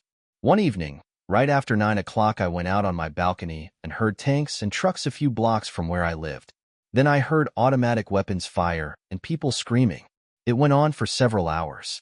The next morning I heard on the radio, in the city of Tehran there had been 20 people killed the night before. Oh, sure, I told myself. There were at least 200 killed only 2 blocks from here. Of course, I hadn't seen a massacre, but I knew what I had heard. When I got to work, one of the writers told me that it wasn't what I had thought. He said the mullahs were playing audio tapes and were broadcasting them through the loudspeakers of the mosques. I had heard prayers said many times over those loudspeakers, and their fidelity just wasn't that good. I wasn't convinced. That night I went out on my balcony again. They were playing the same tape I had heard the night before. Lots of gunfire, lots of screaming, and nobody getting hurt. It was an excellent terror tactic which was part of a relatively bloodless revolution. Every American in Iran knew if the Ayatollah won, he would take the country back to the 17th century, and we would be kicked out. We also knew that the Shah was a genuine bastard, but he was our bastard. We were, therefore, opposed to the revolution. Jimmy Carter, a Democrat, was president of the United States, and we know how good, historically, they are at running foreign policy. Jimmy was no better than his Democratic predecessors. Woodrow Wilson, World War I, Franklin Delano Roosevelt, World War II, Harry S. Truman, Korea, John Fitzgerald Kennedy, the Bay of Pigs and the Cuban Missile Crisis, and Presidents Kennedy and Lyndon Baines Johnson were primarily responsible for our involvement in Vietnam. Yes, to ask the peanut farmer to protect our interest in Iran would have been asking him and the Democratic Party to accomplish something for which there is very little precedence. Let's face it, the history of America's foreign policy under Democratic leadership can be described with one word: disaster. Yet, I admit to 2 major exceptions. The Marshall Plan was founded and funded under Harry Truman. The second exception was the Camp David Peace Accords, which probably would not have occurred without President Carter's intervention. The Ayatollah landed at Mehrabad Airport. 2 days later, I was in an Air Force C-141 being evacuated to Athens. Within a week, I was in Pennsylvania. Sarasota. During my previous visit with my parents, I had talked to Jack Rudy in Sarasota, Florida. He and his son, Gary, were developing solid-state controls for laundry and dry cleaning equipment. I was invited to participate. It sounded good to me. Gary is pretty smart. Jack is no dummy, and I have some money. Let's give it the old college try. We came very close to making it work except for one thing. We couldn't find triacs that could handle 120 amps of instantaneous starting current for the motors we were working with. 30-amp triacs weren't made to handle more than 90 instantaneous. We decided to make solid-state controls for other dry cleaning applications. I took a trip across the United States, and in Renton, Washington, I found someone who was interested in our capabilities. We made controls for their pressing equipment. The company in Washington didn't have enough orders to keep us busy, and I was running out of money. You know the old cliché, money flies when you're having fun. Margaret Lanigan in Sarasota, it wasn't all work and no play. I had the good fortune of meeting Margaret Lanigan. She had an hourglass figure, 36-16-36, the smallest waist, and the most beautiful legs I have ever seen. A friend of mine in Thailand, when seeing a good-looking woman, would say, "She has legs that go the whole way up to heaven." I didn't know it then, but he was describing Margaret. Not only was she beautiful, but she was also intelligent, hardworking, and fun to be with. One of our favorite activities was dancing at the local old folks disco. Her mother owns the Oriental Rug Shop on Main Street where she works. Moving those rugs around and showing them to customers is not an easy job. I know because I assisted her on a few occasions. How does she do it? Margaret is my age, and her figure is as good-looking today as it was in 1979. Perhaps it is her Iraqi blood. She was born in Baghdad. 2 years later, her family immigrated to the United States. Why they settled in Sarasota, I don't know, but I'm glad they did. There was a lull in work. Peter and Shirley Pinzes, friends of mine in Denver, were restoring an Aston Martin. The following journal was kept while on a trip to get some car parts to complete the restoration. To understand the journal, you must realize that one of my Air Force retirement benefits is free military hops to almost any place in the world. Although one is never guaranteed space available, if persistent, you can usually find an empty seat on a plane going in your direction. The Eyes Have It, like most of my writings, is somewhat disjointed, but if you are interested, and I have no idea why that would be, read on. The Eyes Have It, or CAR Parts, Air Terminals and Butterflies, October 23, 1979, McGuire Air Force Base. N.J. Peter Pinzes asked me to go to London for him, and why not? It has been more than a handful of years since I last heard the sound of bow bells. This is McGuire Air Force Base Passenger Terminal. Does this mean that I am terminating or starting my trip? Both. This trip started in Sarasota, Florida a week ago, by car to Pennsylvania and New Jersey. The portion of this trip, by car, has been temporarily terminated. Where or what is the real terminal? 6 feet under? Or is that just another pit stop? Lord, where is it gonna end? No, not weary. Just remembering the words of a song. The writer has long since been forgotten. The singer was Frankie Lane, and I suspect that he still sings That Lucky Old Sun, but probably not at McGuire Passenger Terminal. Nope, Frankie's not here today. Just a lot of soldiers, airmen, wives, and small children. Everyone is just passing through. None are terminating. And now, as the wait continues, long or short, time will tell. It's time for some coffee. The coffee isn't terminal either. Just passing through. October 24th, 1979, the wait continues. Read a magazine or two. Drink more coffee. Sleep in a room for $4 a night. And then wait. Did you ever notice how stupid the word wait seems to be? It's almost like wake, a funeral. Perhaps that is what we are doing, waiting to die. This might be a passenger terminal after all. McGuire is terminal because the waiting kills us. It has spun almost 360 degrees and traveled in its orbit around the sun almost 1.5 million miles since I arrived at this temporary terminal, sitting still, doing nothing? No way. I couldn't do it if I tried.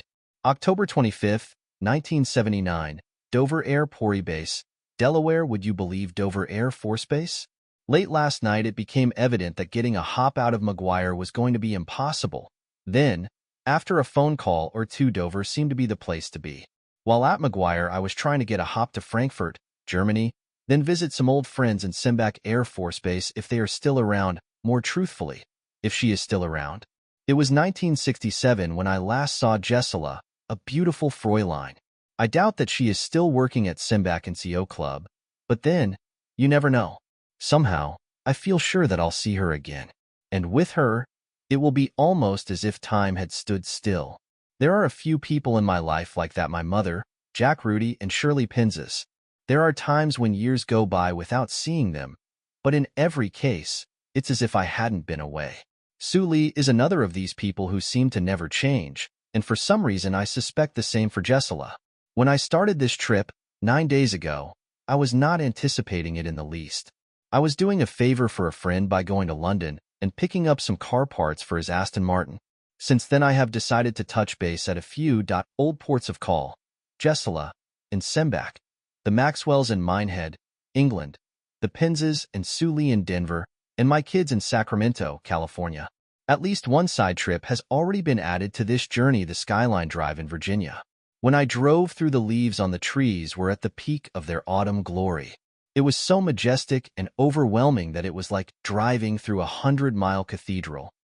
Truly, there is no place on earth that is more beautiful than the Appalachian Mountains in the fall of the year. Next stop, Torrejon, Spain.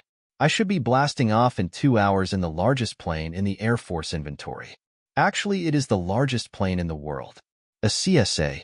I have never been to Spain, and I have never flown on a C-5.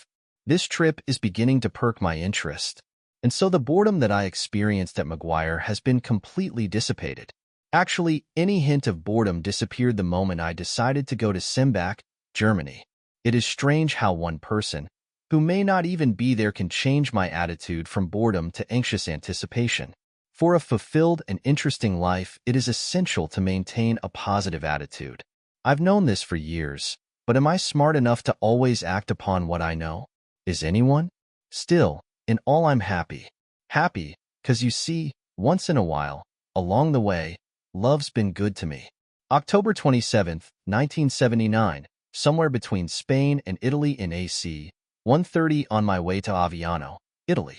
There are about 40 active and retired military on this flight. I met a very nice couple in Dover, a retired lieutenant colonel and his wife. They have a glow of peace and contentment about them that one seldom sees. I'm sure they would be interesting people to know. They are going to visit their son, who is stationed in Germany, and have both flown on C-130s and C-141s before, two of the noisiest planes in the Air Force. But, like me, the noise didn't stop them from taking this flight. Why should it? We are young and will only be in this noisy crate for 7 hours. When I was working in Iran, I developed a theory that somehow the Persians and the Spanish are related. Historically, I believe that the relationship can be proven, but without the history of the Persian Empire at hand, I now have another reason to help substantiate this belief. Last night, while eating at the officers' club, one of the employees taught me that the word bali means okay. The Farsi word bali means yes. A linguist would probably find many more similarities, but then bali could be just an interesting coincidence which proves absolutely nothing. I was too tired last night to go off base and mingle with the locals. It would have been interesting to see what other similarities I may have been able to observe between the Persian and Spanish cultures. Maybe next time. October 28th, 1979, Ramstein, Germany. Last night I went to the NCO club at Sembach Air Force Base. There I learned that Gisela and her husband, damn the luck, own a restaurant in Kaiserslautern. Fritz Krebs, who has worked at their NCO club forever, knows, or so I am told, the address of their restaurant. If luck holds out, I'll have their address sometime tomorrow. I am staying in a hotel in Ramstein. Nothing special about this place except it is probably the only hotel in the world which is also part of a sausage factory. The owner is proud of his sausage factory, so he gave me the 25-cent tour before he showed me to my room. Just an old-fashioned love song, in 3-part harmony. The station playing this music is probably the Armed Forces Network on Ramstein Air Force Base, but no one talks on this station, so who is to say? This is probably true, but an easier way to sabotage the Western world, particularly the US of A, would be to cut off our supply of the ingredient that really keeps the wheels of industry moving. Coffee. Amazingly enough, it has no known substitute. Tea, you say. Forget it. Do we want to become another England? I should hope not. They still drive on the wrong side of the street. Nope, it's not AFN. It is the Canadian Forces Network. Just as good or just as lousy, depending on who is making the judgment. October 29th, 1979, the story emerges that Fred, Gisela's husband, who was a bartender at the Sembach Officers Club, was fired about 7 years ago. When he was dismissed, according to his contract, the Officers Club had to give him 1 year of advanced wages. With their windfall, and with the money he and Gisela had saved, they opened a restaurant somewhere in K-Town. One still haven't been able to determine where, but with a little luck, maybe tomorrow. My observations of the Germans are that they are a very confident and competent people. Of course, if a person or a nation is competent, they should be confident. Yet, I feel they are exuding too much confidence. Perhaps this is an overcompensation for the fact that they aren't as confident in themselves as they appear. They are too loud. They drive too fast, and their advertisements feature models who are just too smug. A poster I saw enticing people to come to the Bavarian Alps featured a skier on one leg, with his other leg held high. What was supposed to be his son, also on skis, was riding on his father's shoulders. His wife, wearing skis as they all go smiling confidently down the slope. This was just one poster. Everywhere I look I see advertisements for something. The most interesting one I saw was in a clothing shop. The Mona Lisa was wearing a low-cut dress. It's a shame the rest of the world doesn't know she was so well stacked. Therefore, I conclude the Germans do have a sense of humor. About themselves? Probably not. I doubt they have enough confidence to find much humor in their evolving culture. Since Jessela and her husband lived here in Ramstein 12 years ago, I spent some time checking out this town hoping to find some family or old friends. I talked to a waitress who seemed to know her. She asked if Jessela had black hair. I said, yes. Then, at that point the waitress didn't know who I was talking about. I can't say for sure that she knew Jessela, but she certainly led me to believe she did. Perhaps the waitress was thinking of the blonde Jessela who lives here. She is definitely not the one. My Jessela had black hair and was married to a German, not an American. She also had 2, not 3 children. Although Jessela could now be blonde, married to an American and have 3 children, who knows?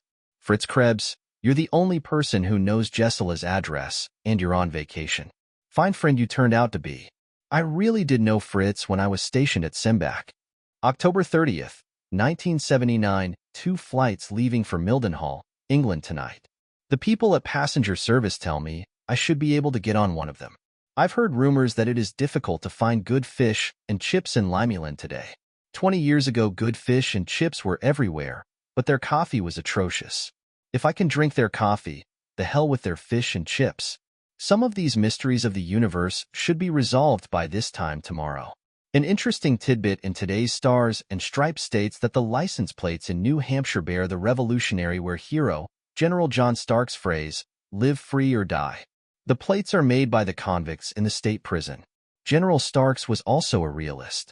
He once made the statement, "There are worse things than being a native of New Hampshire, but offhand, I can't think what they are." On my way to England in approximately 2 minutes, then to find Pete's car parts. October 31st, 1979, London, England. While trying to locate a hotel in Mildenhall, someone asked if I wanted a ride to London. He drove me the 60 miles, or whatever it was, and let me off at the Excelsior Hotel. The entertainer at the bar had one of the most pleasant, crystal-clear voices I have ever heard. Of course, I told this beautiful lady how good her voice is and invited her to Sarasota. She accepted. I ordered Pete's car parts, which took a few hours. Then I called Jesse Maxwell, Susie Culp Feltman's uncle, in Minehead. I had visited him once during the Christmas holidays when I was stationed at Sculthorpe. No answer. So, here I am on a train to Mildenhall, riding first class on a second-class ticket. Somehow it seems to be legal. My opinion as to why this may be true is that everyone in this compartment, including myself, is wearing a pinstripe suit. And everyone is writing and thinking deep thoughts, apparently trying to keep the wheels of industry turning. I wonder if all of them have had their optimum intake of coffee for today. November 1st, 1979, Mildenhall Air Force Base, England. Waiting for a hop to Pease Air Force Base in New Hampshire. Live free or die. November 2nd, 1979, Pease Air Force Base. In H. It was believed when I departed Sarasota that Gary would have designed new circuit boards, and they would be ready for checkout when I got back from Europe. No such luck. Vacation continues. There is a KC-135 refueling tanker going to Tinker AFB in Oklahoma. I'll take it. On my flight from Dover to Torridge on the DC-5A that I was in was refueled, and flight from a KC-135. Now I'm in the plane that will be doing the refueling. Big deal. Big deal? Absolutely. When you see the other planes connect up and take on their fuel, it is a very interesting, very impressive, beautiful sight. For planes were refueled in a very short period. Each is a beautiful bird. Fighters, to be sure, but fighting birds can be just as beautiful as carrier pigeons. Now I know why the printed circuit boards weren't ready. If they had been, I would have missed this absolutely fantastic sight. Not 5 minutes after landing at Tinker, someone said there is AC-141 about to take off from McCord Air Force Base in Tacoma, and if someone wanted a hop to sign up now. 3 minutes later, I find myself strapped in, listening to the inevitable briefing and waiting for takeoff.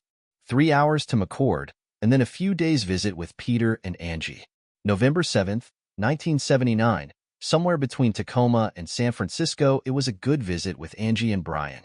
They are healthy, happy, and making enough money to do whatever they want. Brian is with Boeing in Seattle and Angie is in the food brokerage business. At her suggestion, Angie and I went to see the movie Tin.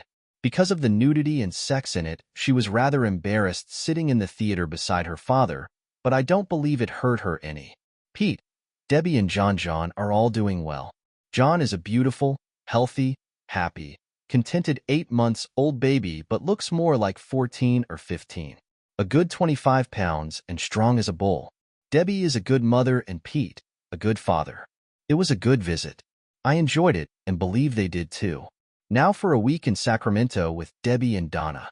November 10th, 1979, Sacramento, California. Deborah, Donna, and Dad had a long talk about time, the speed of light, the kingdom of heaven, life, love, and living in the ever-present now. You know, Dad, you are really smart. I don't know if that was a quote from Debbie or Donna.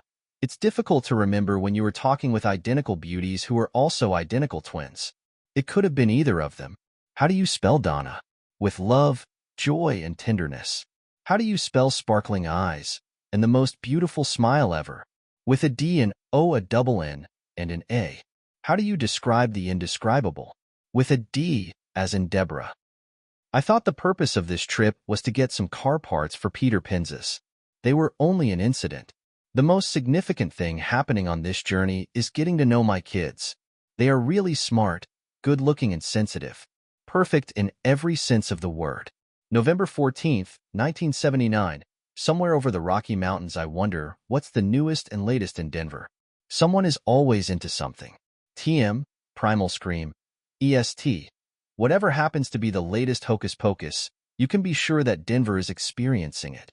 November 24th, 1979, Scott Air Force Base, Illinois. I flew from Buckley Field, 8 miles east of Denver, to Scott AFB yesterday. I phoned one of the Remy kids in St. Louis to see if I could locate Norma, an old flame of mine.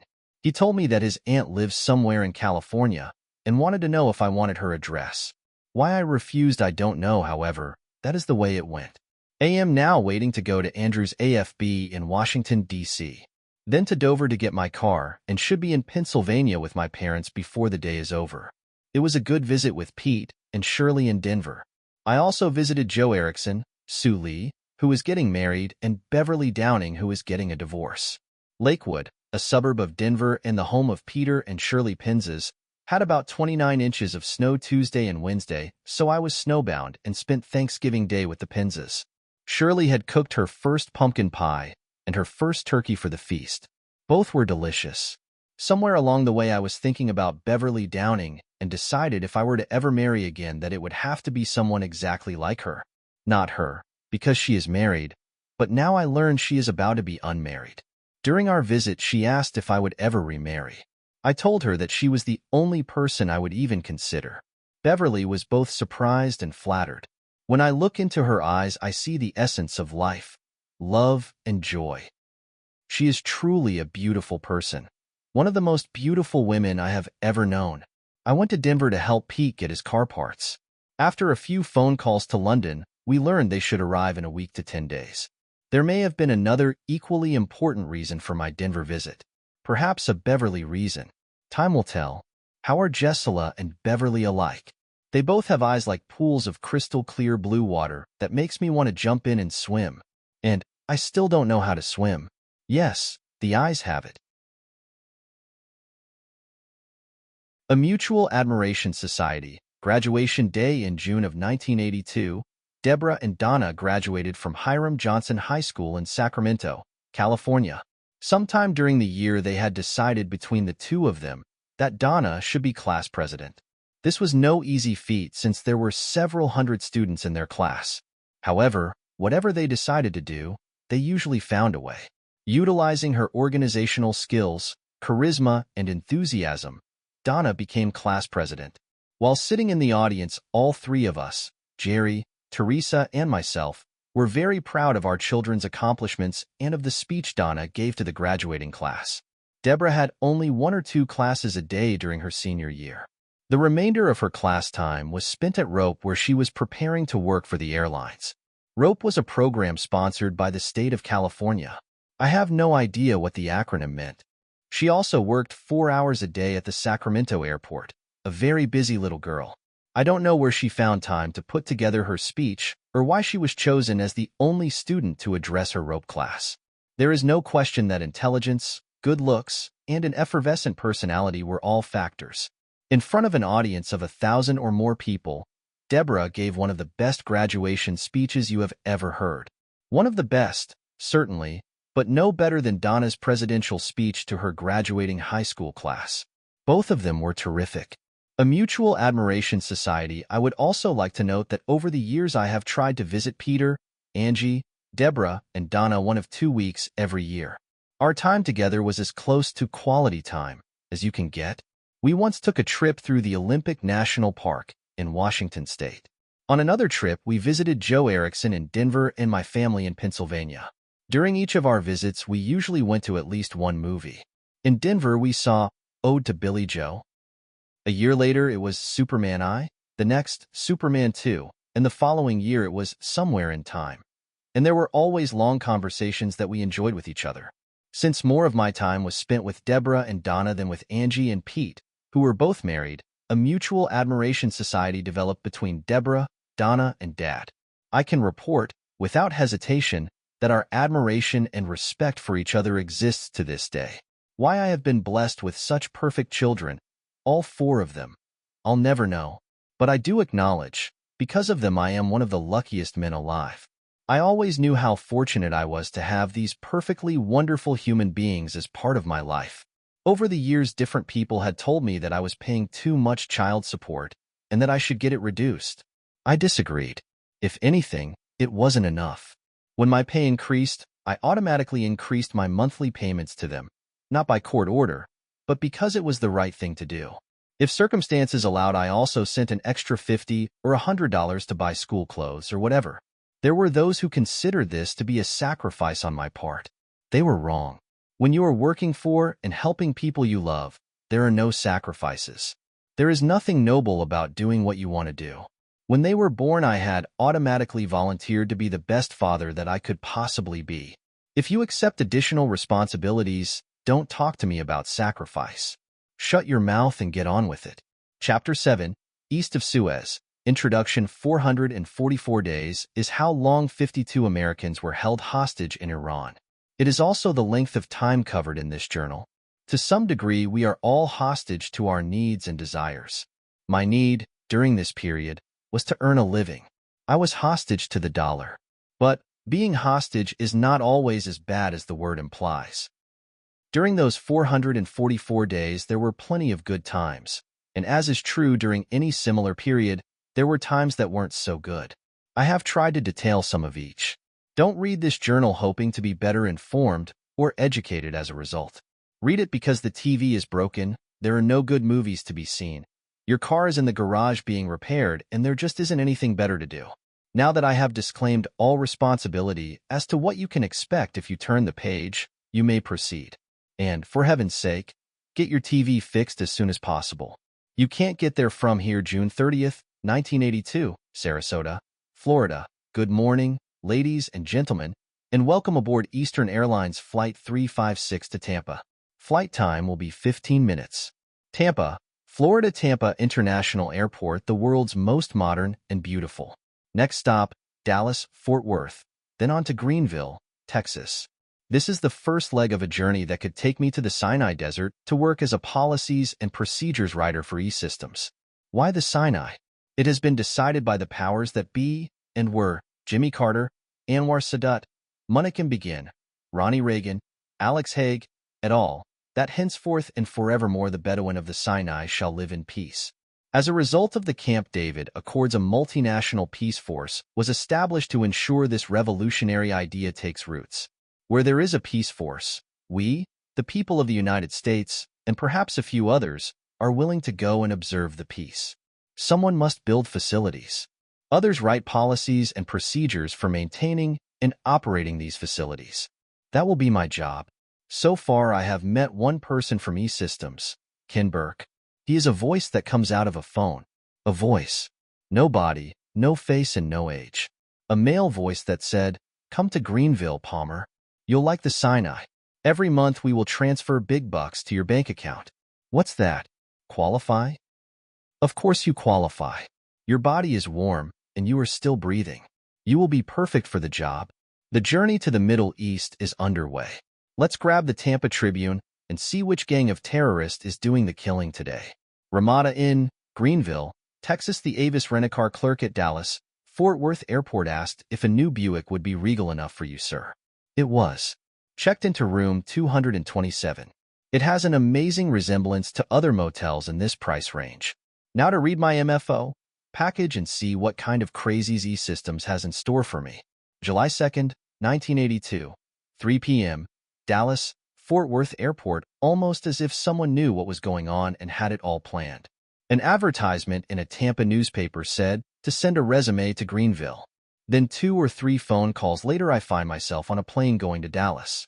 Arrive Dallas, drive 100 miles, and check into a motel.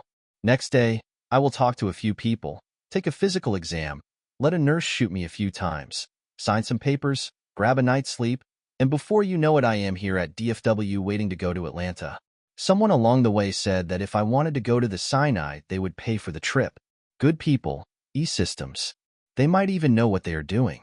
Do I know what I am doing? No way, Jose. I'm not even sure of what just happened or why I am sitting here watching the hundreds, maybe thousands of smiling, happy, worried, hurried, frowning, hurting people. It's boarding time. On my left, she is reading Thy Brother's Wife. On my right, Blondie is reading an article about jogging on the beach. The stewardess is saying all the magic words, proclaiming FAA's blessings upon the passengers and crew. We are now taxi-ing onto the runway. Up, up and away. It's a bird. It's a plane, a 727B. And down below there is a Dallas, a Texas, a great big beautiful America. Speed, 550 knots. Altitude, 30,000 feet. Time to relax and think. Maybe something, anything at all? That has happened in the last few days really does make sense. What do you think, Blondie? July 2nd, 1982, 10 p.m., Sarasota, Florida coming in for a landing. The captain thought he was a cruise director. Why didn't he just shut up, put it on automatic, and go to sleep until it was time to land? Who does he think is in charge here, anyway? He's right. He is. July 5th, 1982, Sarasota, Florida. The journey to the east continues. East of where? I believe it was Bill Faulkner who called it East of Eden, and Hermann Hesse who called it Journey to the East.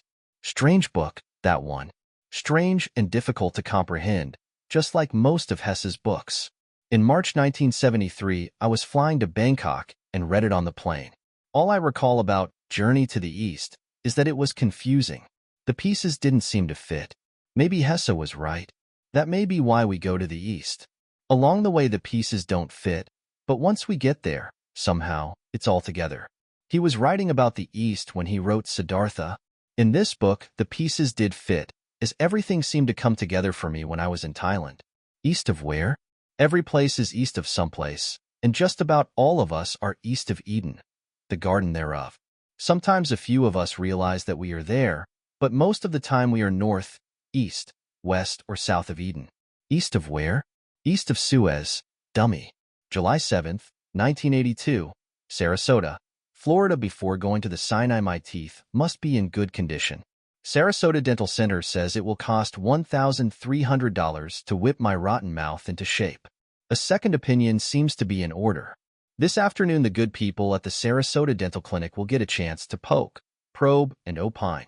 Today, the main activity in the Middle East is in West Beirut, the city that, only a few years ago, was called the Paris of the Middle East. The PLO is surrounded by the Israeli army. American Marines may have to go in and rescue our good friend Yasser Arafat. But the Sinai is quiet. My teeth will be put in shape. No one will be able to accuse me of losing the war for lack of a filling. July 17th, 1982, somewhere between Sarasota and Jacksonville in the air again, on my way to D.C., then up the pike to Harrisburg where I will meet my father, a few days visiting with Mom, Dad, Treva, Lester, Paul Diamond, and probably a few others. Then to New York and across the pond to Tel Aviv. Ladies and gentlemen, please buckle your seatbelts. It's a little choppy. You need some turbulence once in a while to know you are flying. It's an F-28 Fokker. Altair flies nothing but the best. Actually, it is as comfortable as most planes flying today. And who is to complain? For $79, they are practically paying me to fly. Recessions hurt a lot of people, but create some nice airfares. July 23rd, 1982. Somewhere between Harrisburg and New York, it was a good visit with Mom and Dad. They are getting old but still in pretty good health. Yesterday, Dad drove me to Lewisberry, Pennsylvania to pick up my plane ticket, JFK to Tel Aviv. He is still driving his new 1966 Chrysler New Yorker. The reason I call it new is because it still looks and rides like new. Only 40,000 miles on it, and in mint condition. 16 years old, but undoubtedly good for another 16. Mom, Dad, Treva and Lester are really good people. Mom worries too much, but then, she always has. Dad just takes it easy and doesn't let anything bother him. He has his soap opera and the news that he watches every day, plus a daily stroll uptown for a cup of coffee and to shoot the breeze with the waitress and whoever else is in the restaurant. Mom makes sure that I and everyone else in the vicinity eats and eats and eats. It's good food, so it's hard to resist. Lester is always working, selling kitchen cabinets, building and selling townhouses, and now he is into Amway. He will make another $1 million before nightfall. Treva and Leroy work for the state in Harrisburg and behaving themselves like the good sister and brother-in-law they have always been. Looking out the window, I can see the greater New York megapolis. Millions of homes, thousands of miles of highways, factories, stores, farmland. You name it, and it is there in greater abundance than anywhere on earth. A perfect day for flying. Peace. It's wonderful, and I'm employed, earning a salary for the first time in 3.5 years. That's wonderful, too. July 23rd, 1982, Kennedy International Airport. The secret of walking on water is knowing where the stones are. So says Herb Cohen in his book, You Can Negotiate Anything. The first 50 pages are pretty funny, and if one is paying attention, something can be learned. Almost everyone is reading a newspaper, a magazine, or a book. Across the way, she is reading E.T. He is reading Dennis Wheatley. Another, a yachting magazine, and the gentleman in the striped tweed, the New Yorker. Where did I say I am? The public library? If it weren't for the announcements on the PA system, I would think so. Talked with a girl going to Athens. She hates reading. Hasn't read a book in 100 years, but is presently into a bit of fiction and finding it interesting. If she's not careful, she may find that the written word can be as exciting as TV. Just now bought a 29-cent pin from a deaf mute. I gave him $1. I needed a pin. He needed the money. Everyone made out on the deal. He was a good negotiator. Never said a word. East of Suez, July 26, 1982. Ramada Hotel, Tel Aviv, Israel. Just came from the 17th floor E-Systems office where I learned that I am on hold, which means that I and 3 other P&P, policies and procedures, writers don't know when we will be going to the North Base. Yesterday, Ron Steindorf and Bruce Hoff, from St. Petersburg, Florida, Cal, a 62-year-old black gentleman from Dallas, and I checked out the MASH, more alcohol sold here, bar. We had dinner at a semi-German restaurant where we were accompanied by Sharon, a tall, lanky girl from Dayton, Ohio. She walks, and the rest of us run to keep up. Time to do some reading, or go down to the beach and absorb some sun. Maybe life could be better, but, at the moment, I don't know how. Saturday, July 31st, 1982. Ramada Hotel, Tel Aviv, Israel. Going to the North Base Monday. That is a definite, maybe. It has been an enjoyable week. While awaiting reassignment, most people spend their time touring Israel and getting to know Tel Aviv. There are those, like Bruce, who do some work. And then, in the bar, there is just a lot of general hell-raising. If not here in the Ramada, it is at MASH or BBC, Bernie's Bottle Club. E-Systems is a subcontractor of MFO, the multinational Force and Observers. Probably more than 50% of the people here with E-Systems come from Texas. When I was with Bell Helicopter, also a Texas-based company, in Iran, most of their employees were also Texans, but a much louder, foul-mouthed variety. I have already mentioned that one of the things we do while waiting to go to the Sinai is tour Israel, and being a typical Texan, I took a tour of Jerusalem. We saw most of the holy shrines, both Christian and Jewish. The guide said very little about Muslim shrines. Either they were not part of the tour, or he was just a little prejudiced. Gloria Glasser, an American Jewish lady, whom I met on the tour, is here for the birth of her grandson. She is a little batty and a lot of fun. We visited some of her relatives last night. Carl couldn't speak more than a few words of English. We watched a TV program of the Israeli troops being entertained in Lebanon. Most of the entertainers were Israeli, but there was also a dance group from a Broadway show. The quality of the TV picture is far superior to American TV. In fact, that is the only thing I've seen in Israel that is superior to anything in America. But, generally speaking, the Jewish people do very well with what they have. August 2nd, 1982, North Base, Sinai Desert, Egypt, and this old world just keeps on turning for the good times. And they really are good times. We departed Tel Aviv at 9 o'clock this morning and arrived sometime after 1 p.m. It was interesting to see the straw shacks that the Bedouin live in, and to see the goats, camels, and donkeys grazing on land where there is nothing to graze. But, what do I know? They didn't look like they were starving. Last night was a fun night. Since Dick Ryan, Ron, Bruce, and I were leaving today, we partied until the wee hours. Harold, who will also be coming to the North Base, gave me a skull cap. Somehow I became known as a half-assed Jew. Therefore, a skull cap that would fit a Barbie doll was an appropriate gift. We decided that it was an A-size cup. Even Gloria Glasser came in to say goodbye. My last supper in Tel Aviv was a typical Jewish meal, a kosher pork chop. We have been assigned to the officers' quarters, individual rooms with air conditioning, desk, locker, bed, and an easy chair. Nothing fancy, but certainly adequate.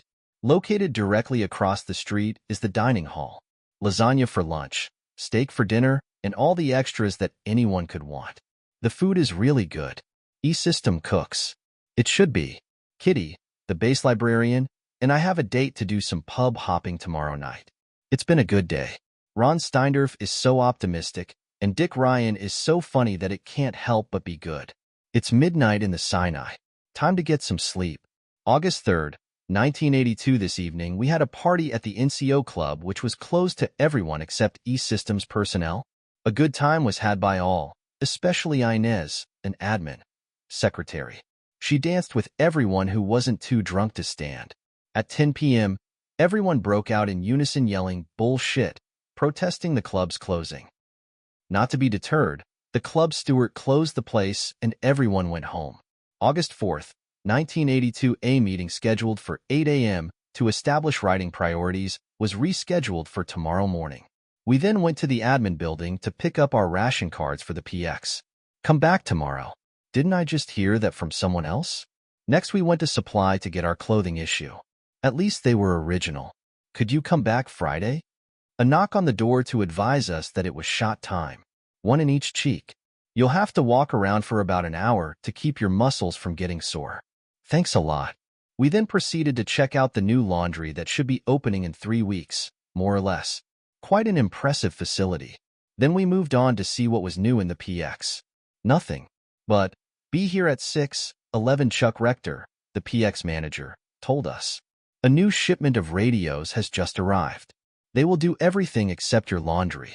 At 6 we were told that the radios won't be unpacked until tomorrow. So what else is new?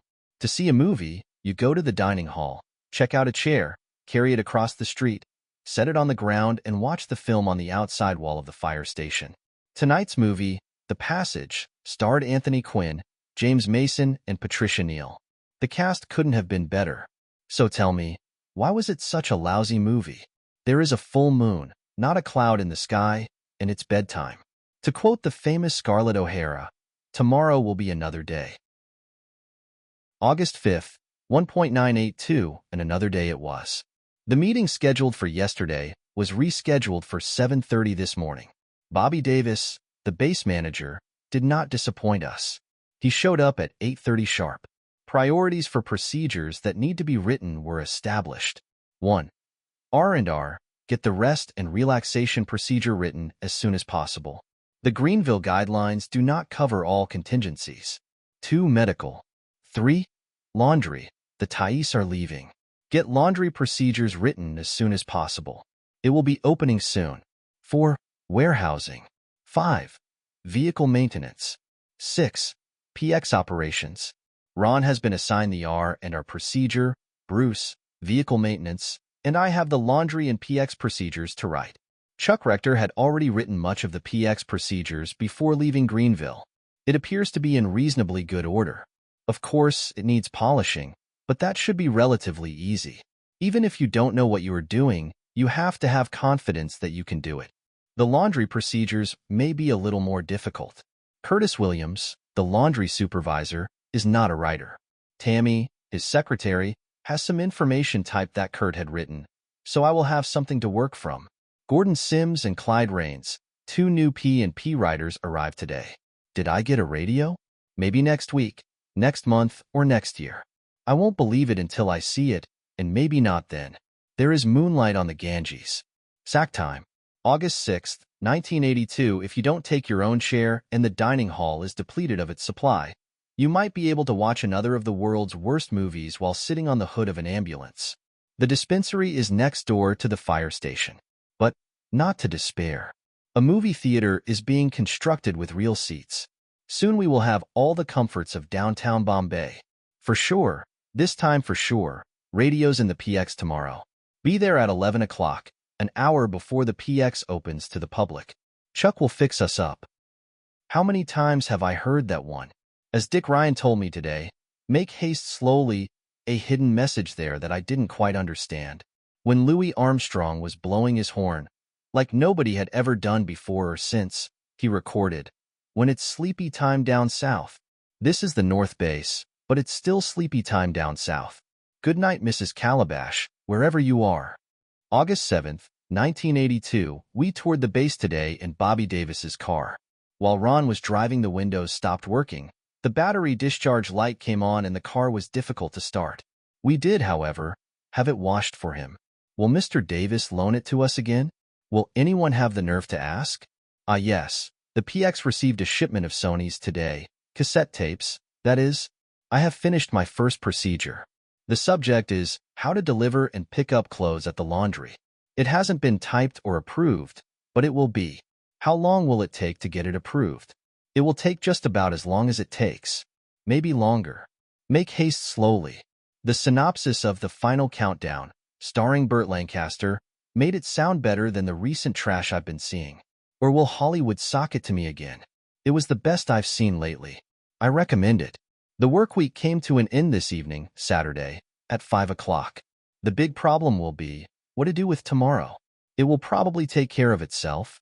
Somehow Ron managed to get Bobby Davis's car repaired. Disasters are being averted. Things are getting done. Sunday, August 8th, 1982, when the Camp David Accords were finalized, it was decided that Israel would evacuate the Sinai in stages. The final stage was completed April 25th, 1982. The Sinai was divided into 4 sectors. West to east they are through D. A certain number of military personnel and equipment are allowed in Zone A, less in Zone B, and none in Zone C. Zone D is a small strip of land along the Israeli-Egyptian border, all in Israel, which is also demilitarized. The 11-nation multinational force and observers, MFO, is composed mostly of military personnel who are constantly checking to ensure compliance with the accords. When an infraction is discovered, the governments of Egypt, Israel, and the United States are immediately notified. I have been told that minor violations have occurred, but they are quickly corrected. E-Systems is here strictly in a support function. We manage and operate the PX, the NCO and officers' clubs, motor pool, facilities maintenance, dining hall, barbershop, laundry, etc. Exact procedures as to how things should be done are essentially missing. This is the function of the P&P writing section. If, for example, the supervisor of the dining hall leaves before a replacement can be properly trained, the new supervisor must have established guidelines to follow to ensure that services continue to be rendered as effectively and efficiently as possible. We write the procedures. Through research, which is mostly interviews, we determine how a given job is presently being done. We also provide input as to how we believe it should be accomplished to improve efficiency. After we have written a draft procedure, it is studied by the affected personnel and higher management. They, in turn, make their recommendations which are incorporated into a second draft. The reviewing and rewriting process continues until everyone is essentially satisfied with the procedure. When this occurs and all necessary signatures have been affixed to the document, it then becomes an official E-Systems policy and procedure. There are 2 MFA bases in the Sinai. The North Base, also known as El Gora, is located a few miles from the Israeli-Egyptian border, and the south base located on the southern tip of the peninsula, known as Sharm el-Sheikh. Most of the procedures written for the north base will be applicable to the south base. When we go south, our writing ID should be just a matter of using the procedures that have already been developed and adding or deleting a word, sentence, or paragraph here and there to make it conform to local conditions. He was 77. The radio has AM, FM, and a cassette player. No shortwave, but as my friend, Frank Corneck, used to say, Palmer, what can you expect for a lousy $103.11? And the answer is, not very much. So far, I have been able to receive 3 English-language broadcasting stations, 1, BBC, 2, a British Armed Forces station on Cyprus, and 3, The Voice of Peace, a pirate station located on a ship somewhere in the Mediterranean Sea. I'm more interested in this boombox than the fact that Henry Fonda, one of my favorite actors, died. Are my priorities screwed up, or what? Also bought a 35mm Pentax today. I have always wanted a decent camera, and Pentax still puts out the most camera for the money. August 15th, 1982. Last night, Kitty and I finally kept our date. There are 3 different contingent bars we were supposed to visit: the Colombian, Dutch, and EOD. The Colombians treated us like royalty. We drank their beer and tried to carry on a conversation. Fortunately, their English isn't much better than our Spanish. However, that didn't deter us from lying to each other. We told them how great Colombia is, and they told us how great America is. They had never been to America, and neither Kitty nor I have ever been to Colombia, but what the heck? We performed our diplomatic duties with distinction. To round out the evening, we quickly discovered that the Dutch and EOD bars were closed. The 2 of us proceeded to her hutch, where we counseled Dingbat Debbie until the wee hours. It seems that Debbie's boyfriend had just become her ex-boyfriend. Aunt Kitty and Uncle Palmer tried to convince her there are thousands of other men on the base who would just love to learn how intellectually stimulating she is. Of course, we failed. Probably because it's not their intellect that she wants to stimulate. This afternoon, Dick, Ron, Clyde, and I borrowed someone's car and drove to El Arish, located some 30 miles north of the base. Like most dirty little towns found all over the Middle East, El Arish is full of history. Probably more peace treaties have been signed here than in any city in the world. The Sinai has been one of the most fought-over pieces of land on Earth, but damned if I know why. It is too dry and sandy for anything to survive except a few camels, sheep, and goats. Perhaps there is something here worth fighting and dying for, but I have no idea what. I asked a clerk in a department store how to say thank you. She told me in Arabic and Hebrew. Every few weeks, she has a different ruler: Egypt, Israel, England, France, Germany, or America, and is prepared for any eventuality. In the last 40 years, every one of us have been taking pot shots at their camels and everything else that moves. August 22nd, 1982. These journal entries are getting further and further apart, which indicates something. Either I am becoming more involved with base activities, or I am getting lazy in my old age. You decide. Last Tuesday, John Sellers, the power plant supervisor, Andy, flew 200 miles by helicopter to an observation post where an electrical power unit was malfunctioning. My seatbelt was definitely fastened since I was sitting next to where a door should have been. We flew through some of the most rugged mountains in the world. I have never done it, but I suspect it was something like flying through the Grand Canyon. Our average altitude was approximately 500 feet. A real joyride. I am absolutely convinced the Aussie pilots are crazy. They know. Today, 5 of us went with Tony to the Suez Canal. Every other day, he goes in a bus to pick up our returnees who have been to Cairo. It was a long 150 miles of bumpy, almost 2-lane highway. There are places where the sand dunes are taking over and the 2 lanes become less than 1. We passed through several small Egyptian villages. I'll never understand how anyone could possibly live in those grass shacks, but there is no doubt many of them do. We also drove through an area littered with tanks from the 1967 war. One of them was near the highway. We got out of the bus, climbed all over the tank, and acted like a bunch of kids with a new toy. Bang! Bang! You and your whole platoon are dead. On our return trip, we stopped at El Arish Sinai Hotel for a cold beer and to explore the beach. I had a bathing beauty pose for me.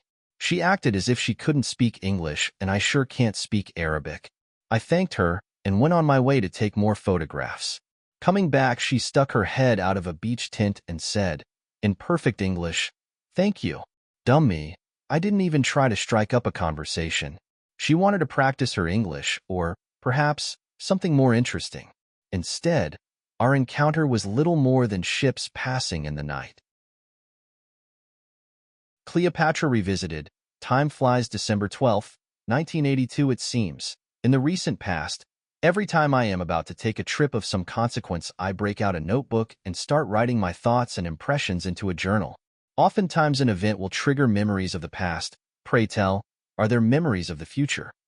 Or just pure speculation as to why certain things are happening or have happened? The journal may include some of the above, all of the above, or none of the above. I never know where my thoughts will take me until they are written. First, some background on my upcoming trip. A few years ago, before I met her in Sarasota, Kathy Kultura took a tour of Egypt. The part she enjoyed most was Luxor, Aswan, and Valley of the Kings. Therefore, her influence cannot be discounted. Labor Day weekend. Ron Steindorf, Dick Ryan, and I borrowed Bobby Davis's car and went to Cairo. I've seen about as much of that town as I care to see. If it weren't for the pyramids, it would be just another overpopulated, overpolluted city. However, I must admit that the pyramids are spectacular. It's like seeing the skyscrapers of New York City or driving through Rocky Mountain canyons for the first time. Experiences a person is not likely to forget. We have also visited Ismailia, a city on the Suez Canal. We would have gone more often except for lack of transportation. The natives are friendly, and overall the city is well maintained. I might even like to live there. With the exception of a tour of Jerusalem and a few trips to Tel Aviv, that has been the extent of my travels since arriving in the Middle East. Indications are that my job with E-Systems is concluding. The writing assignment, which was supposed to last between 2 and 6 months, is definitely terminating. I have several resumes out on base, but until contract negotiations are finalized in Rome with MFO, nobody can seriously consider hiring me. There are 10 slots for the program being requested, operative word approved. Manager and the base manager staff that have any one of which I could probably fill. The operative word is requested. None of the slots have been approved. I am departing tomorrow, December 13th, for Cairo and will return on the 22nd or 23rd. In the meantime, I am hoping there will be some positive fallout from the contract negotiations. If I like what may be offered, I will stay. If not, cheerio, auf Wiedersehen, goodbye E-Systems, goodbye Sinai. Early October, 1954, I was on a troop ship going to England. Although the USS General Patch was certainly not a luxury liner, it was an enjoyable crossing. My job was to feed the fish and seagulls by throwing the VIP dining hall garbage overboard. After completing that task, just standing on the back of the ship, contemplating the wash as it met the horizon was one of the most peaceful and relaxing things I have ever done. 24 years later, September 1978, Angie, my oldest daughter, and I toured the Greek islands. Fun-filled days and nights on an Italian boat with several Americans and Englishmen, but mostly they were French and German. Although the majority of us couldn't verbally communicate, language was no problem. While riding a donkey to the top of Santorini, a Greek island, Angie's right shoe came loose. She kept yelling at her donkey driver, "My shoe, my shoe." A Frenchman picked up on it, and whenever he saw her throughout the rest of the cruise, he mimicked Angie as best he could by yelling, "My shoe, my shoe." It doesn't come out very well on paper, but at the time it was quite funny. You always did have a weird sense of humor. Boat trips have never disappointed me, so 5 days on the Nile, Luxor to Aswan, will also be fun. The first leg of my trip, from El Gora to Cairo, will be on the Twin Otter, a 2-engine plane that seats 12. My mode of transportation from Cairo to Luxor really doesn't matter. Plane, bus, camel, or mule train. Sometime within the next day or two the decision will be made. End of background briefing. You were taking notes, weren't you? You will be tested. December 13th, 1982, Mina House Hotel, Cairo, Egypt. Captain Weaver, the U.S. Army chaplain at the North Base, and I toured the Cairo Museum where we saw the Rosetta Stone. It's not much to see, but probably the most important archaeological discovery ever made in Egypt. Their hieroglyphics were untranslatable until its discovery. The top of the stone is written in hieroglyphics and the bottom is an ancient Greek interpretation. This was the key to unraveling their meaning, something the best of cryptographers had never been able to accomplish. We also saw the complete King Tut, a mere kid, exhibition. He was buried with a gold mask plus about 500 tons, my very unscientific estimation, of other paraphernalia, much of which was also gold. Although he was buried thousands of years ago, mostly everything was so well preserved that it looks new. It wasn't restoration that did the trick. It was preservation. Tuesday, December 14th, 1982 here in the lobby of the Mina House. The MISR travel agency is making arrangements for my trip to Luxor tomorrow, a day earlier than I had expected. I can live with that. Is it a wish or a premonition? My rendezvous with destiny is about to occur. Not being any more psychic than the average bear, who is to say? If nothing else, the feeling of anticipation is interesting. It's warm, maybe 80 degrees. 500 or 600 miles further south it will be warmer. It's almost the beginning of winter. Oh, how I envy me. The desert evening air is settling on the Mina House and the pyramids, a stone's throw from here. Waiters in their orange vests and brown trousers are becoming more numerous. Clean white tablecloths are appearing on all the tables with silverware placed just so. Customers are beginning to take their seats. The sun also goes down. Time to eat. December 15th, 1982, Cairo International Airport 0530. Wake-up call 0600. Hotel checkout 0610. Taxi to the airport 0655. Bags checked in, boarding pass in hand. Fast, efficient. Almost as if I knew what I was doing. 30 minutes till boarding time. 1000. I had never really wanted to see Cairo Airport, but that's beside the point. Somehow I managed to miss the 7:30 flight to Luxor. My suitcase didn't, but I did. Did I say something about being efficient? Forget it. My ears weren't hearing everything they should have. That doesn't make for efficiency. Next flight to Luxor, 2 p.m. 1,400 hours. It's interesting when things temporarily go exactly as planned. It gives a person a false sense of being in control. Sharon, a niece of mine, wanted 2 souvenir spoons from Egypt. I hope she appreciates the trouble I've been through to get them for her. But how could she? Sharon will never know that the only reason she received them is because I missed a plane. Just saw a Japanese kid try to give a cat a piece of chewing gum. What's a 5-year-old Nipponese doing in the waiting room of Egypt Air? I could ask the same question about the cat. A tall, slender blonde materializes with a sleeping bag, high heels and sunglasses. Self-confident, good-looking, cool and very sexy. She may suspect that I am writing about her. Something in this direction seems to be of great interest. My guess is that she is a German model. The Pentax is in my luggage, and who knows where the hell that is. With camera in hand, however, I would ask this beauty to pose. She looks better with her left leg across her right. Hold it. Damn it. She just switched. Right leg across left.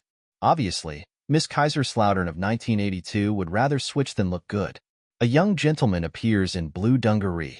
The language is English, the accent, American. They are saying something about New York and Phoenix. German? Maybe, but no more than me. Goodbye, sweetheart. Boarding time. Fell in love and didn't even get your name or where you are going, but sooner or later. I'll bet that it's New York or Phoenix. A little 3-year-old girl bouncing around the waiting room as only little girls know how. For some reason, she reminds me of another 3 or 4-year-old Teresa, and I saw strolling down the Champs-Élysées in the summer of 1958. She and her parents were dressed in white. This petite little child is wearing a blue dress and doesn't even resemble the girl in Paris, so I tell myself, yet, here is the memory. Something caused that particular recall button to be pushed. This little girl is also French, but I didn't know it when I started remembering a seemingly insignificant event that happened almost 25 years ago. Palmer, what does it all mean? It means that the earth is flat, dummy. 12:30, new boarding pass in hand and waiting in the designated departure area. Proof that if you ask the right question, you get the right answer. Sometimes. 1,630 hours, Luxor, Egypt. Not exactly a stateroom, but it looks like it will be sufficiently comfortable for the next several days. 2 beds, a bath, telephone, and a porthole. Except for Miss K-Town USA, what more could a guy want? She did have good-looking legs. My luggage was waiting for me at the airport. It took an act of the local security officer to have it released, but here it is. Since I have missed a day of touring, the local MISR travel agent had arranged for me to see the Karnak Sound and Light show. It was fantastic. Even bought a record of the sound. And the girl who sold it to me, we have known each other forever. There was instantaneous recognition the moment our eyes met. Her name? I don't know, although she told me. In Iran, her name was Doki. Here she has another name. We joked with each other for a few minutes, then she asked, "Where are you from? What hotel are you staying in?" I told her and asked if I could take her to dinner. "No, I must work. I hope to see you again before you leave Luxor." 11. I hope so too. She sold me a record and a book. But then, she could have sold me anything. After she had put away her records, she ran ahead of a crowd of approximately 2,000 to meet me at the gate and to say goodbye. I felt it was a sad goodbye for both of us. Whoever you are beautiful. But then, I told you.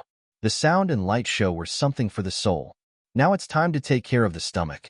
It's been a long time since I had a good meal. That was back in the days of El Gora, which I can hardly remember.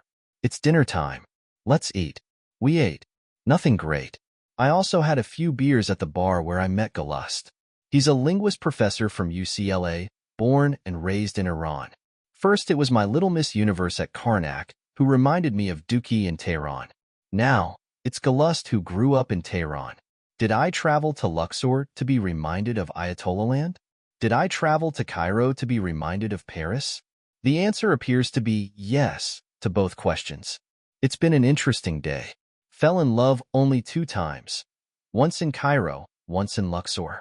December 16th, 1992. This morning, we visited the Valley of the Kings. The tombs are underground caverns carved into a mountainside. We saw King Tut's tomb plus several others. One of the tombs looked like it took 100 years just to dig and another 100 years to do the paintings on the walls and ceilings. Evidently, with enough slave labor and artists, almost anything can be accomplished in 15 or 20 years. I have been seeing a lot of strange things in the last 24 hours. I would like to say strange and wonderful, but the word wonderful implies approval. I neither approve or disapprove. I accept this as the way it was some 3,000 to 6,000 years ago. In any case, my opinion would amount to naught. It would change nothing, making it neither better nor worse than it was. One can't help but appreciate the skill and technology that went into all these monuments. In fact, I admit their accomplishments were absolutely amazing. Our 20th century technology would find it difficult to do many of the things they did. Someone had a desire, developed a plan, and before you knew it, old Egypt was born. Not only was it born, but it flourished for thousands of years. Many of the ancient edifices are truly overwhelming. King Tut's tomb did not blow my mind, but his father's did. And the columns, statuary, and temples at Karnak were something almost out of this world. A cool breeze is blowing through the hair of the young ladies on this boat. The passengers are mostly English, Italian, and German, with Galust and I as possibly the only Americans. One observes an older lady looking through binoculars and waving at people on the river bank. They can't see her, but I'll never tell. On either side of the river there are palm trees, fields of sugar cane, and mountains that have a striking resemblance to those of Wyoming and Utah. Blondie, an English girl, just got awake. She reminds me of Donna Gray of Sarasota. Both are good-looking, sensuous women. However, Blondie has a bigger rear. I hope she, one-eyed Donna, is not letting it go to waste. The above observation was made about Catherine, from Melbourne, Australia. I had assumed she was English because of her accent. What? But English, one erroneously concludes. December 18th, 1982. Everyone, except me and the crew, are out exploring more ruins in this quaint little river city. Diarrhea and vomiting that started at 7 o'clock this morning said, in its unmistakable fashion, "Palmer, you're staying aboard the boat today. Really too weak to do much else." Galust gave me a call to see if I was all right, which was very thoughtful of him. May they have a good time, and may I get some liquid back into my system so that I don't feel so weak and dehydrated. Have you ever seen an advertisement for Dunhill cigarettes? This looks like the place where their photographs were taken.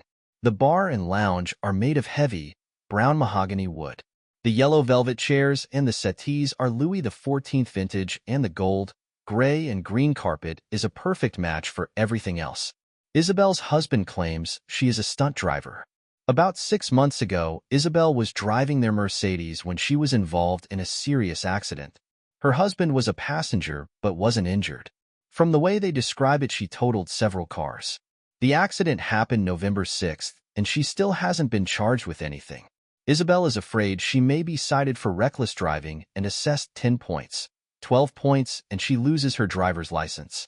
To put her mind at ease, I assured her that after all this time there is no way the police would charge her with anything. But what do I know about English traffic laws? June, an astrological Libra, is from Bath, England, and works as an historical researcher for the Bath Sentinel. Since I know a few characteristics that are supposed to be common to Libras, she is afraid I know all about her. A diamond in her nose tells me, and the whole world, that this 30-year-old child is really with it. Alan and Barbara are on a sabbatical from Victoria College in Australia and are taking a 6-month trip around the world. He is an English professor. Since he and G.A. Lust are of the same profession, they have developed a good friendship. Francis, an Egyptian-born American, working for a New York travel agency, and his wife, Patricia, are also on this cruise. Good, fun people. Finally, there is Ced, the all-knowing tour guide, who has been in the business for 22 years. He has been involved in several archaeological digs, so probably knows his field better than the average guide. Ced is fluent in 3 languages, German, English, and Arabic. And, as has already been discovered, he likes to womanize, which only proves that he is human. December 19th, 1982. This morning there were more temples, more wall reliefs, and more ancient Egyptian profiles to be seen. Some of them were smiling. Until now, I didn't know that the ancients ever smiled, but here at Kamambo there are a few faces whose lips curve upward. We also saw the well where they kept the alligator god. I have no idea what powers were attributed to him, but surely they were awesome. December 20th, 1992. Aswan, Egypt. From all outward appearances, Aswan is just another hustling Egyptian town. You are forever being hustled to exchange dollars for Egyptian pounds, which is always a few cents better than the official rate of exchange, or to buy some useless trinket. One gets tired of saying no, but you can't load yourself down with everything. The Aswan High Dam was built by the Russians, an engineering achievement of the first magnitude. According to Ced, it is the largest dam in the world. Alan asked me, and I don't have all the answers, how is it the largest dam? Is it the highest? No, I'm sure Hoover Dam is much higher. Is it the widest? Possibly. I don't know of any that is wider. Does the largest mean that it has created the largest man-made lake in volume of water? It could mean that it has the world's largest hydroelectric generating capability. When, and if, all the turbines are ever installed, it will theoretically be able to generate 2.1 gigawatt-hours of electricity, 2 times the power requirements for all of Egypt. It took 17 times more granite to build the dam than it took to build the Great Pyramid. And that, my friend, is a heck of a lot of granite. In case you forgot, a heck is an English measurement. 1,530 hours. Welcome aboard the friendly skies of Egypt Air. Next stop Luxor, then Cairo. It has been an enjoyable trip. All the people were friendly and interesting. The thing that surprised me most was the pettiness of many of the English women. June, who is single, received the attention from Ced that the rest of them thought they deserved. Were they also sleeping with him? I doubt it. So, what special attention did they deserve? And the excitement that Ced created when he ripped us off for £3 each, for tips that went into his pocket. You would have thought that someone had stolen the crown jewels, or worse yet, had insulted the queen. It's not nice to be ripped off, but is £3, approximately $3, worth all that consternation? Put out or shut up. It's interesting to note that my 2 best buddies, Galust and Alan, were both language professors. They are always fired up with enthusiasm and ready for the full enjoyment of life. And friendly. Both of them are on intimate terms with people they have never met. And of course, there was Cleopatra. We originally met in Bangkok, where she had a Thai name. There we made love all night and went on river cruises during the day. Next, she was Dookie in Tehran, a nice lady who wanted me more than I wanted her. We met again at the Karnak Light Show. No name, yet our introduction was more of a good to see you again. Then, nice to meet you. I am now seated in the plane at Luxor Airport. I should get off and try to find you, but I won't. For some reason, now is not the time. But sweetheart, we'll meet again. Don't know where, don't know when, but I'm sure we'll again some sunny day. I have known you, or someone very much like you, for 9 years. Or has it been 900,000 years?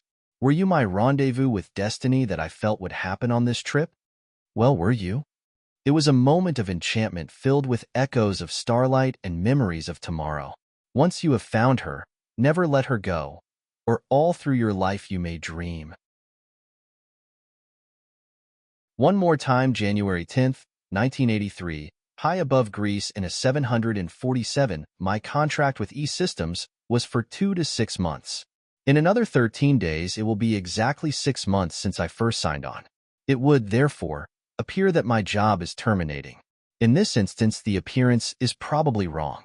I have a job offer in Greenville, but conditions of employment and an agreed-upon salary have not been finalized. The job is to finish the policies and procedures started in the Sinai. This will be next to impossible since we will not have the first-hand contacts needed to do an adequate job. But not to fear, my dear. It could mean a trip or two to the Sinai, Tel Aviv, and or Cairo. I have no strong desire to see these places again, but if duty calls, one cannot be remiss in its performance. I also have a job offer at the North Base as labor coordinator. It will consist of coordinating activities between E-Systems supervisors and Care Services personnel. Care is an English/Egyptian company that provides Egyptian labor for the base. It's something I have never done but feel confident that I could soon learn. The pay will be adequate. $35,000 per year plus food, housing, laundry, haircuts, tailor, medical, and most important of all, no taxes. To equal it in the States, I would have to make in excess of $60,000. It is an offer that is hard to refuse, but there is more to consider than the monetary value of the package. First, there is the psychological damage the ego suffers from working directly for Bobby Davis. Bobby Davis is considered to be one of the most difficult people in the world to work for. I have no reason to doubt this viewpoint because the small amount of contact I have had with him indicates it is probably true. Secondly, there is the consideration of health. A week after arriving in the Sinai, I developed a cold that never left me for the 6 months I was there. I am convinced the cold is really an allergy to cyanide dust, which one has no choice but to breathe 24 hours a day. The only thing that really changes is the severity of the cough. Sometimes it gets worse. There is also the lack of female companionship and mental stimulation. E-Systems does have a few women working in the Sinai, but none with whom I care to get involved. Also, the only conversation concerns work, its problems, and its politics. It's true, we have these things in common, but 24 a day, 7 days a week is a bit much. Yet, the job offer does not have a big red X across it. If employment opportunities in the States or elsewhere do not look too promising, I may be forced to take it. It is definitely more ego-damaging not to be productively employed than to be employed under miserable conditions. 1 week from today, I plan to report to E-Systems in Greenville, Texas. In the meantime, I will be collecting and collating data. Make a decision and then action. Good luck, Charlie Brown. You too, Snoopy. January 27th, 1983, Delta Flight 209. Somewhere between Dallas and Denver, it was good getting to know some of the people at Greenville. I was there 8 days waiting for material to arrive so Bruce Hoff and I could finish the writing assignment. We waited and it never came. I doubt it was ever sent. There were several things working against the Greenville assignment. The time period was definitely indefinite, and Bobby Wolf, the program director, didn't like paying me my basic salary, plus a 55% completion bonus, plus $44 a day per diem, plus the rent on a new car, plus gasoline. In other words, the expense was more than he was willing to bear. I wasn't doing anything productive, so who could blame him? He wanted me out of there, and Bobby Davis wanted me back in the Sinai. Since I couldn't find anything better, I have decided to accept a 1-year contract. Also, Bobby Davis shouldn't be able to do too much damage to my ego. He is scheduled to rotate back to Greenville in 60 days. January 30th, 1983, Frontier Airlines, Flight 617, somewhere between Denver and Sacramento. Shirley is in San Diego, so I didn't get to see her. Pete was busy driving a Trailways bus and didn't get to see much of him either. Sue Lee is now Susie someone else, therefore, married. I didn't make any real passes at her. However, she did agree to meet me in Hawaii one of these days. But one of these days won't occur for another year or two. Had dinner with Sharon Hisner, who is now divorced. By the time I get to visit Denver again, Shirley and Pete will have sold their house and will be living in San Diego. Where to stay the next time I come to visit? Strange how Sharon had the answer before I could ask. Age and having had several children has been good for Sharon. I can truthfully say she is becoming a beautiful lady. It seems that ever since I have known her, she has been trying to get me in the sack. Someday Sharon's legs may entrap me. You never know when she will get lucky. Dottie's phone was out of order, so I wasn't able to locate her. I was hoping to learn whether she is still married. Since the phone book tells me that Dottie still goes by her former husband's name, Maritsky, I still don't know. Of course, I can't forget Dina and Wendell Walker. He recently retired from civil service, and they seem to be having the time of their lives. Both look good, happy and healthy. Essentially, that was my visit to Denver. Touching as many bases as possible and enjoying every minute of it. It was good to be back home, if only for a few days. And here I am moving on to Sacramento at the rate of 550 miles per hour. Debbie and Donna will be waiting for me. Two angels named Feltman entrusted in the care of Teresa and Jerry Davis. For the next 5 days, let me be a good daddy. The things I do for them hardly ever seem to be enough, but I always try. As it has always been good to see those beautiful children of mine, it will be again. It's a good trip. Sentimental journey. 7 months and 6 days later, September 5th, 1983, Cairo International Airport. The past 13 months, more or less, have been spent in the Sinai Desert working for E-Systems. The first 6 as a policy and procedures writer were rather enjoyable. I can't say the same for the last 7. First, I had to learn to work with Bobby Davis, who lived up to his reputation.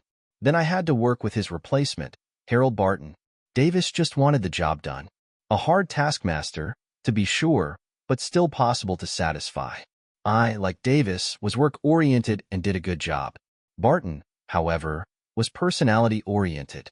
He either liked you or he didn't, and no reason was required. He didn't like Ron Steindorf, Pat Bench, Rhea West, or me. All very good workers, but every one of their jobs have been eliminated, including mine. I had to directly interface with the Egyptian manager of care services, a lying, backstabbing son of a bitch, and his English counterpart, who was also a lying bastard. And now as I sit here in this Egypt Air, Boeing 727, I know that Athens is just a short hop away. Bobby Davis, Harold Barton, E-Systems and Care Services do not matter. They are history.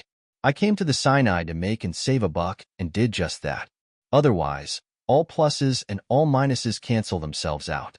Yesterday, Gordon Sims, Kurt Williams and I were in Tel Aviv taking care of a few last-minute details. This morning I arrived in Cairo. Tonight I will be in Athens, and tomorrow Bangkok, Thailand. This is not the route one normally takes back to the States. We usually go through Paris then to New York City. Instead, I have decided to look up some Thailand, then fly to the Philippines and get an Air Force base in California. Whatever happens, will be more fun than the last 7 months having old friends hop out of Clark. I promise you it has been. Before I forget it, happy birthday, Palmer. September 6th, 1983, Athens Gate Hotel. You guess which city if the man gets here in time with my airline ticket. Would you believe my next stop is Bangladesh? I have never been to Bangladesh and have never wanted to go. However, a person shouldn't place limits on their experiences. To do so would be to limit one's education. The better your education, the better you will be able to perceive things and function in the world. Of course, this is BS, but it is the type of propaganda that helps keep institutions of higher learning filled. Within the past hour, the lobby has been very busy with tons of American tourists arriving to see the Acropolis for the first time. The girls and women seem to be the most excited about their adventure. My guess is most of the men wouldn't have come if it hadn't been for the little woman nagging them half to death. Of course, that is my viewpoint. The opposite point of view may be closer to the truth. There is so much sham, hype and facade in the world that for anyone to be absolutely sure of anything probably means he hasn't bothered to get out of bed. These cynical thoughts go racing through my skull as I await the arrival of my tickets to Bangkok. And, While we are on the subject, let us not forget that today's cynic is yesterday's true believer. Yesterday he knew the truth. Today he has learned it ain't necessarily so. If this occurs too frequently, we have a cynic. With ticket in hand, it's time to move on to the airport and then to Bangladesh. Bangladesh. Have you lost your mind? September 7th, 1983, Dhaka International Airport, Bangladesh. Athens to Bombay, India. A 6-hour layover here in Dhaka, transfer to Bangladesh Airlines, next stop Rangoon, Burma. I just met Sophia, a Thai Oriental dancer who works on the Isle of Crete. She has volunteered to show me around Bangkok while I am there. It's raining. This is the first rain I have had since March when one was working in the Sinai. There I won't rain again until October or November. A few clouds sometimes, but never rain. When it does, however, the place floods and the roofs and the doors and the windows leak. And before facilities maintenance can get them all fixed, it stops raining. And who needs a window on such a sunny day? Isn't that right, Peggy? September 9th, 1983, Century Hotel, Bangkok, Thailand. We flew through several hundred miles of bad weather before landing at Bangkok. Clouds and lightning all around us. To quote a philosopher I once knew, Dick Ryan, it rained so hard it made Noah's flood looks like morning dew. However, the crew brought the 747 down without a quiver. Sophia's luggage was lost with her dance costumes and $500 of Deutschmarks she was smuggling into the country. She has called the airport every day, but still no luck. Although Sophia and I can hardly communicate, she has become my unofficial guide to Bangkok. We visited the Watts, Buddhist temples, today. They are much more beautiful than I remember them 10 years ago. Either they spent a lot of money on restoration, or 10 years ago I wasn't as easily impressed. Perhaps it was our guide. He couldn't speak much English either, so between him and Sophia I could only admire the beauty of the temples. The guide kept saying, this was made in 1782, almost 200 years ago. In 1782, almost 200 years ago, Rama I did so and so. I didn't have the heart to tell him that 1782 was more than 200 years ago, especially after Sophia assured me that he was correct. 1782 was almost 200 years ago. Would Sophia lie to me? I am sure she would. In one of the Watts, Sophia prayed to Buddha that her luggage would be returned. I asked her, what did the Buddha say? Will your bags be returned? She replied that Buddha did not answer. I told her, today Buddha only answers prayers in English, and he told me to tell you tomorrow you would get your bags. Do you believe me? About 50%. September 10th, 1983. I said goodbye to Sophia because there was very little compatibility between the two of us. Our parting was neither in sorrow or in anger. It was time to move on. Bangkok hasn't changed much since I was last here. Of course it is a little more expensive, but the people are as beautiful and friendly as ever. This evening my taxi driver took me to the Tiger's Lair. It's strictly an American bar except for the Pu Yings, Thai girls, selling their wares. Then on to the Copacabana where I was welcomed like a long-lost friend. Why Vipa, the owner, was so glad to see me I don't know, except for the fact that she is looking for a husband, a male partner, or maybe just someone to sleep with tonight.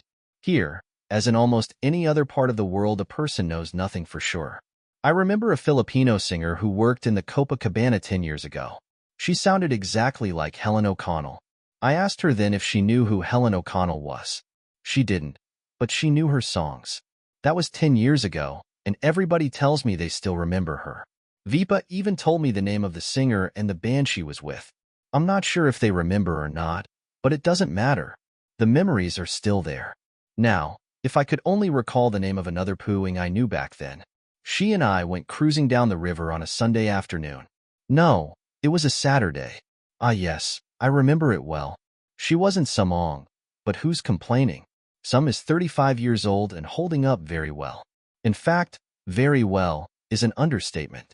September 15th, 1983. There was a degree of antagonism between Sophia and me, but not between Samong and myself.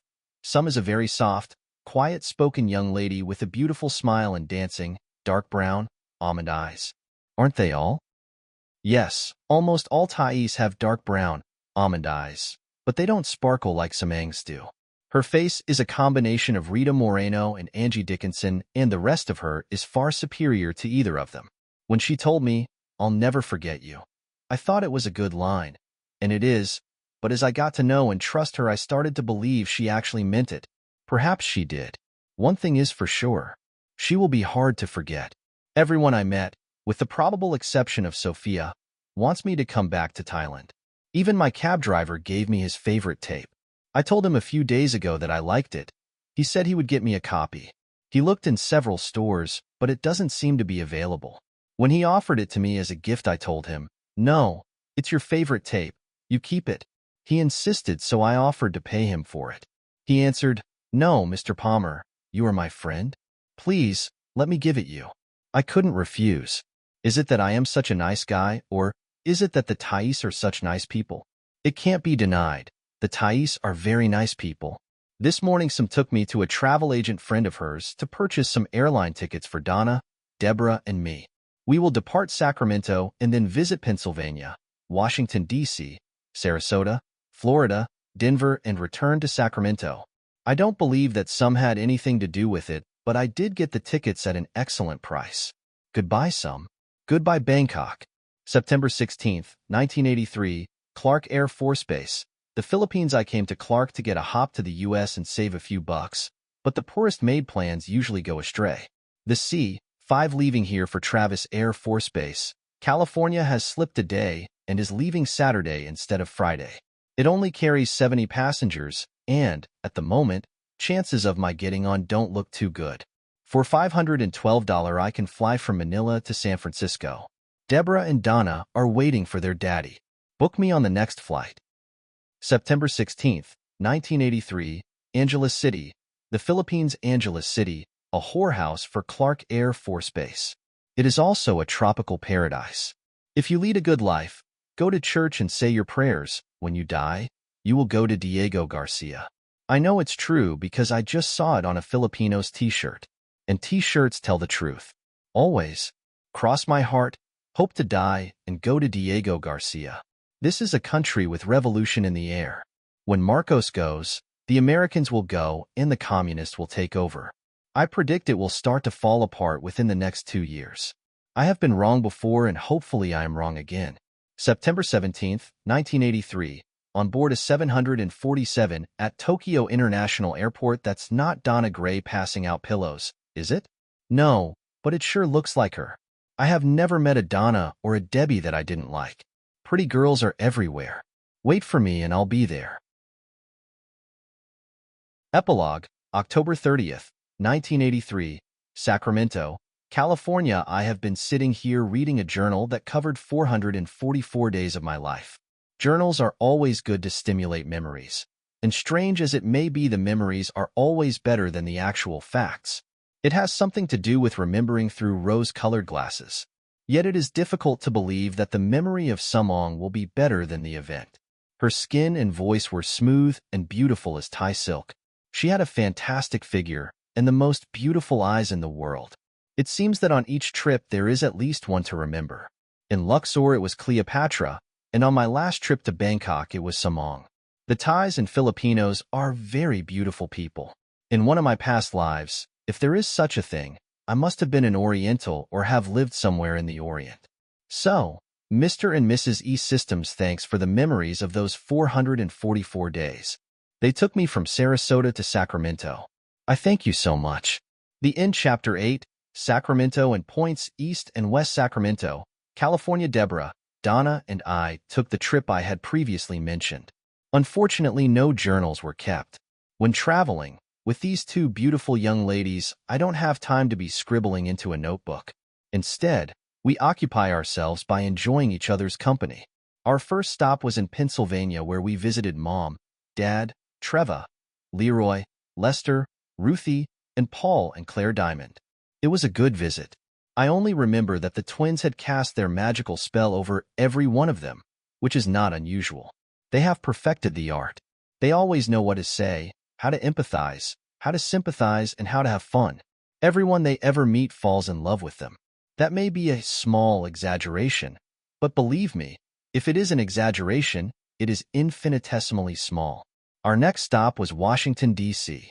We saw Margaret Thatcher, Prime Minister of England, drive up to the White House, somewhat of a highlight. Toward the White House, Lincoln and Jefferson memorials, and the Capitol building. Here we saw a debate on the floor of the House of Representatives and had our photographs taken with Congressman Matsui from Sacramento. In one of the photographs, Deborah is punching Matsui in the stomach with her forefinger. Damn it. She seems to be saying, "I want you to understand this." I asked Congressman Matsui how he voted on the bill they were debating. He gave me an answer that lasted about 2 minutes. I was satisfied until later that night when I realized, that son of a bitch never did tell me how he voted. My father used to tell me that all politicians were crooks. To me, it was water off a duck's back because I realized he had become somewhat cynical in his old age. Surely they aren't all liars and crooks. Honorable men in Washington. There are some since then. I have learned there is honor amongst thieves. It's the Honorable Senator from California, Alan Cranston, the Honorable Representative from Washington State, Tom Foley, and the Honorable Senator from Massachusetts, Ted Kennedy. Honorable my foot. Ollie North has more honor in his left little toe than all the members of Congress and the White House combined.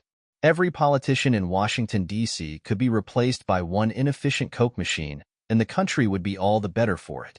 If the savings and loan scandal and their midnight vote for a pay raise doesn't convince you that my assertions are correct, you just haven't been paying attention.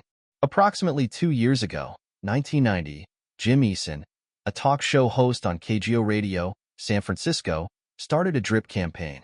The acronym means Do Not Re-elect Incumbent Politicians. It's a campaign I totally support, so much so that I encourage everyone.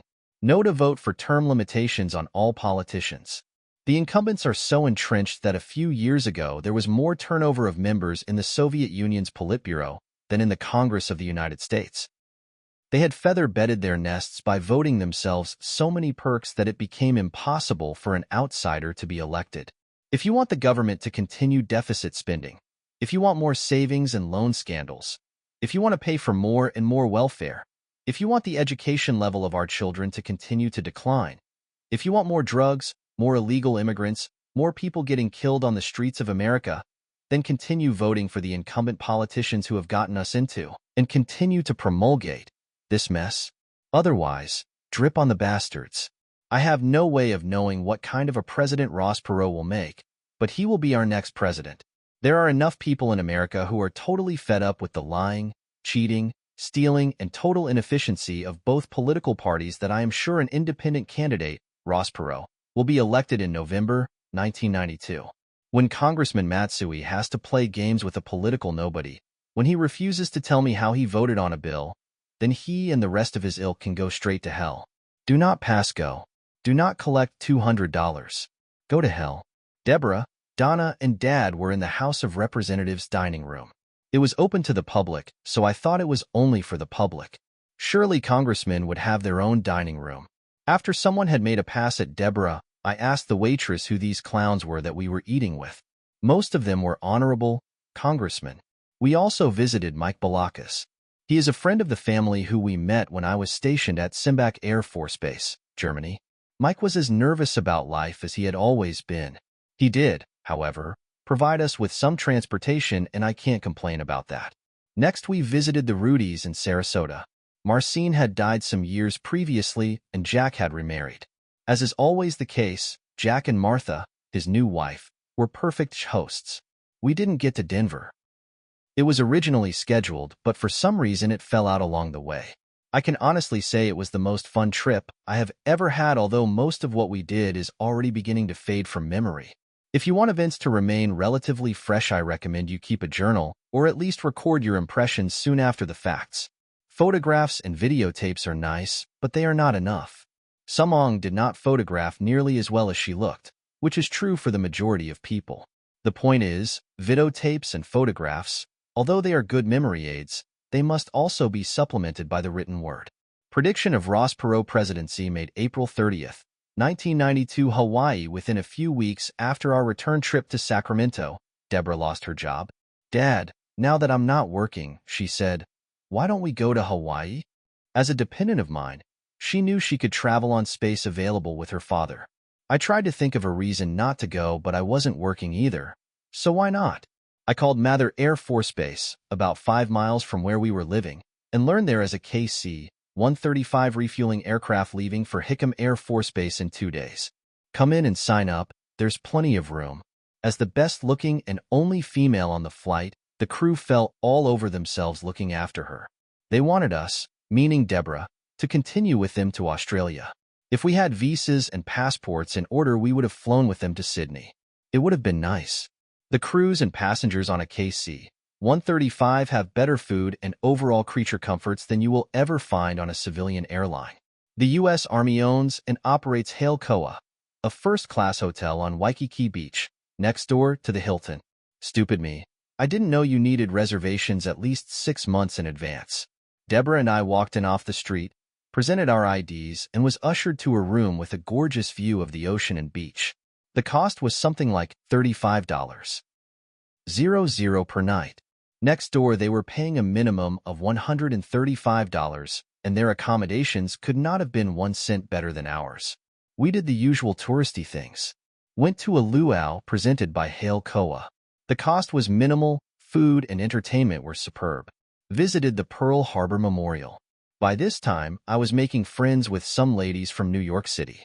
They wanted us to sit with them as we went on the boat to the memorial. Deborah had other ideas. No, Dad. We're sitting back here in the rear. I didn't know what she was up to. Later, however, I discovered it was a small case of jealousy. She wanted Daddy entirely to herself. Took a tour of Diamond Head and the city of Honolulu. Saw where Tom Selleck lives, a highlight for Deborah. I didn't know who he was. Spent some time on the beach and did some shopping. Of course, the weather was perfect the 4 or 5 days we were there. A phone call to Hickam, and before we knew it, we were on our way to McCord Air Force Base in Tacoma. Here we visited with Angie and Pete for a few days, and then we flew back to Sacramento. Dependents are not allowed to take military hops within the contiguous 48 states, therefore, the only portion of the trip that cost me anything was the flight from Tacoma to Sacramento. A current update: May 3, 1992. Upon my return from the Sinai Desert, Deborah and Donna were living in an apartment. We agreed they would share a bedroom. I would take the other, pay half of the bills, and stay with them for 6 weeks to 2 months. It was my intention to find another job, and who knows in what part of the world that would be. Those were my plans that didn't quite work out. I lived with both of them until Donna married David Cohen. Then, Deborah and I shared an apartment until she married Paul Hines. Although have had different jobs in the interim, I haven't worked outside of Sacramento. Deborah is now living in a beautiful house in Lebanon, Illinois. Her husband, Paul, was in the ROTC program while going to college. He received his commission as an Air Force lieutenant. Desert Shield and Desert Storm came along, and he was activated. Now, stationed at Scott Air Force Base, he works as an engineer, and Deborah has a job in St. Louis. From all reports, no two people could be happier. Donna Diane Feltman became Diane Cohen when she married Dave. He is a labor relations lawyer in Sacramento. Diane is doing public relations for Bragg and Associates in Roseville, a suburb of Sacramento. As the only woman in the firm with the title of manager, Diane pretty much decides what she wants to do and when she wants to do it. David is an excellent lawyer.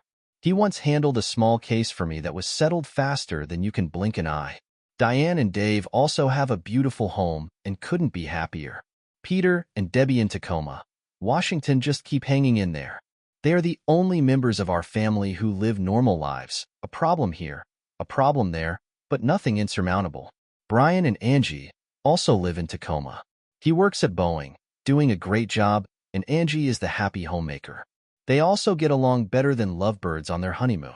I can honestly say that no man has ever been more blessed than me. I had a good mother, father, 2 brothers, and a sister. All but my mother are still alive. Good people, every one of them. I still have childhood friends, Jack Rudy, Paul Dinand, and Joyce Oxt Casey. Free DS I have made as an adult, most of them in Denver, are Dottie Moore at KY, Joe Ericon, and a few others. And of course, the best, loving, compassionate children and their husbands and wife, Debbie Hellendorn, that a father ever had. I say this, not because they will be reading these words, but because it is true. Appendix A. Something stupid. When a writer wants to include something in a book that doesn't logically fit elsewhere, he or she creates an appendix. The remaining pages do not have much relevance in terms of what I have done, but, hopefully, they give an insight into the thinking process I have acquired over the years. Something stupid. Where were you during the Cuban Missile Crisis? Where were you the day President Kennedy was assassinated, President Nixon resigned from office, the Shah departed from Iran for the last time, and the day President Marcos fled the Philippines? Except for the assassination of President Kennedy, most people don't know where they were and couldn't care less. These events didn't affect their jobs, their families, or their lives. To most, the enumerated events were of little or no consequence. I totally agree with them and find no fault with people whose attention is focused elsewhere. Each person's priorities are as good as another's. I was in Tacoma, Washington during the Cuban Missile Crisis, Everett, Washington when President Kennedy was assassinated, Denver, Colorado, the day President Nixon resigned, Tehran, Iran the day the Shah departed Iran for the last time. And I was here in Sacramento, California, today, when Marcos fled the Philippines. To me, they were all events of tragedy and stupidity. The missile crisis would have never occurred if our foreign policy had been conducted with more finesse during the last days of the Eisenhower administration and the first year or so of Kennedy's. But, because of ineptitude in high places, we almost started throwing bombs at each other. The assassination of President Kennedy was another case of ineptitude. The CIA was bungling their attempts to get rid of Castro, but Castro beat them to the trigger. Didn't John know world leaders do not have each other bumped off? Neither Hitler, Mussolini, Tojo, Stalin, Churchill, or Roosevelt died until the closing days of World War II. Millions of others lost their lives, but not their leaders. The enlisted men were expendable, but not Adolf, Joe, Winston, Franklin, and Tojo. There exists an international compact between world leaders. I don't know if it is written or unwritten, but in essence it states, "Thou shalt not eliminate the acknowledged leader of another nation." I have no absolute proof this compact exists, but logic tells me none of the World War II leaders had such superb protection they were invulnerable to assassination for 4 to 6 long years. Logic also tells me our friend Gaddafi, in Libya, is also not immune to the bullets of an Egyptian, Israeli, English, French, or an American gun. We could eliminate him anytime we choose. Except for the injunction against wiping out the leader of a foreign power, the Israelis could get rid of Yasser Arafat anytime they pleased. Most recently, in Iran and the Philippines, this compact was observed. The Shah and Marcos were both hated by their people and by others, yet the Shah was not assassinated and Marcos lived. If John Kennedy had played by the rules, he would not have been assassinated in Dallas. Perhaps he would have been shot by some disgruntled peon, but the orders would not have originated in Havana. John did not play by the rules. He had to go. The tragedy was his stupidity. President Nixon was a brilliant foreign policy strategist. He knew not to wipe out the leaders of foreign governments. He also knew when to apply pressure and when to extend the hand of friendship. But, and this is an important but, he didn't have the good sense to destroy the evidence once a crime had been committed. The first time tapes were mentioned, he should have said, "What tapes?" and had them destroyed. But no, he wouldn't do that. Not that Dick was an honorable man. He was stupid. He hung himself with his tapes and in the process caused the American people to suffer. Nixon had to go. The tragedy was his stupidity. Similar observations can be made about the Shah and President Marcos. They, too, had to go. Their tragedy was also their stupidities. Greatness was in each of these men. Greatness that should have been used for the betterment of mankind. Yet, it was wasted with petty acts of stupidity. It was in each of their job descriptions to make the world a better and safer place for us all, but they blew it. And because they did, every one of them paid the price for exercising their human right to be stupid. During the crash of '79, the Shah departed Iran never to return. Today, President Marcos departed the Philippines, probably never to return. If I knew which leader was exercising maximum stupidity, I could predict, with a great deal of accuracy, who will be next to depart the world stage. I only know there will be many others. Shouldn't our leaders have the right to be as stupid as the masses from whence they cometh? They apparently do have that right and exercise it with great frequency. Where were you when President Marcos departed the Philippines? Where was I? Answer: Here in Sacramento doing something stupid. Written, February 26, 1986 note. See the September 16, 1983 entry.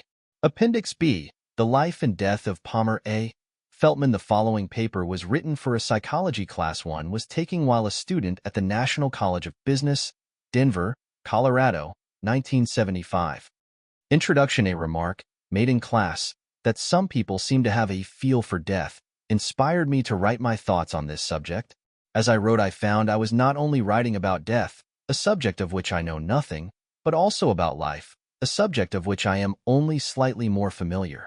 Using examples from my life and other pertinent information, I have attempted to indicate that a cause and effect relationship does indeed exist between belief and the quality of one's life.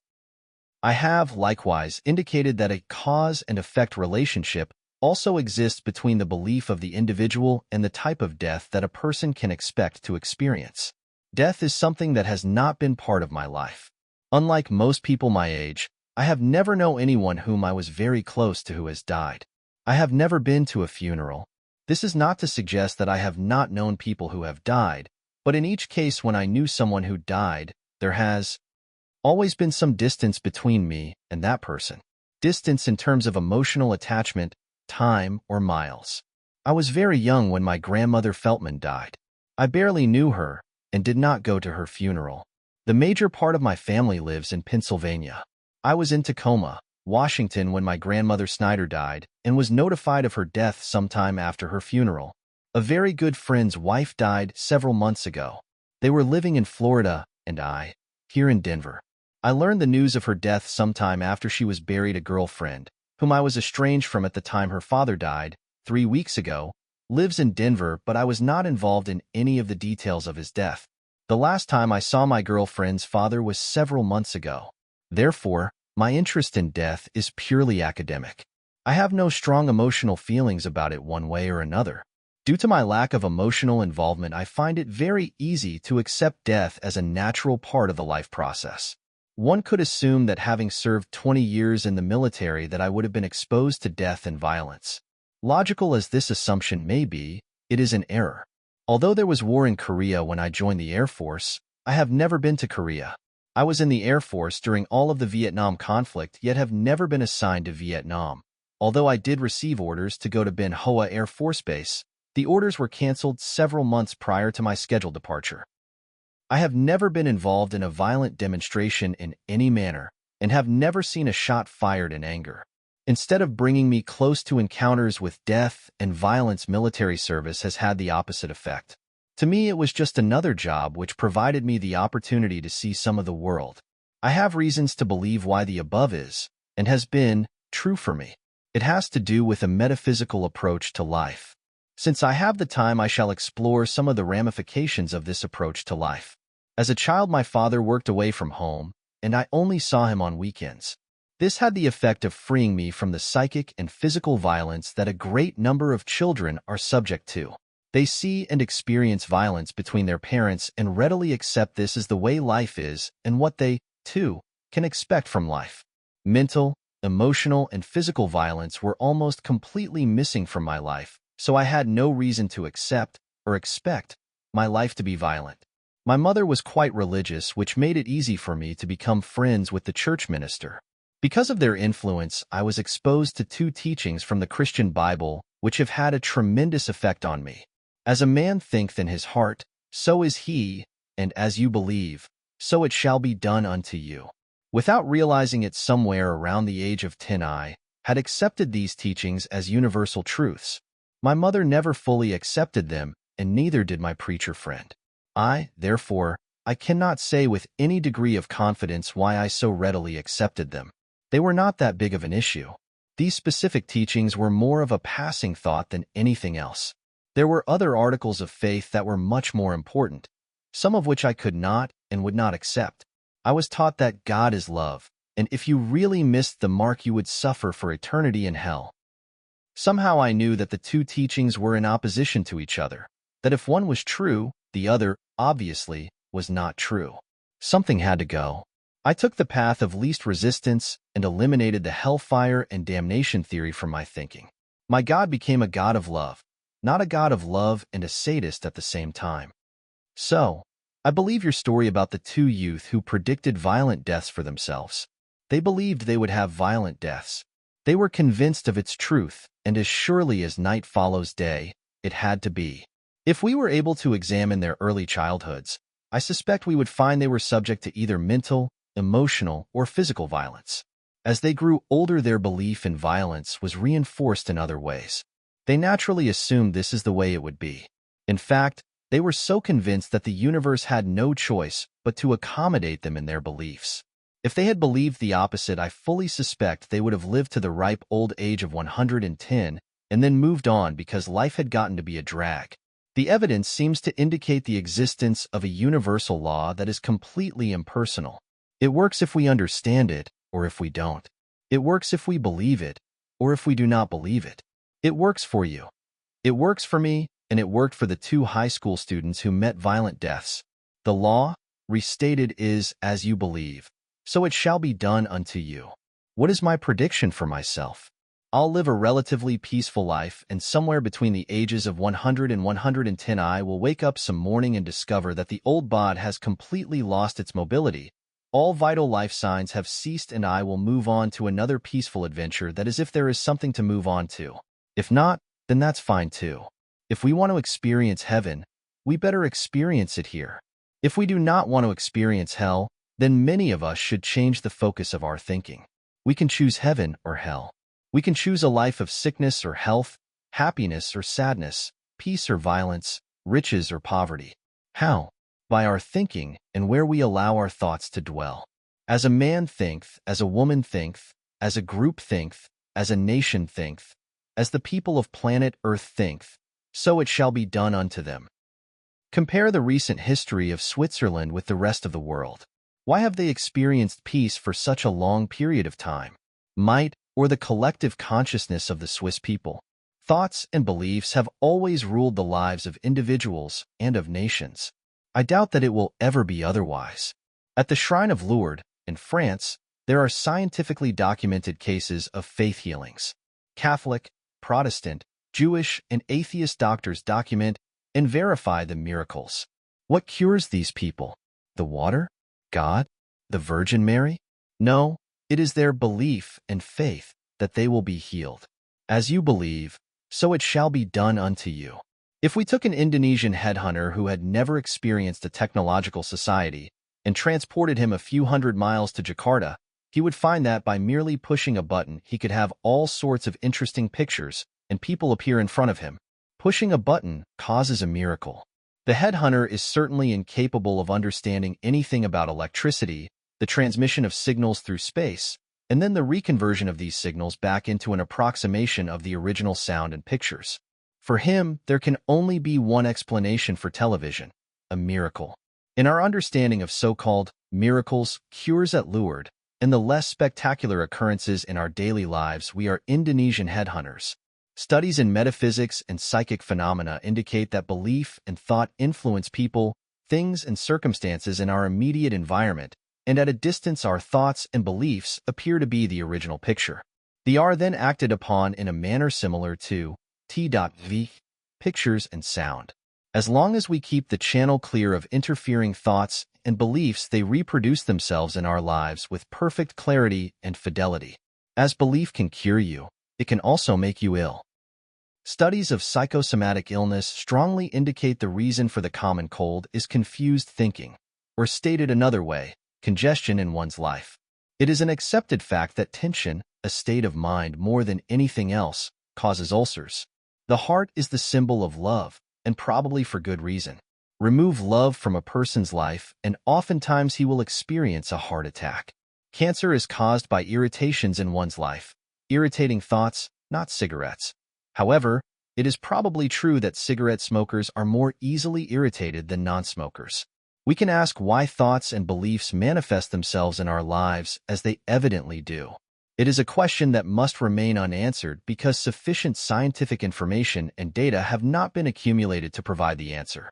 We know the cause, thoughts, and beliefs, and we can observe and experience the effect in our lives and in the lives of others.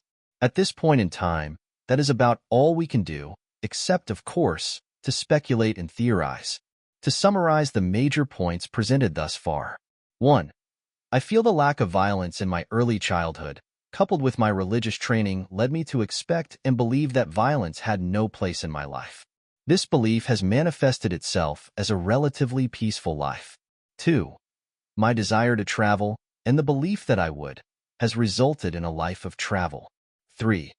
Our thoughts and beliefs can be of health, wealth, beauty, peace, love, or whatever we conceive our good to be. These thoughts and beliefs will materialize in our lives as health, wealth, beauty, etc. As the doctors of psychosomatic illnesses have discovered, certain thoughts and beliefs do manifest themselves as ill health. It is my belief that they also manifest themselves as accidents and violence. 4. So-called miracles are only what they appear to be because we do not understand the working of the law, as you believe, so it shall be done unto you.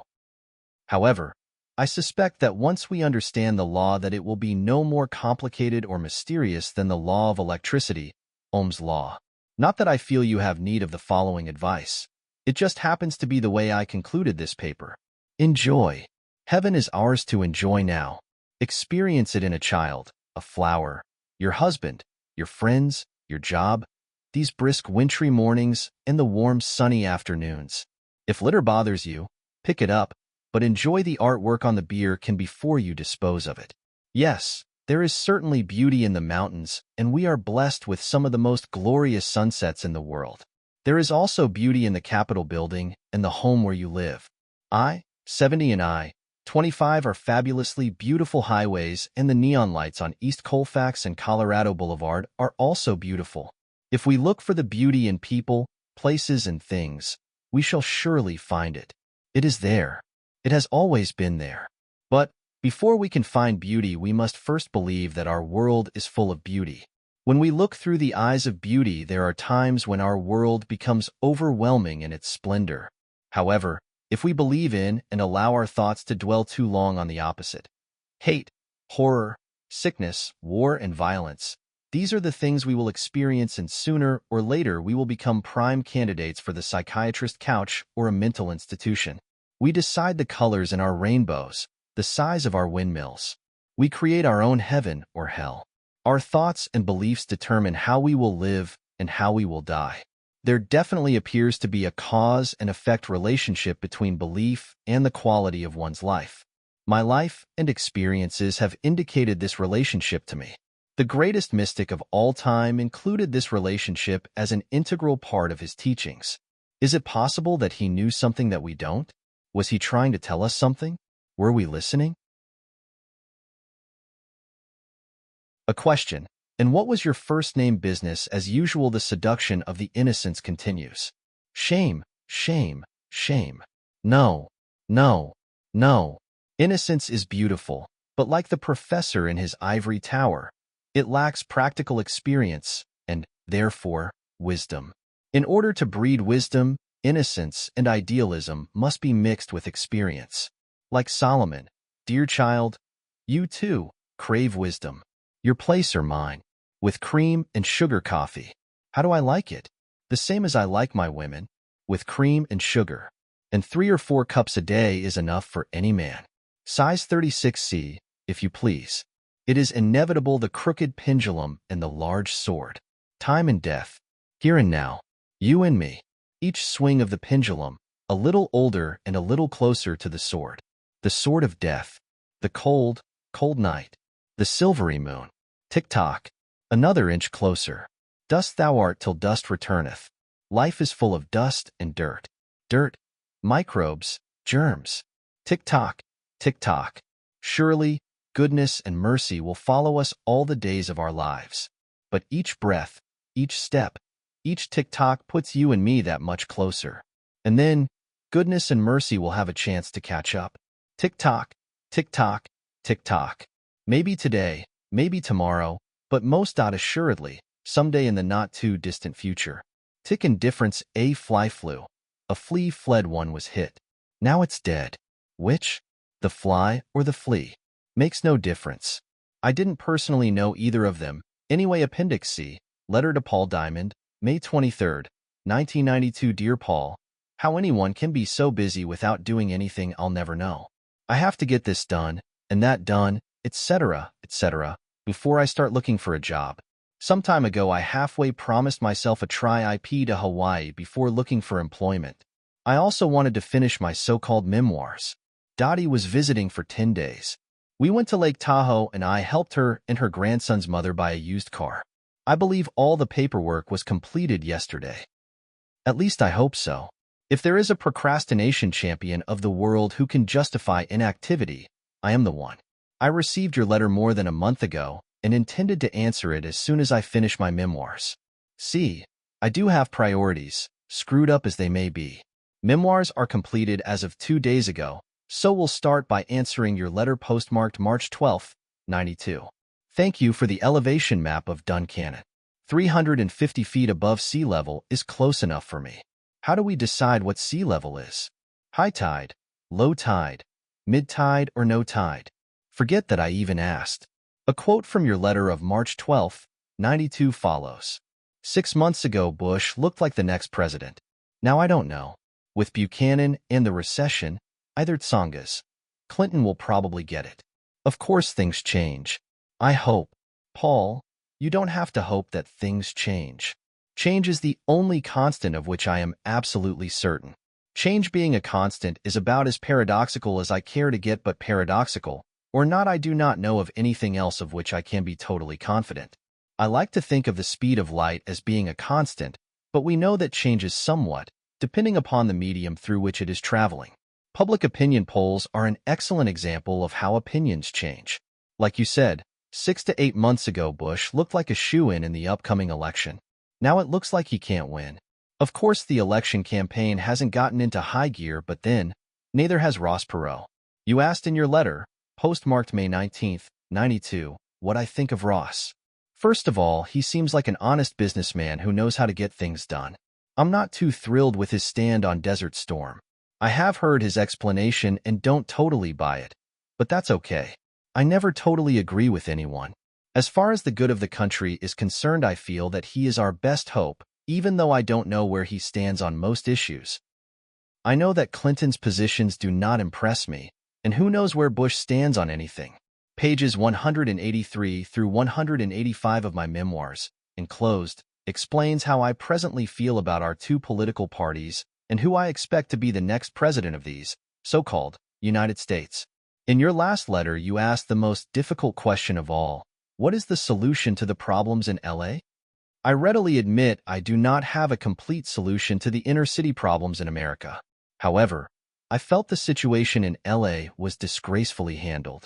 When I heard Governor Wilson was sending in National Guard, I asked, what the hell for?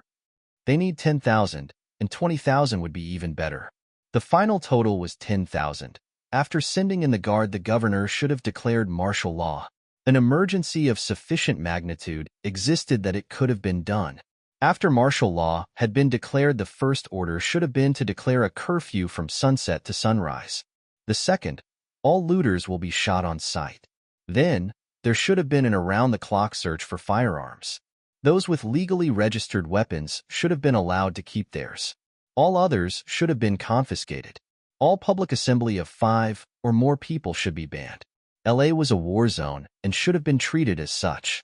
Next, Mayor Bradley and other public officials should have been court-martialed for inciting a riot. The law-abiding citizen must be protected from hooligans and the criminal element. I saw very little protection during the recent episode. Of course, I would want control returned to civilian authorities, but only after a number of public officials had been sent to prison for aiding and abetting criminal activity. You do not lose control if you know how to maintain control. Obviously, our elected officials do not know how, or are afraid, to maintain law and order, and therefore are guilty of the highest degree of ineptitude, incompetence, and dereliction of duty. Governor Wilson should have been prepared to declare martial law as soon as an unpopular verdict was rendered. It was rumored days before the verdict that if it went the wrong way, all sorts of hell would break loose. If I knew of these rumors, he also knew. Therefore, there was no excuse on his part not to have the National Guard posted at the gates of the city, ready to enter if the verdict went the wrong way, which it did. The governor was as guilty of the riots as the policeman who overreacted when subduing Rodney King. This case is far from over. When the 4 black men are found guilty of almost killing the white truck driver, we can expect another episode of rioting. Unless, of course, Governor Wilson et al. Do as I have suggested on these pages. The chances of that occurring are something less than nil. I readily admit that the rioting we have seen and that I expect to see again is only the symptom of the problem. It is far from the root cause. We must address the symptoms in order to protect law-abiding citizens and the root causes in order to prevent a recurrence. The best idea that I have heard is the enterprise zone concept. Anyone who is willing to set up a manufacturing plant, or whatever, in the inner cities and who trains and employs the underprivileged should get a 100% tax break for a minimum of 5 and as much as 10 years. That is a start. Nothing more. It won't solve all the inner city problems, but it should solve some. Secondly, the welfare system must be completely revised. Rather than discouraging people from getting off welfare, they must be encouraged with proper incentives. Along these same lines, I am also in favor of reinstituting WPA and the CCC camps for all able-bodied and mentally competent recipients of welfare. Thirdly, our education system must start rewarding excellence in teaching rather than longevity. You have heard me state it many times, and it is as true today as ever. The civilian sector has much to learn from the military when it comes to education. If our education establishment can't educate our children to world-class standards, which they obviously cannot do, perhaps we should import 100,000 Japanese educators. Education in America does not require more funding. It requires more competence in those we pay to get the job done. Finally, we must take the profit out of drugs, which probably means legalization. Somehow we must find the funds to provide enough drug rehabilitation centers for everyone who wants to apply now. To make a druggie wait 6 months to a year to be admitted to a center is criminal both against the addict and society. The small profits generated from legalized drugs should be used to fund rehabilitation centers and for educating youngsters in the evils of drug abuse.